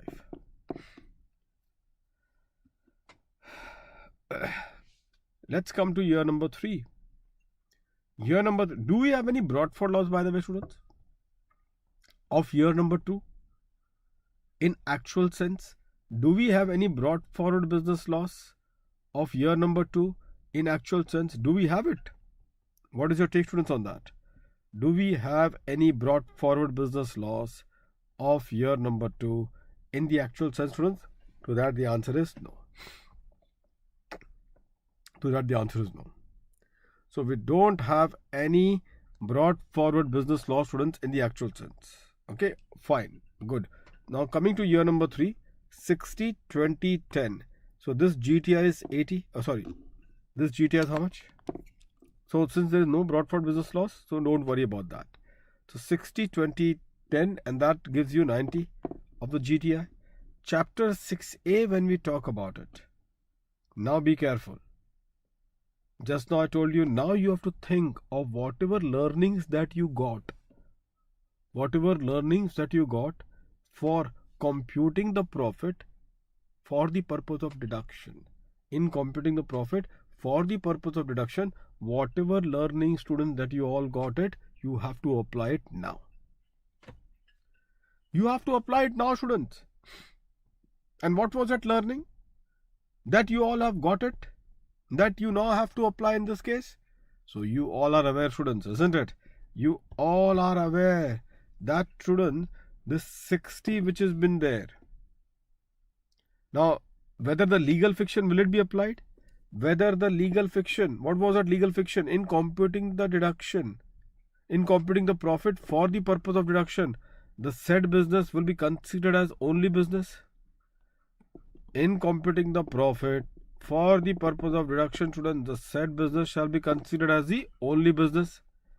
And if the said business shall be considered as the only business, students, so do you know what I've done? I've done the ring fencing. This is known as ring fencing. So this is what is the legal fiction, that while you compute the deduction only, but be careful, these legal fictions and all to be applied only when you are computing the deduction under chapter 6. So at that particular point of time, students, what did I told you? At that particular point of time, you will then be. Now please have a look.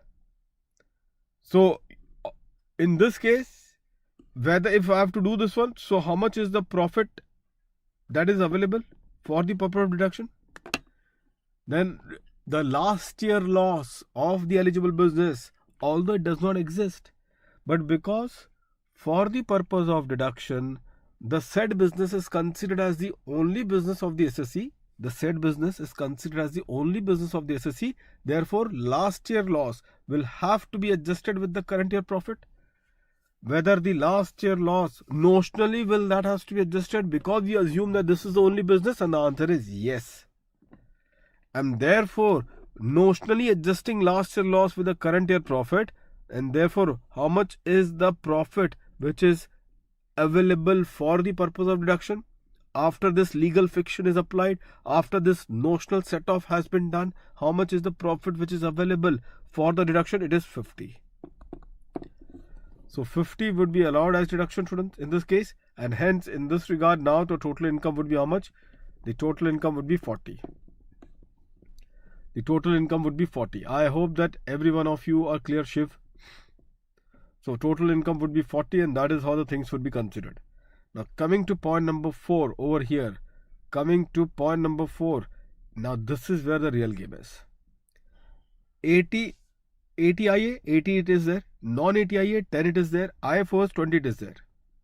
So we have got 80, we have got 10, and we have got IFOs of 20. How much would be the GTI, students, in this particular case? The GTI in this particular case again would be 90. Every one of you will agree to this one.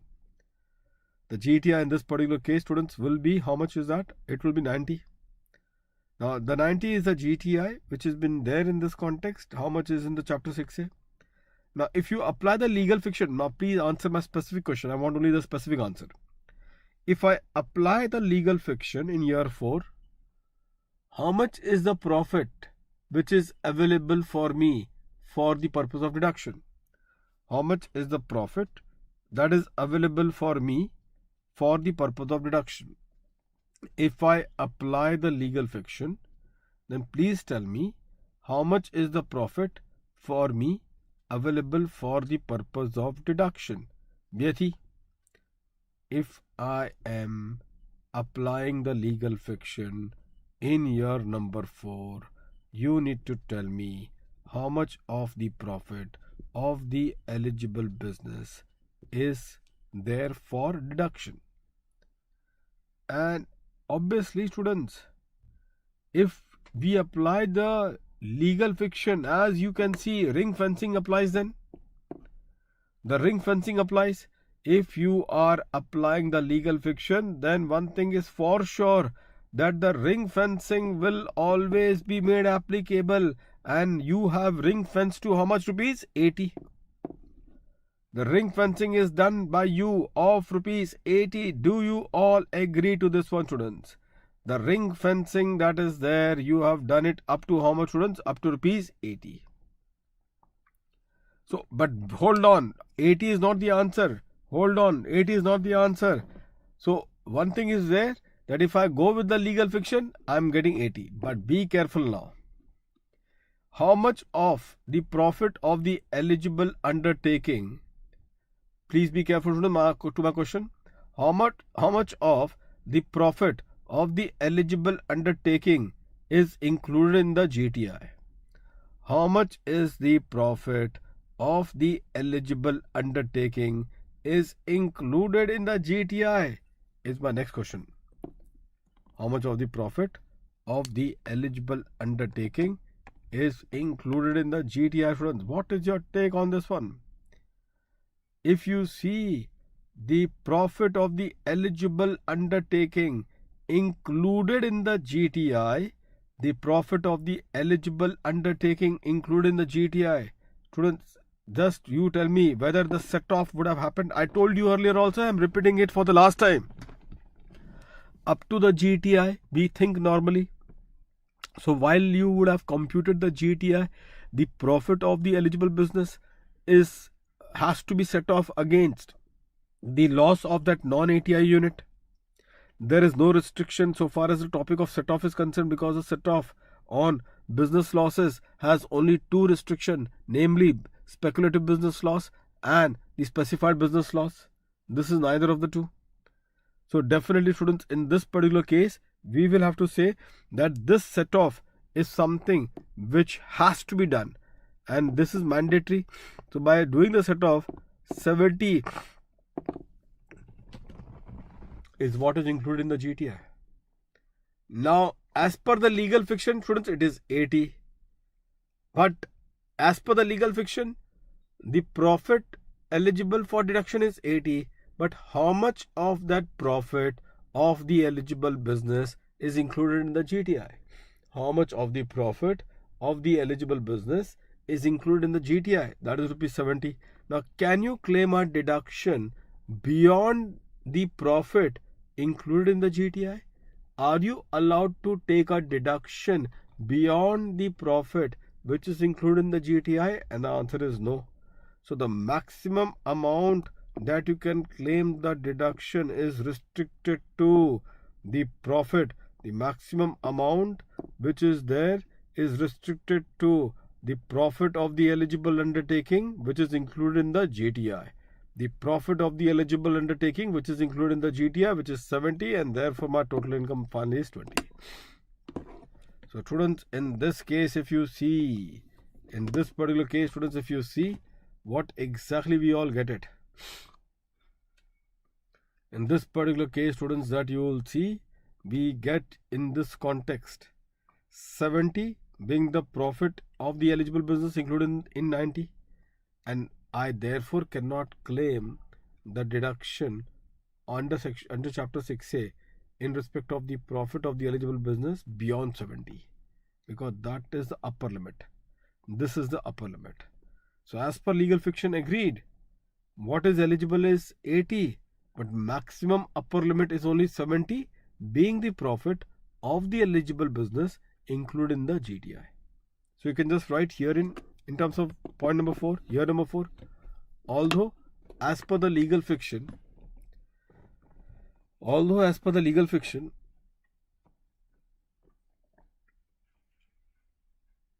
the profit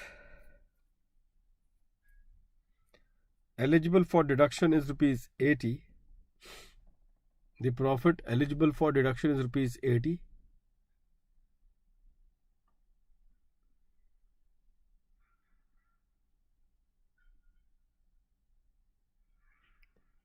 But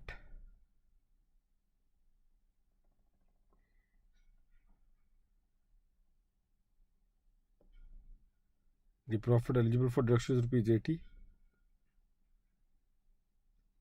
But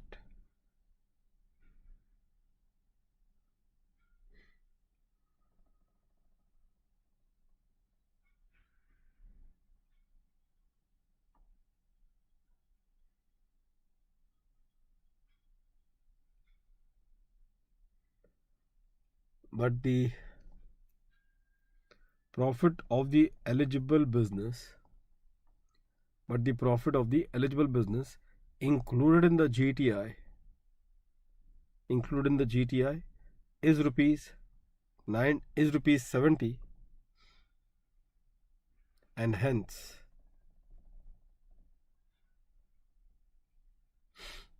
the deduction, and hence the deduction cannot go beyond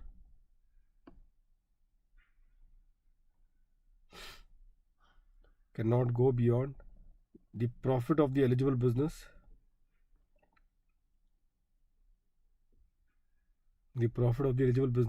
included in the GTI.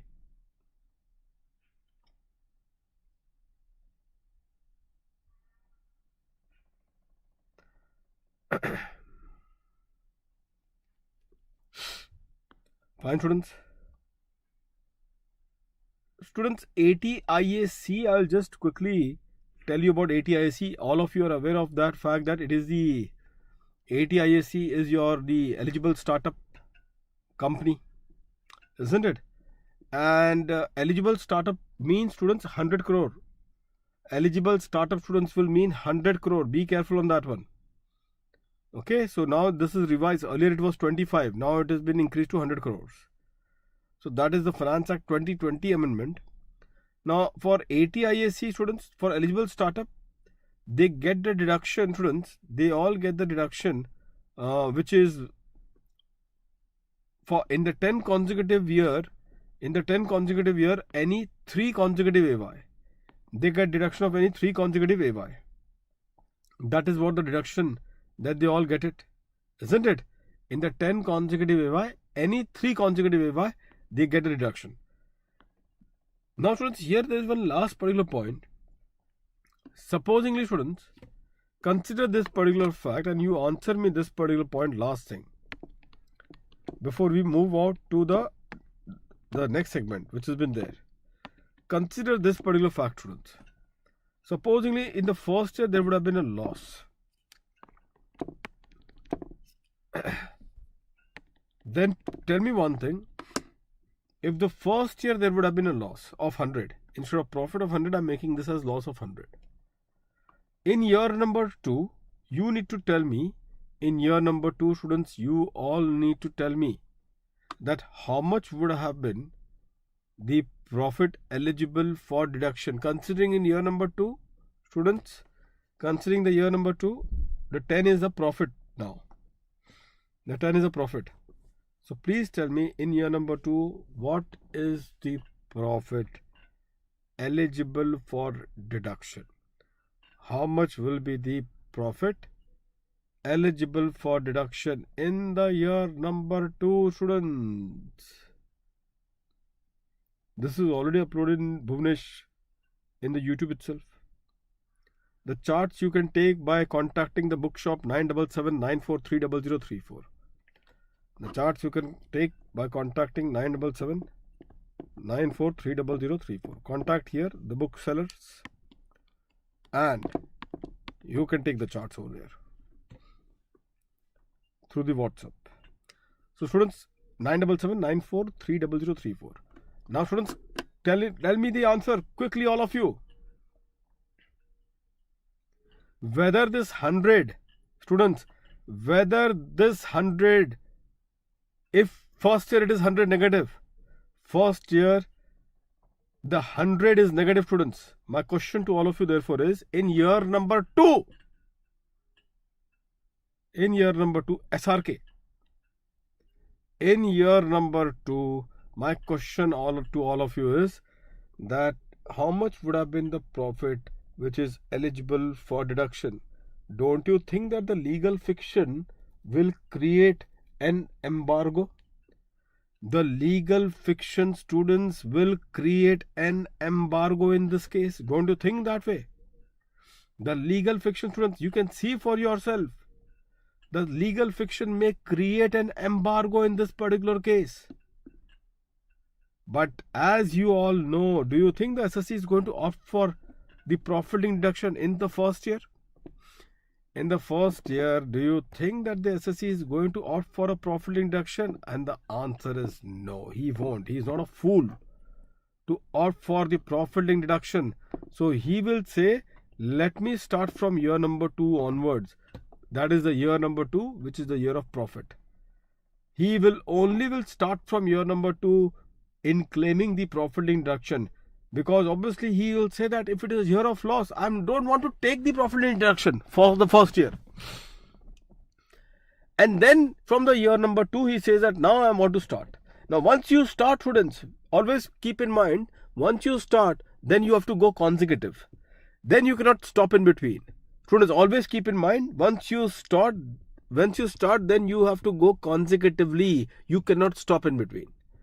And that is the reason why in my first case study, I deliberately had the loss in the second year. Why? Because first year he has a profit. He has opted for it. And once you have opted for it, then you cannot stop. That the consecutive impact will apply.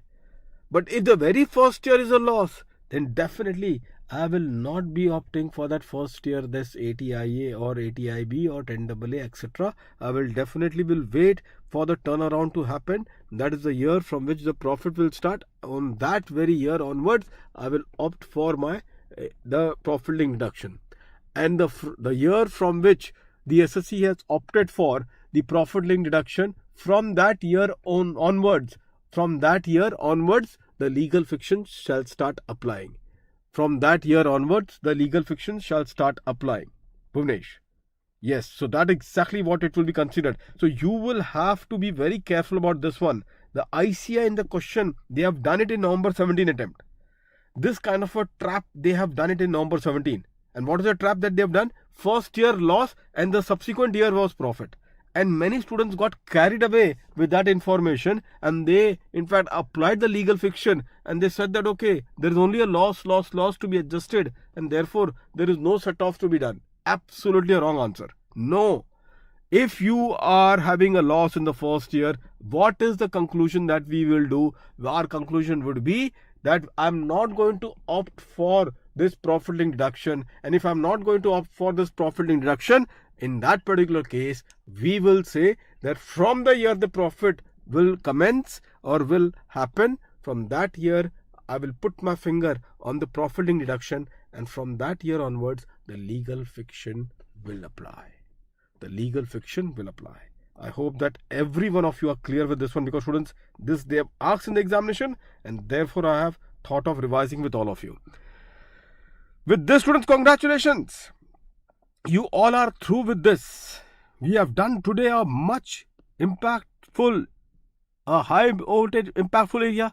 Students, 80JJAA is your target now. You will do 80JJAA. I'm not doing 80JJAA. But on 80JJAA, only one point I just wanted to tell to all of you. On 80JJAA, students, if it is a first year of 80JJAA, I think all of you are aware, if it is a first year of 80JJAA, first year, then you all are aware that the cash salary can be given. Please be very careful while you read the question of your total income, question number 1.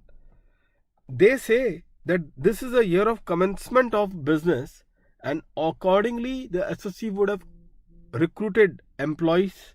Obviously, this would be the first year of the business. SSC would be recruiting the employees.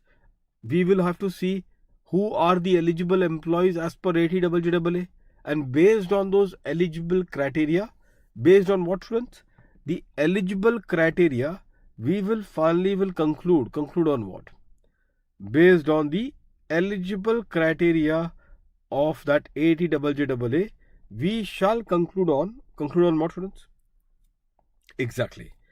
We shall conclude on the fact that the up to 25,000 rupees of the salary given, the emoluments would qualify for deduction under 80JJAA. How much deduction is allowed? 30% of that salary which has been paid. Eligible salary which has been paid. Other conditions are there of 240 days, 150 days in the case of seasonal employment of manufacturing of the umbrella, leather, footwear and all those stuff.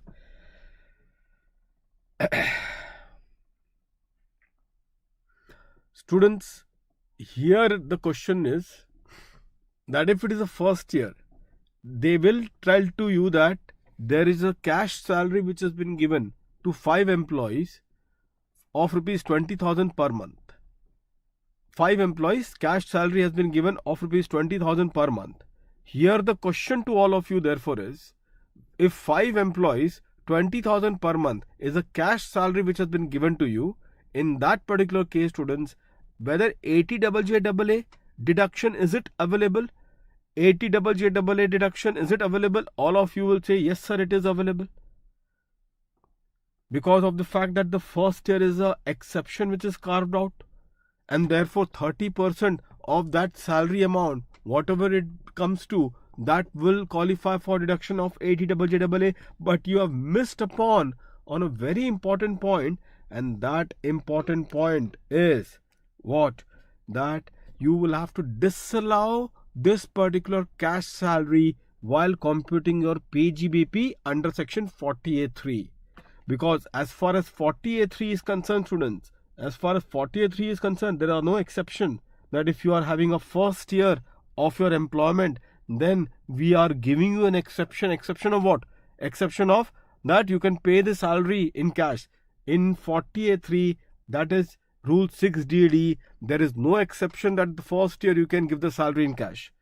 So please be very careful and be mindful of the fact that cash salary in the first year of operation or business will attract a disallowance under 40A3 if the amount is paid is in excess of rupees 10,000.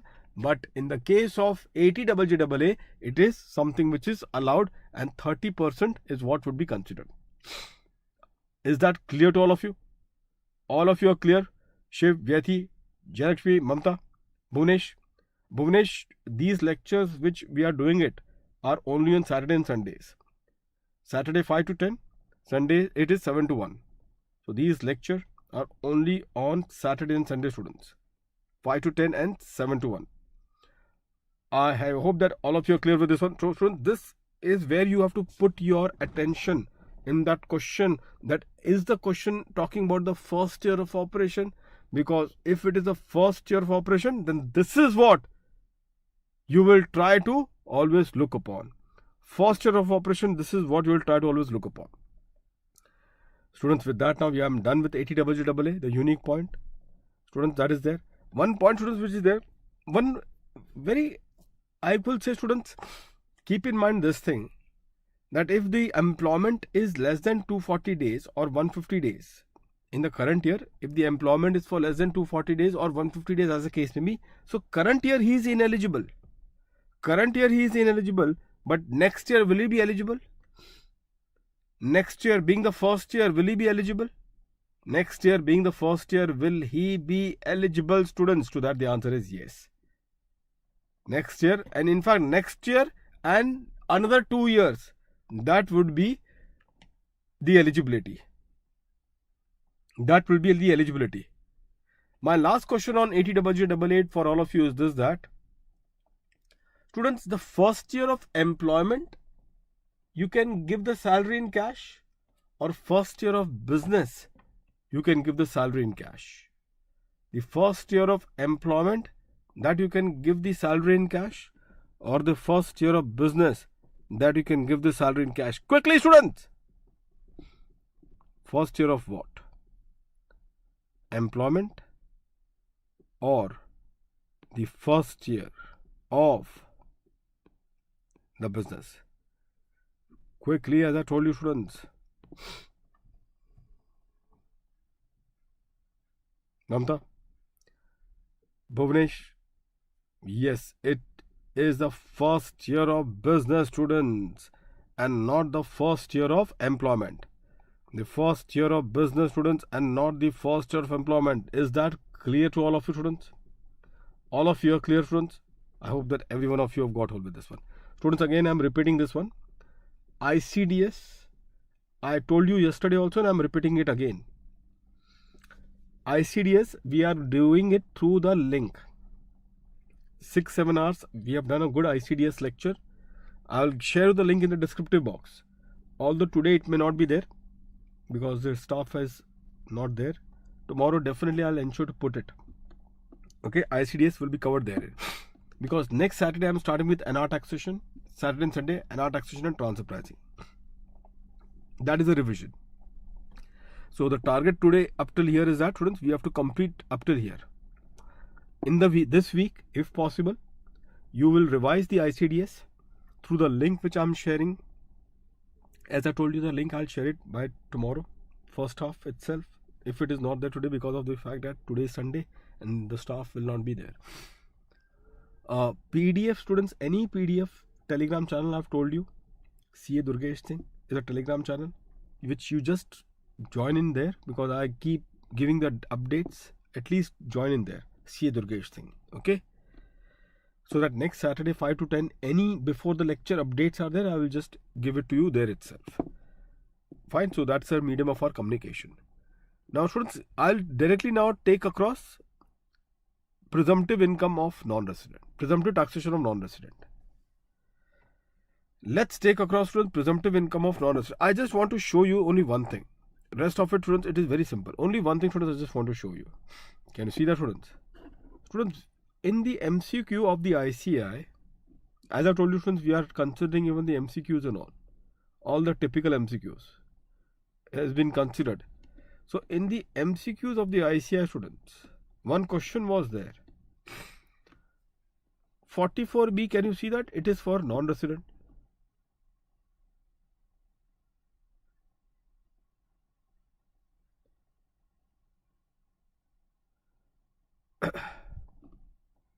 Bhuvnesh, WhatsApp at 9867180004. WhatsApp there, I'll just let you know. 9867180004. So students, if you see over here, 44B, 44BBA, 9867180004. Fine, WhatsApp there. I'll guide you. Now students, in this context, if you see the MCQ that they have targeted, students, MCQ that they have targeted was of, please pay attention. The MCQ which the IC have targeted is that, can you see that students? 44B, 44BBA, 44BB, they are all for non-resident. I hope that all of you can understand this. They are all for non-resident. But suddenly when I see 44BBB, can you see that? Suddenly when we see 44BBB, this is for even a foreign this is for a foreign company. This is what these people have done it. I don't know many of you, how many of you are aware, MCQ IC has targeted this. 44BBB is applicable for what? For a non-resident, for all the non-resident? Answer is no. It is not applicable for all the non-resident. It is applicable only to a foreign company. So there can be an individual who is a non-resident. For he or she, there can be 44B, BBA, BB. But in the case of 44BBB, it has to necessarily be a foreign company. Students, this is what it is. Now, apart from that, in the presumptive taxation, now I can say to you, students, yesterday I was telling you about this one. Presumptive taxation of this is all MCQs now. So when you study, have the bent of mind of the MCQs. These people will target only the MCQ, and I've seen, you people would have also seen the MCQs of the same. So I'm just trying to deal with them. Students, keep in mind one thing, that when you have to handle the MCQs and all, in the presumptive taxation, at least for the non-resident of the foreign company, one point you should always keep in mind, and that is about this. Students, this is how you are going to say, and I'll just put across this one. See, for NR, what you will do, for the non-resident taxation, this is what you people will be looking at for. See, what happens for NR is that, first of all, there is a presumptive rate. All of you agree to this one? There is a presumptive rate, not only for NR taxation, it is for applicable for even 44AD, ADA, wherein there is a presumptive rate to be applied on the amount. Now, the amount to which it will be applied for the non-resident, be careful. The amount which it will be applied for the NR has to remain within the scope of Section 5, because one thing you should always keep in mind, that if I am talking about the non-resident students, if I am talking about the non-resident, it is necessary, students. Necessary what? It is necessary that whatever is the amount which I am going to select has to remain within the scope of Section 5. You cannot compute any amount, whether the computation you want to do is it on actual basis or it is on presumptive basis. You cannot compute any amount which goes beyond the scope of section 5. Repeat with me. You cannot compute any amount which goes beyond the scope of section 5. So first and foremost thing is this, that the amount should fall within the scope of section 5. Only when the amount falls within the scope of section 5, that students, that you will do the computation. Whether the computation you do on the actual or whether you do the computation on a presumptive basis, it doesn't matter, but this is what it has to be. All of you are clear with this one, students? Every one of you are clear with this one? So tell me one thing, for the non-resident, this amount on presumptive basis will imply what? For the non-resident, this amount on presumptive basis will imply what? Amount which is accrued or deemed to have accrued in India. Deemed to have accrued in India. And the second one, students, is the amount which is received. Received or deemed to have received in India.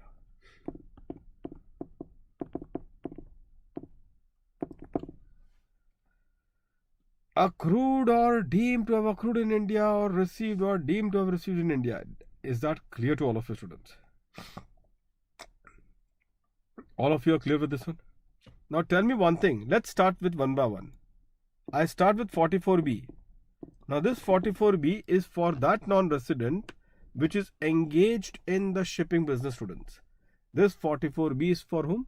Is for that non-resident who is engaged in the shipping business. So therefore my question to all of you is, how would be for a non-resident who is engaged in the shipping business, please tell me how from the shipping business the freight income, how from the shipping business the freight income will be accrued or deemed to have accrued in India. Two options. Option number 1, loading of the goods from a port situated in India. Loading of the goods from a port situated in India. Or option number 2, unloading of the goods from a port situated in India. Whether the loading will give rise to the accrual, loading from a port in India will give rise to the accrual to the freight income, or unloading to the port in India will give rise to the freight income to the non-resident. What it will be, loading or unloading? Quickly, students. What it will be?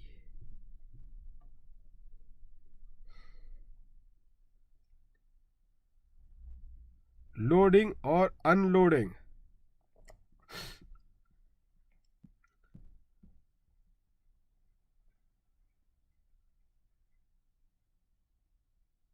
Vyathi, Ujjwal, Mamta? I'm not aware, Ujjwal. I'm not aware of that. Indeed, student, it is loading of the goods. It is the loading of the goods, students. Indeed, the answer. It is the loading. It is loading from a port which is situated in India. Loading of what? Loading of goods, passenger, livestock. Loading from where? Loading from a port which is situated in India. Isn't it? So in that particular case, whatever is the freight that is earned in respect of such loading, you will say accrued in India. BRM, loading. Yes, it is loading. And in the second case would be received in India would mean what? So received in India, say for example, this non-resident shipping company has taken up the loading in Dubai. Students, this non-resident shipping company has taken the loading in Dubai, but the freight is received to them in Mumbai. So the freight which is received to them in Mumbai, in that particular case, will they be subject to the freight that has been received to them in Mumbai, students? You have to tell me in this case. Whether on respect of such freight, will this be considered for the purpose of the presumptive income? And the answer is yes.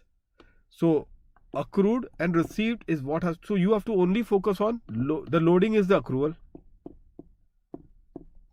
Loading give rise to the accrual. Now, the next particular point, students, like for example, if I have to tell you one more point, students, over here. One more point, students. Please pay attention. The next section... Achha, by the way, what is the presumptive rate? For the shipping business, it is 7.5%. 7.5% is a presumptive income. Bhuvnesh, 7.5% is a presumptive income. The second particular case, students, is about... The second case is about the 44 BBA, which is about the airline company, aircraft, 44 BBA. Now, in the case of 44 BBA, students, again the same thing. All this British Airways and all these airline company. Now, again, one more very important point, students. Very important point. The presumptive income of 44B, 44BB and 44 BBA, they are all mandatory. Mandatory means, unlike in the case of 44 AD or 44 ADA, wherein the option was available. What was an option which is available? That if I feel that my profit, actual profit is lower than the presumptive profit determined under 44 AD and 44 ADA, then in that case the SSE can have the option to declare the profit as per what is his real income, rather than opting for 44 AD and 44 ADA. But for that purpose, he needs to maintain the books and get it audited. All of you are aware of that. Question therefore to all of you is, if the SSE is opting for 44B, 44BB or 44BBA, that is for the non-resident, whether once the option of 44B, 44BB and 44BBA is opted for, do they have the option not to go with this? Instead apply what, students? Instead go with what? The normal provision, maintain the books, get it audited. Is that option available to the SSE? Is that option available to the SSE, students? To that the answer is no. It is a mandatory option. It is the mandatory option. It is the mandatory option. So you say, sir, your phone was visible, isn't it? Yes. So I'm looking to your query and you are not answering. So according what was the use of it? Now you have started answering. So students, in this particular case, indeed students, it is a mandatory option, students. It is a mandatory provision. You don't have any option. And because it is a mandatory provision, students, I should now do a ultimate interlinking. Do you know what is the ultimate interlinking? A foreign company, are they subject to a MAT? Is a foreign company subject to a MAT? Why not? Now, if a foreign company is subject to a MAT, and this foreign company is the one which is declaring the income, if the foreign company is subject to a MAT and it is declaring the income, students, as per 44B, 44BB, 44BBA, say, it can be only one, like British Airways. Now, British Airways, in that case, Jayalakshmi, the British Airways, as you all are aware, it is under the normal provision, it is opting for 44 BBA. In your examination, an MCQ would be set up, which will say to you that whether British Airways, which has opted for 44 BBA, they will ask you one sub-question that whether MAT is applicable on British Airways, considering the fact that British Airways has got a permanent establishment in India. Considering the fact that British Airways has got a permanent establishment in India, this is a kind of a question that they will ask you in the examination. So to that the answer is this. Please be very careful. In the case of the SSE who has opted for 44B, 44BB and 44BBA, please be very careful on one point. And what is that point?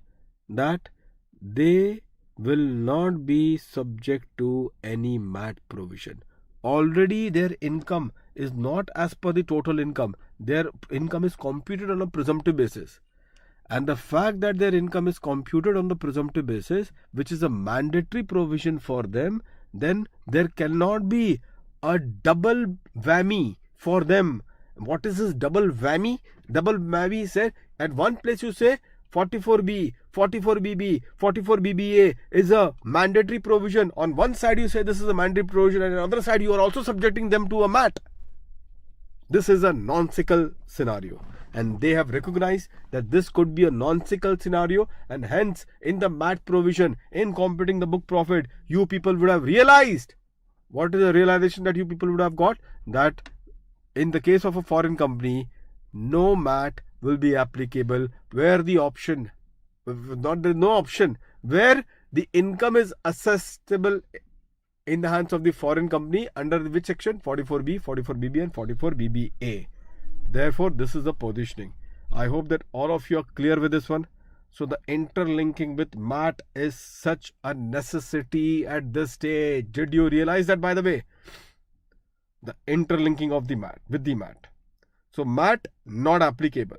MAT not applicable where the SSC has to compute the income under 44B, 44BB and 44BBA. This is the conclusion or the bottom line. Now students, last point which has been there in the context of the presumptive income of a non-resident. By the way, for an airline company, what is the presumptive rate? For the airline company students, what is the presumptive rate? You should have known about this. It is 5% students. It is 5%.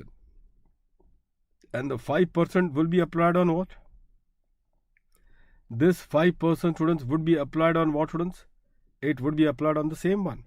So again, you are carrying the passenger or the goods from an airport situated in India. That will give rise to accrual. From the airport situated in India, that will give rise to accrual. And the receipt would be, say for example students, I am booking a flight which starts from London and it will go till New York. London-New York flight I am booking. But I am paying the freight in India to British Airways. So a British Airways airport counter, I am going there and I am booking a flight for a journey which will commence from London to New York. In that particular case students, what is that we are going to say? That this particular London-New York flight that you have booked, this particular London-New York flight students that you all have booked, in this particular case we will say that the accrual is although outside India. Accrual is although outside India, but whether it is received in India students, whether it is received in India, and the answer is yes. It is received in India. So will I be taking that into account? Answer is yes, because in the MCQ segment, ICA has targeted this kind of a tricks. Is that clear to all of you? Any doubts that you have students in this case now? Any doubts that you have got in this case?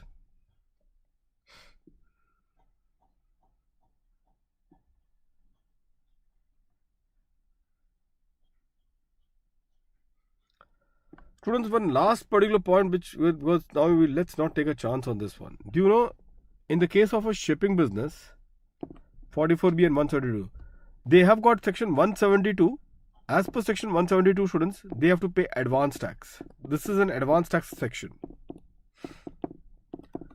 So there is a specific provision for payment of advance tax in the case of a shipping business, shipping company. There is a specific provision in relation to the payment of the advance tax which is in respect of a shipping business, and that will be, and that is under section 172. Now, how you calculate advance tax students? It's simple. So obviously every one of you are aware that the advance tax has to be paid in the previous year itself. That is something every one of you are aware of, this particular point, isn't it? That the advance tax has to be paid in the same previous year students. So in this particular context, the advance tax would be paid. Now, how the calculation will be done students? 7.5% into, see this advance tax calculation, into the amount accrued, freight accrued in India, only the accrued is to be taken. Accrued in India, students. Only the accrued is to be taken. The freight accrued in India is to be taken. And multiplied this with 40%. And obviously this is the tax rate of foreign company. And this, whatever you get, plus the HEC at 4%.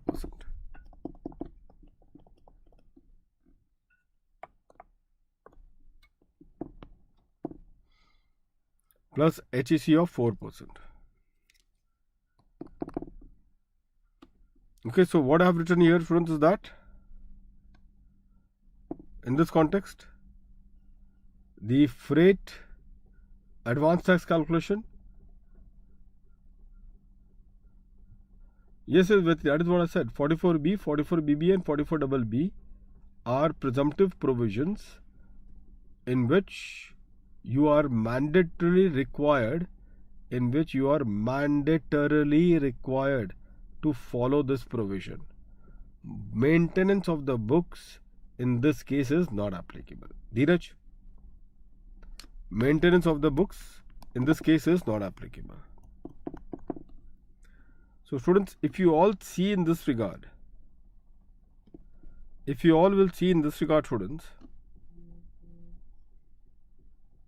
so this is the advance tax amount. This is the advance tax amount. Pay this in previous year. In the previous year you will pay. And in assessment year, Namaste Dheeraj. And in the assessment year, take the credit. And in the assessment year, students, take the credit. Credit from what?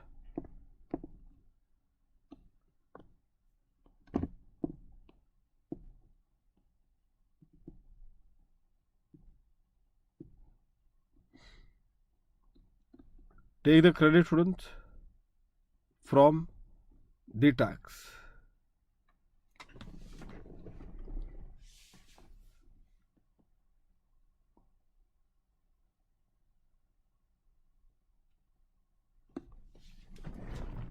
AY, take the credit from the tax.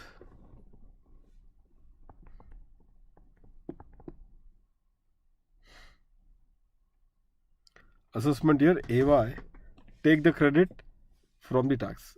Clear, students?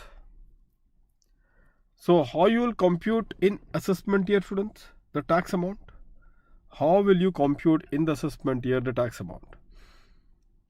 So in the assessment year, students, when you have to compute the tax amount, this is what you are supposed to do. In the assessment year, students, when you have to compute the tax amount, this is what you need to do, students. This is a presumptive income. Normal presumptive income will be made. Presumptive rate of 7.5%. The presumptive rate of 7.5% will be applied for the 44B, 7.5% on that amount. Which amount? Accrued and received. So 44B, when you do presumptive income in the assessment year computation, at that point of time, you will consider both the accrual as well as the receipt. But for the advance tax purpose, when you have to pay for in the previous year, you will take only the accrual part. So this 7.5% of this amount, you will consider it. Thereafter, say other heads, if there are other heads, isn't it? And then finally the total income. Then the tax as per the normal provision, as per applicable rate. Tax as per applicable rate till HEC. Tax as per the applicable rate, students, till HEC. Now whatever is the tax as per the applicable rate till HEC, from this tax, students, you will take the credit. And this credit, students, that I am talking about it is which credit, by the way? Whatever is the tax as applicable as per the applicable rate till HEC, then the tax, advance tax under section 172. Advance tax under section 172 and the balance tax payable or refund as the case may be. I just thought of showing to you the entire computation when the presumptive income is computed, which under which section? 44B. Just for a safety purpose, students, so that at least you are aware how to execute the same.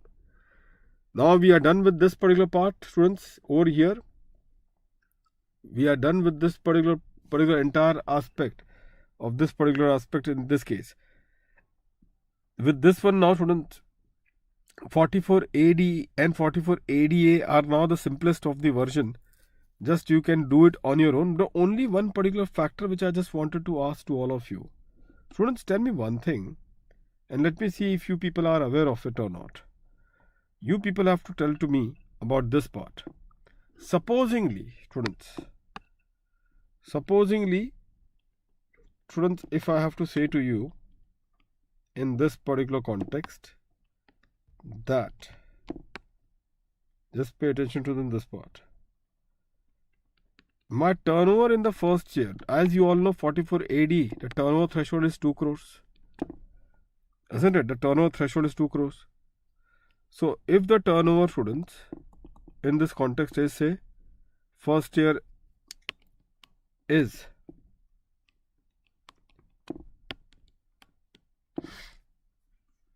turnover is, say, 10 crores. Turnover is 10 crores. This is year number 1. So, what is that you are going to say, students? With the turnover of 10 crores, what is that you people are going to say? Obviously, then you will say 44AD not applicable. 44AD not applicable. Every one of you will agree to this one. I will compute the income as per the normal provision. What about the tax audit, students? By the way, tax audit also, the limit has been increased to 10 crores by Finance Act 2021. Last year, up to last year, it was 5 crores. But that 5 crores is only the exceptional case.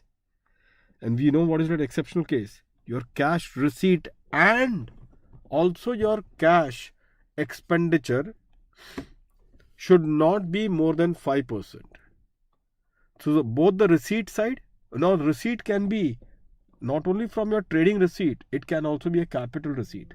Same is also for the expenditure, need not restricted to the normal trading and the operational expenditure. It can also be some capital expenditure.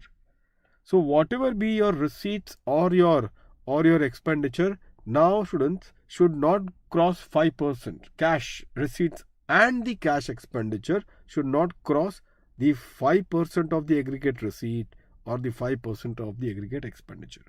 If it crosses, then your turnover for the tax audit will be 1 crore. If it crosses, then a turnover for tax audit under 44AB would be 1 crore. Only when it does not crosses the limit, which implies that the receipt, whatever you are getting it, you get it through the banking channels. In that situation, students, you will have the tax audit to be undertaken only if your turnover exceed 10 crores.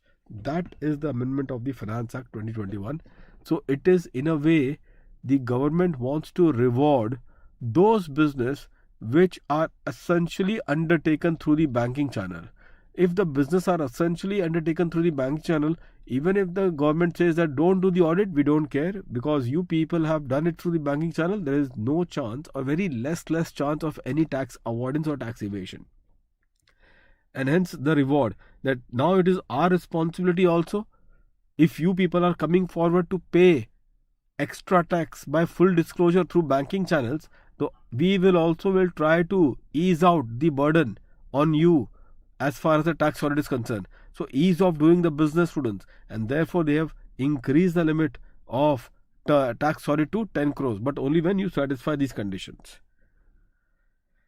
Now, students, if you see here, the first one, the turnover 10 crores, 4480 not applicable. Now, second year, students, the turnover is, say, 1.5 crores. And in this case, he does not want 4480 option. Assessee does not want 4480 option. Whether, students, in this case, be careful, whether the tax audit under 44AB is compulsory. Under section 44AB, students, tax audit under 44AB is compulsory in this case. What is your take, students? Quickly. Whether the tax audit under section 44AB, is it compulsory or not in this case?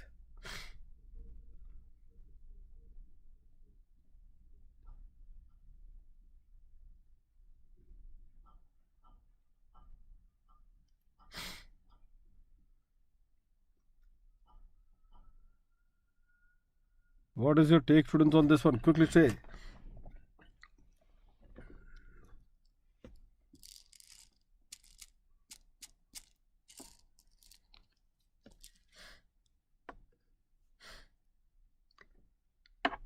Yati?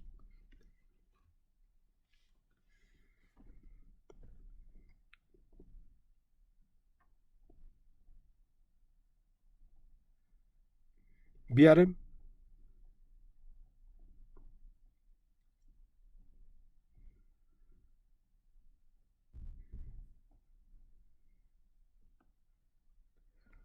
Quickly, students. Last 10 seconds now. Whether the tax audit under section 44AD, is it compulsory in this case or not?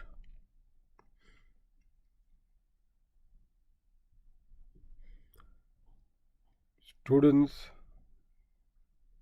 the answer is, are you ready for this answer, students? The answer to that, students, is not compulsory. Not compulsory. Many students are stunned on this answer. Many students are stunned on this answer. How come you can say that, sir?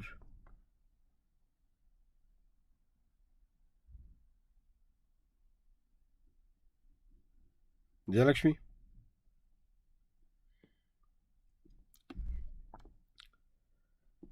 Can you see that, students? Herein. Vyati, Shiv, that is what I am proving it now.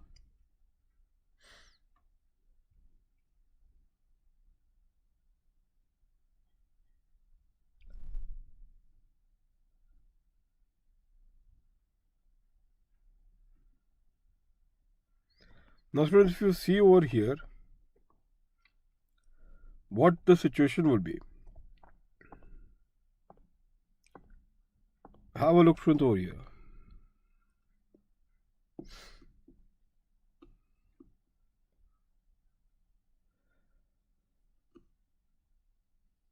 There is a 44AD subsection 4. Students,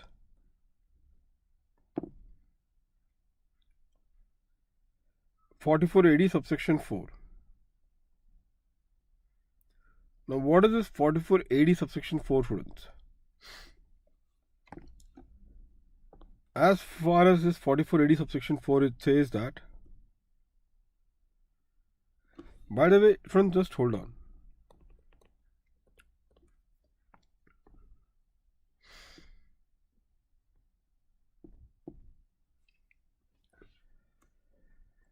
%, 6%, all of you just keep in mind this. Of the total turnover or gross receipt of the SSE in the previous year earned on account of such business, eligible business, individual HUF partnership firm, whose LLP will not be eligible for 44AD. LLP, what about company? Company also will not be eligible. Please keep in mind this point. Whereas, students, 44A, if you see, 44A, in the case of 44A, which is of this, the transportation, plying and hiring, in that 44A business, students, you'll see both. What is that both, which I mean? That is to say, so far as 44A is concerned, you will find, students, so far as 44A is concerned, students, you will find all the SSEs, including the company, can opt for this particular provision. 44A, wherever it is applicable. Wherever, student, it is applicable. Okay. But as far as 44AD is concerned, in the partnership firm also there is an embargo. LLP will not be eligible for 44AD. Company is also out. Just now we have seen the profit link deduction. So those who are claiming the profit link deduction, students, those who are claiming the profit link deduction, will they be eligible for take 44AD? Answer is no. Please keep one point in mind here, all of you. All of you will keep one point in mind. Students, I think all of you are aware that if I file the ROI after the due date of section 139(1), if I file the ROI after the due date of section 139(1), what do we say? If I file the ROI after the due date of section 139(1), students, then will I be eligible for the profit link deduction? Will I be eligible for the profit link deduction if I file the ROI after the due date of section 139(1)? Answer is no. In fact, in the assessment section, there is we have made a note of the relevance of the due date of 139(1). The relevance of the due date of 139(1) consists also of the fact that you may lose out on what, students? On all this big loaded deduction of chapter 6A. Those big loaded deduction of chapter 6A may get lost forever. May get lost forever, students. And that is a huge risk that all the SSC primary will take into account. It's a huge risk which all the SSC will take that into account.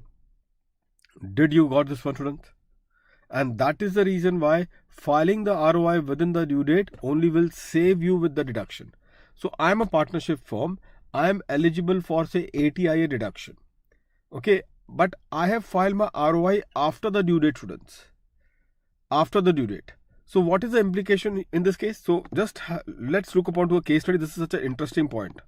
I'll come to that answer, Jayalakshmi, but just let's look upon to this particular very interesting case study that we are going to emerge. So a case study of a partnership firm, I'm just talking about it. In this case, so a partnership firm which is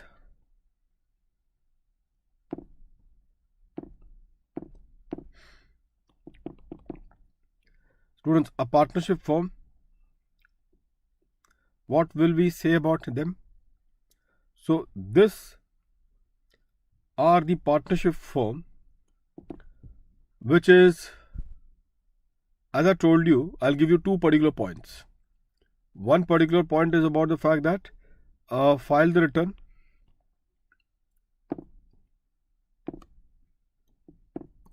filed the ROI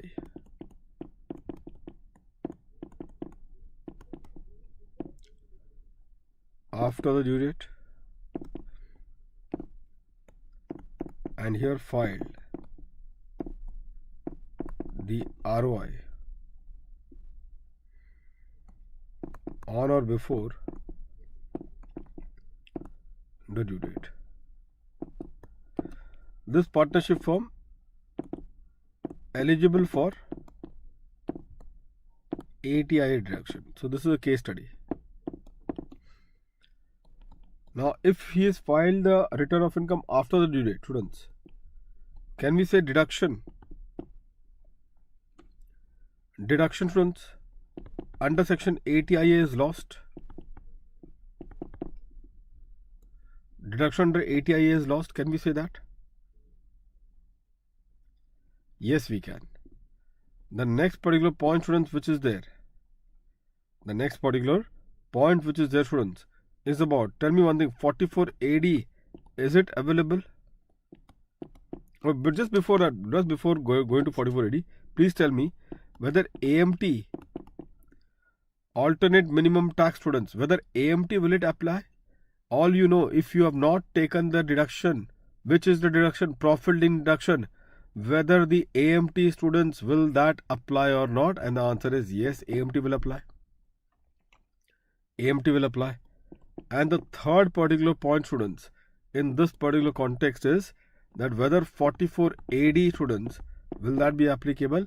44 AD students also will be applicable in this case, because just now I told you about the fact that a 44 AD is not applicable if you have taken the deduction of ATIA, ATIB, the profit deduction. What if, sorry, AMT students, just hold on. AMT is not applicable, just do the cross. AMT is not applicable, so do the cross. Students, coming to the next particular part, file the ROI on or before the due date. File the ROI on or before the due date. So if you are filing the ROI on or before the due date, in that particular case, students, whether the deduction students under ATIA, is it available? Answer is yes. Whether the deduction under ATIA, is it available? And the answer is yes. Second, if the deduction of ATIA is available, Jayalakshmi, Vethi, Shiv, AMT will it apply? AMT will also apply. In that last particular case, students, if the AMT is applicable thereafter, 44 AD, ATIA is taken, whether 44 AD is applicable, and the answer is no. Whether 44 AD is applicable, the answer is no. I hope that all of you are clear with this for now.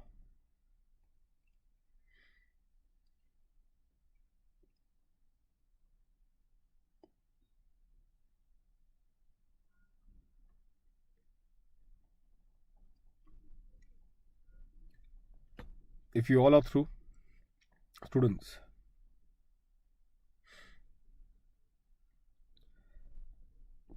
coming to that original question. And what was the question here? The question was that in the year 2, in this example, students, for that you need to read 44 AD subsection 4. The answer of this question lies in 44 AD subsection 4. What is the opening phrase of 44 AD subsection 4? Please pay attention. As per 44 AD subsection 4, the opening sentence is, what is the opening sentence? That if the assessee, students, if the assessee has opted for the presumptive provision under section 44 AD in any previous year, if the assessee has opted for the presumptive provision in any previous year, and subsequently, students, and subsequently thereafter, it wants to opt out from 44 AD, then in that particular case, the assessee will be required to maintain the books and get it audited. Meaning thereby, it will become mandatory. Meaning thereby, students, it is mandatory. Okay. Meaning thereby, 44 AD is mandatory. So, in this case, again I am repeating that if for any year, if the assessee, again I am repeating to students, just pay attention. If for any year, the assessee has opted for 44 AD provision, and in subsequent year, it wants to opt out from 44 AD, then he will have to maintain the books and get it audited. If that is what he can do, accordingly, then he will be allowed for disclosing the income as per the normal provision. This is the positioning. Now, as I told you, this therefore will come into play only when, only when what? Only when the assessee is primarily has opted in any earlier year the provision of 44 AD. In my example, did the assessee for any AY or any year up till now has opted for 44 AD in my example? To that the answer is no. He hasn't opted for 44 AD in this particular example. So the fact that he hasn't opted for 44 AD in this particular example, therefore what we will say, students, can you see this? Therefore what we will say, we shall say, students, over here that in this case 44 AD subsection 4 is not applicable, and accordingly whether the SSE is required to get the books of accounts audited, and the answer is no. Please write next to this. In this case, the provision of section 44 AD is applicable.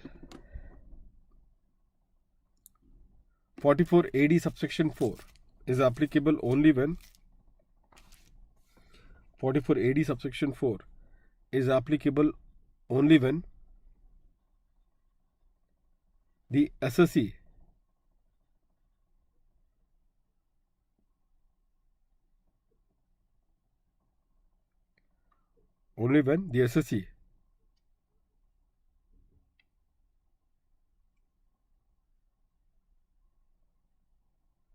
has opted earlier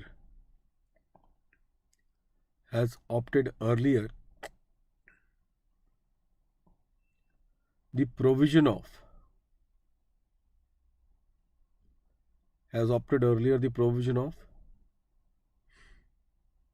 section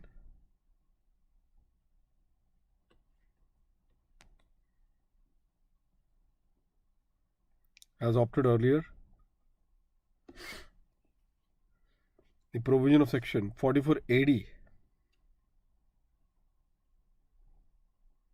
and thereafter it wants to opt out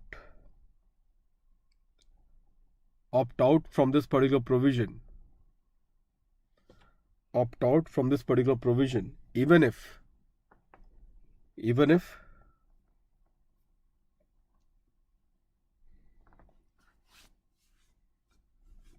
the same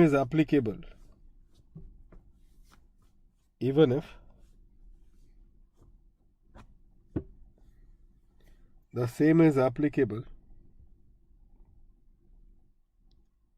then it is mandatory to get the books of accounts audited.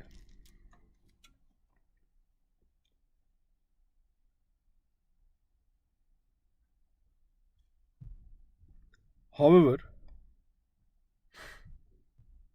in this case,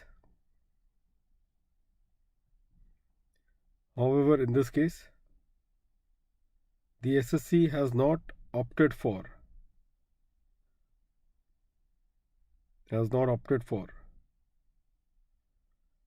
the provision of section 44 AD earlier,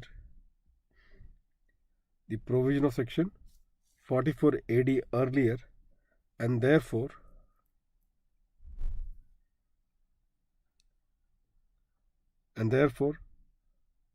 the question of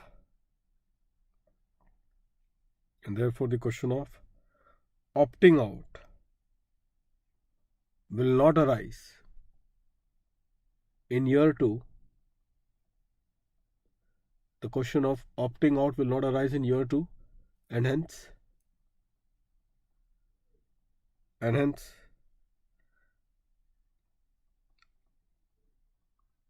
the audit under section 44 AB is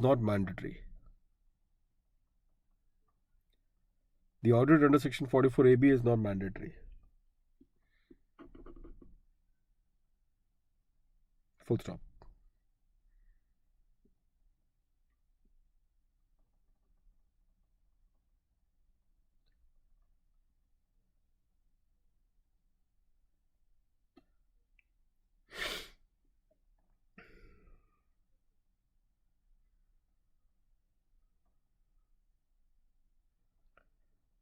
Now, students, other than that,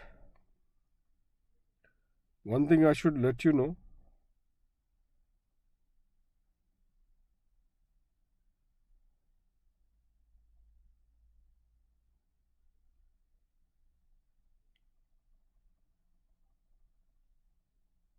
now so far as students 44 AD is concerned, Now, if this would have been the same question would have been for the 44 ADA students, then may I tell you this, students? May I tell you this in this context? If this would have been a 44 ADA question, presumptive taxation scheme, which was engaged in the eligible profession, then you all are aware up to 50 lakhs. If your gross subsidy is there, 50 lakhs gross subsidy is there, then you can opt for 44 ADA4. Here I'll tell you one thing, that supposing students, same a question above, that is year 1. Same question above, if I would have just made a twist a bit for profession, say a CA profession, year 1. So turnover is say 1 crore. So turnover is 1 crore, students. So obviously in this particular context, if the turnover is 1 crore, then in that case what we will say? That 44 ADA not applicable. In year number 2, in this case, the turnover, students, is say 30 lakhs. And the CA does not want to opt for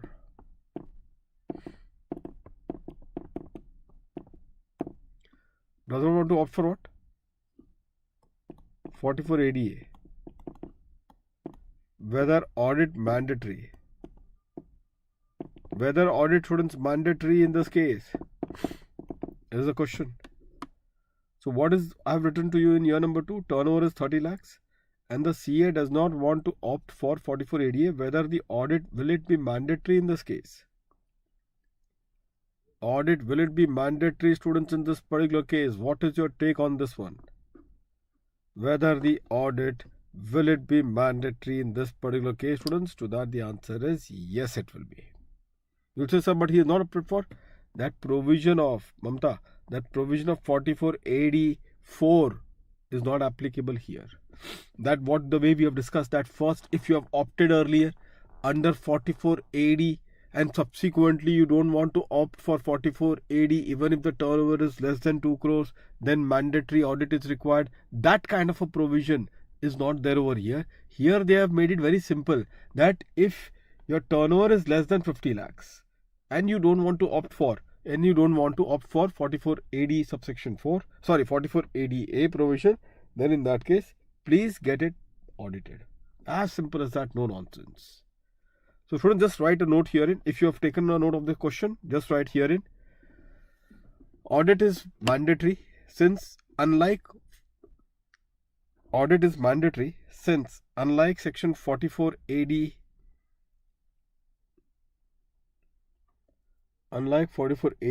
comma, in the case of section 44 ADA,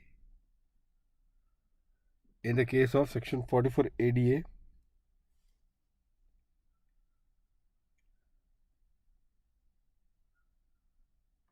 if the gross receipt is less than 50 lakhs, is up to rupees 50 lakhs, and the SSE has not opted for,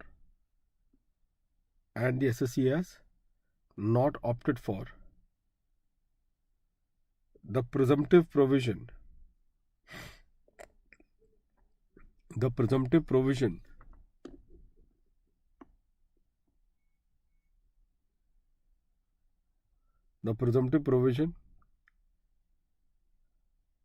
of section 44 ADA, then audit under 44 AB is mandatory.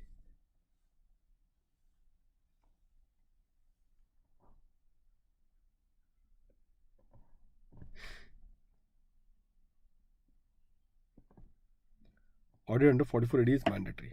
Students, with that, students, I am done with your revision of the PGV full. Now you will find 2 or 3 charts, which is your what are they? Like it is your disallowances and all, which is chart number 15.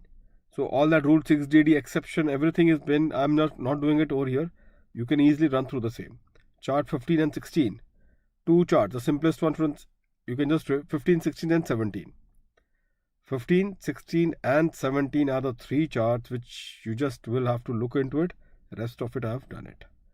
Is that clear to all of you, friends? 15, 16 and 17, which are all about disallowances and the other miscellaneous details.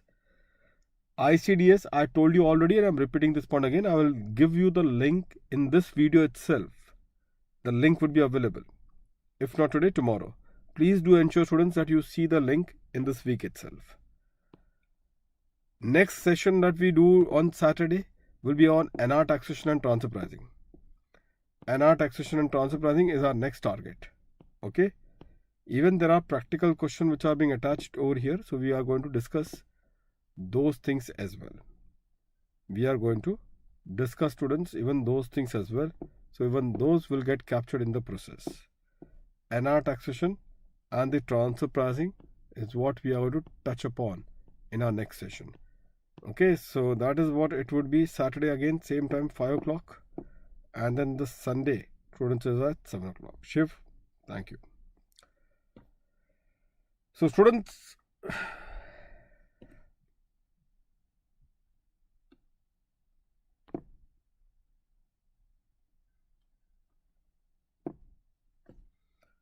so by virtue of this, students, only we will be in a position to meet our targets, isn't it?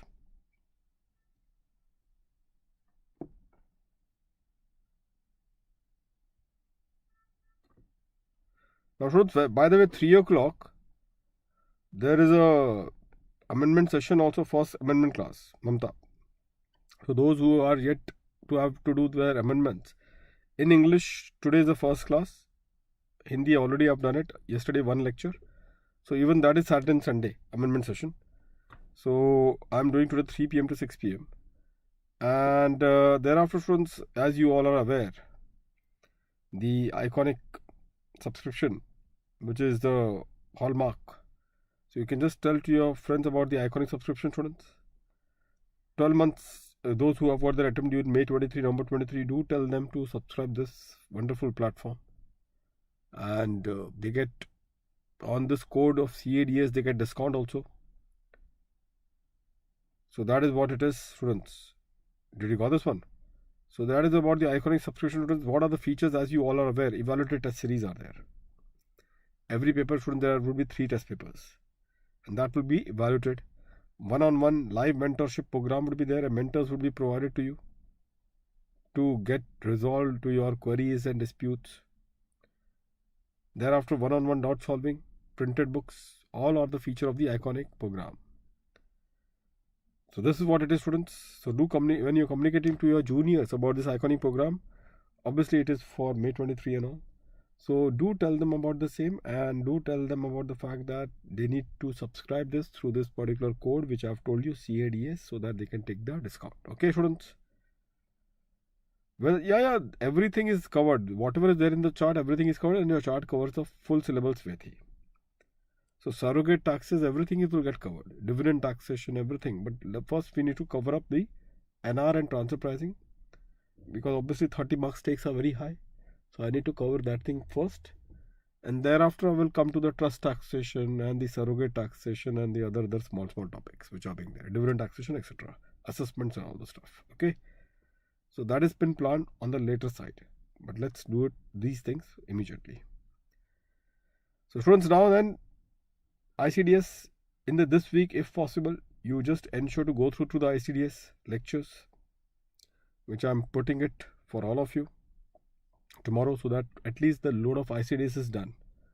The load of ICDS, students, is done once and for all. Are you clear with this one? Fine. See you then, students. So therefore, just do the ICDS, finish it off the same, and I'll see you in the next class. Saturday, 5 p.m. for this revision lectures. See you then. Thank you. Bye-bye.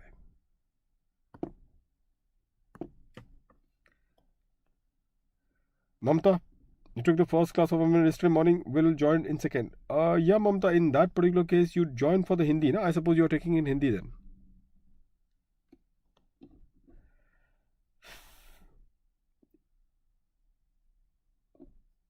So I think you are joining in the Hindi part. So you join for the Hindi then. I think that should suffice. Because today would be the same of what would be the yesterday's class.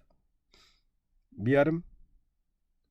Today will be the same class of the yesterday's. But only thing is that I'm going to do it in English. That's the only difference. Fine, students. Perfect.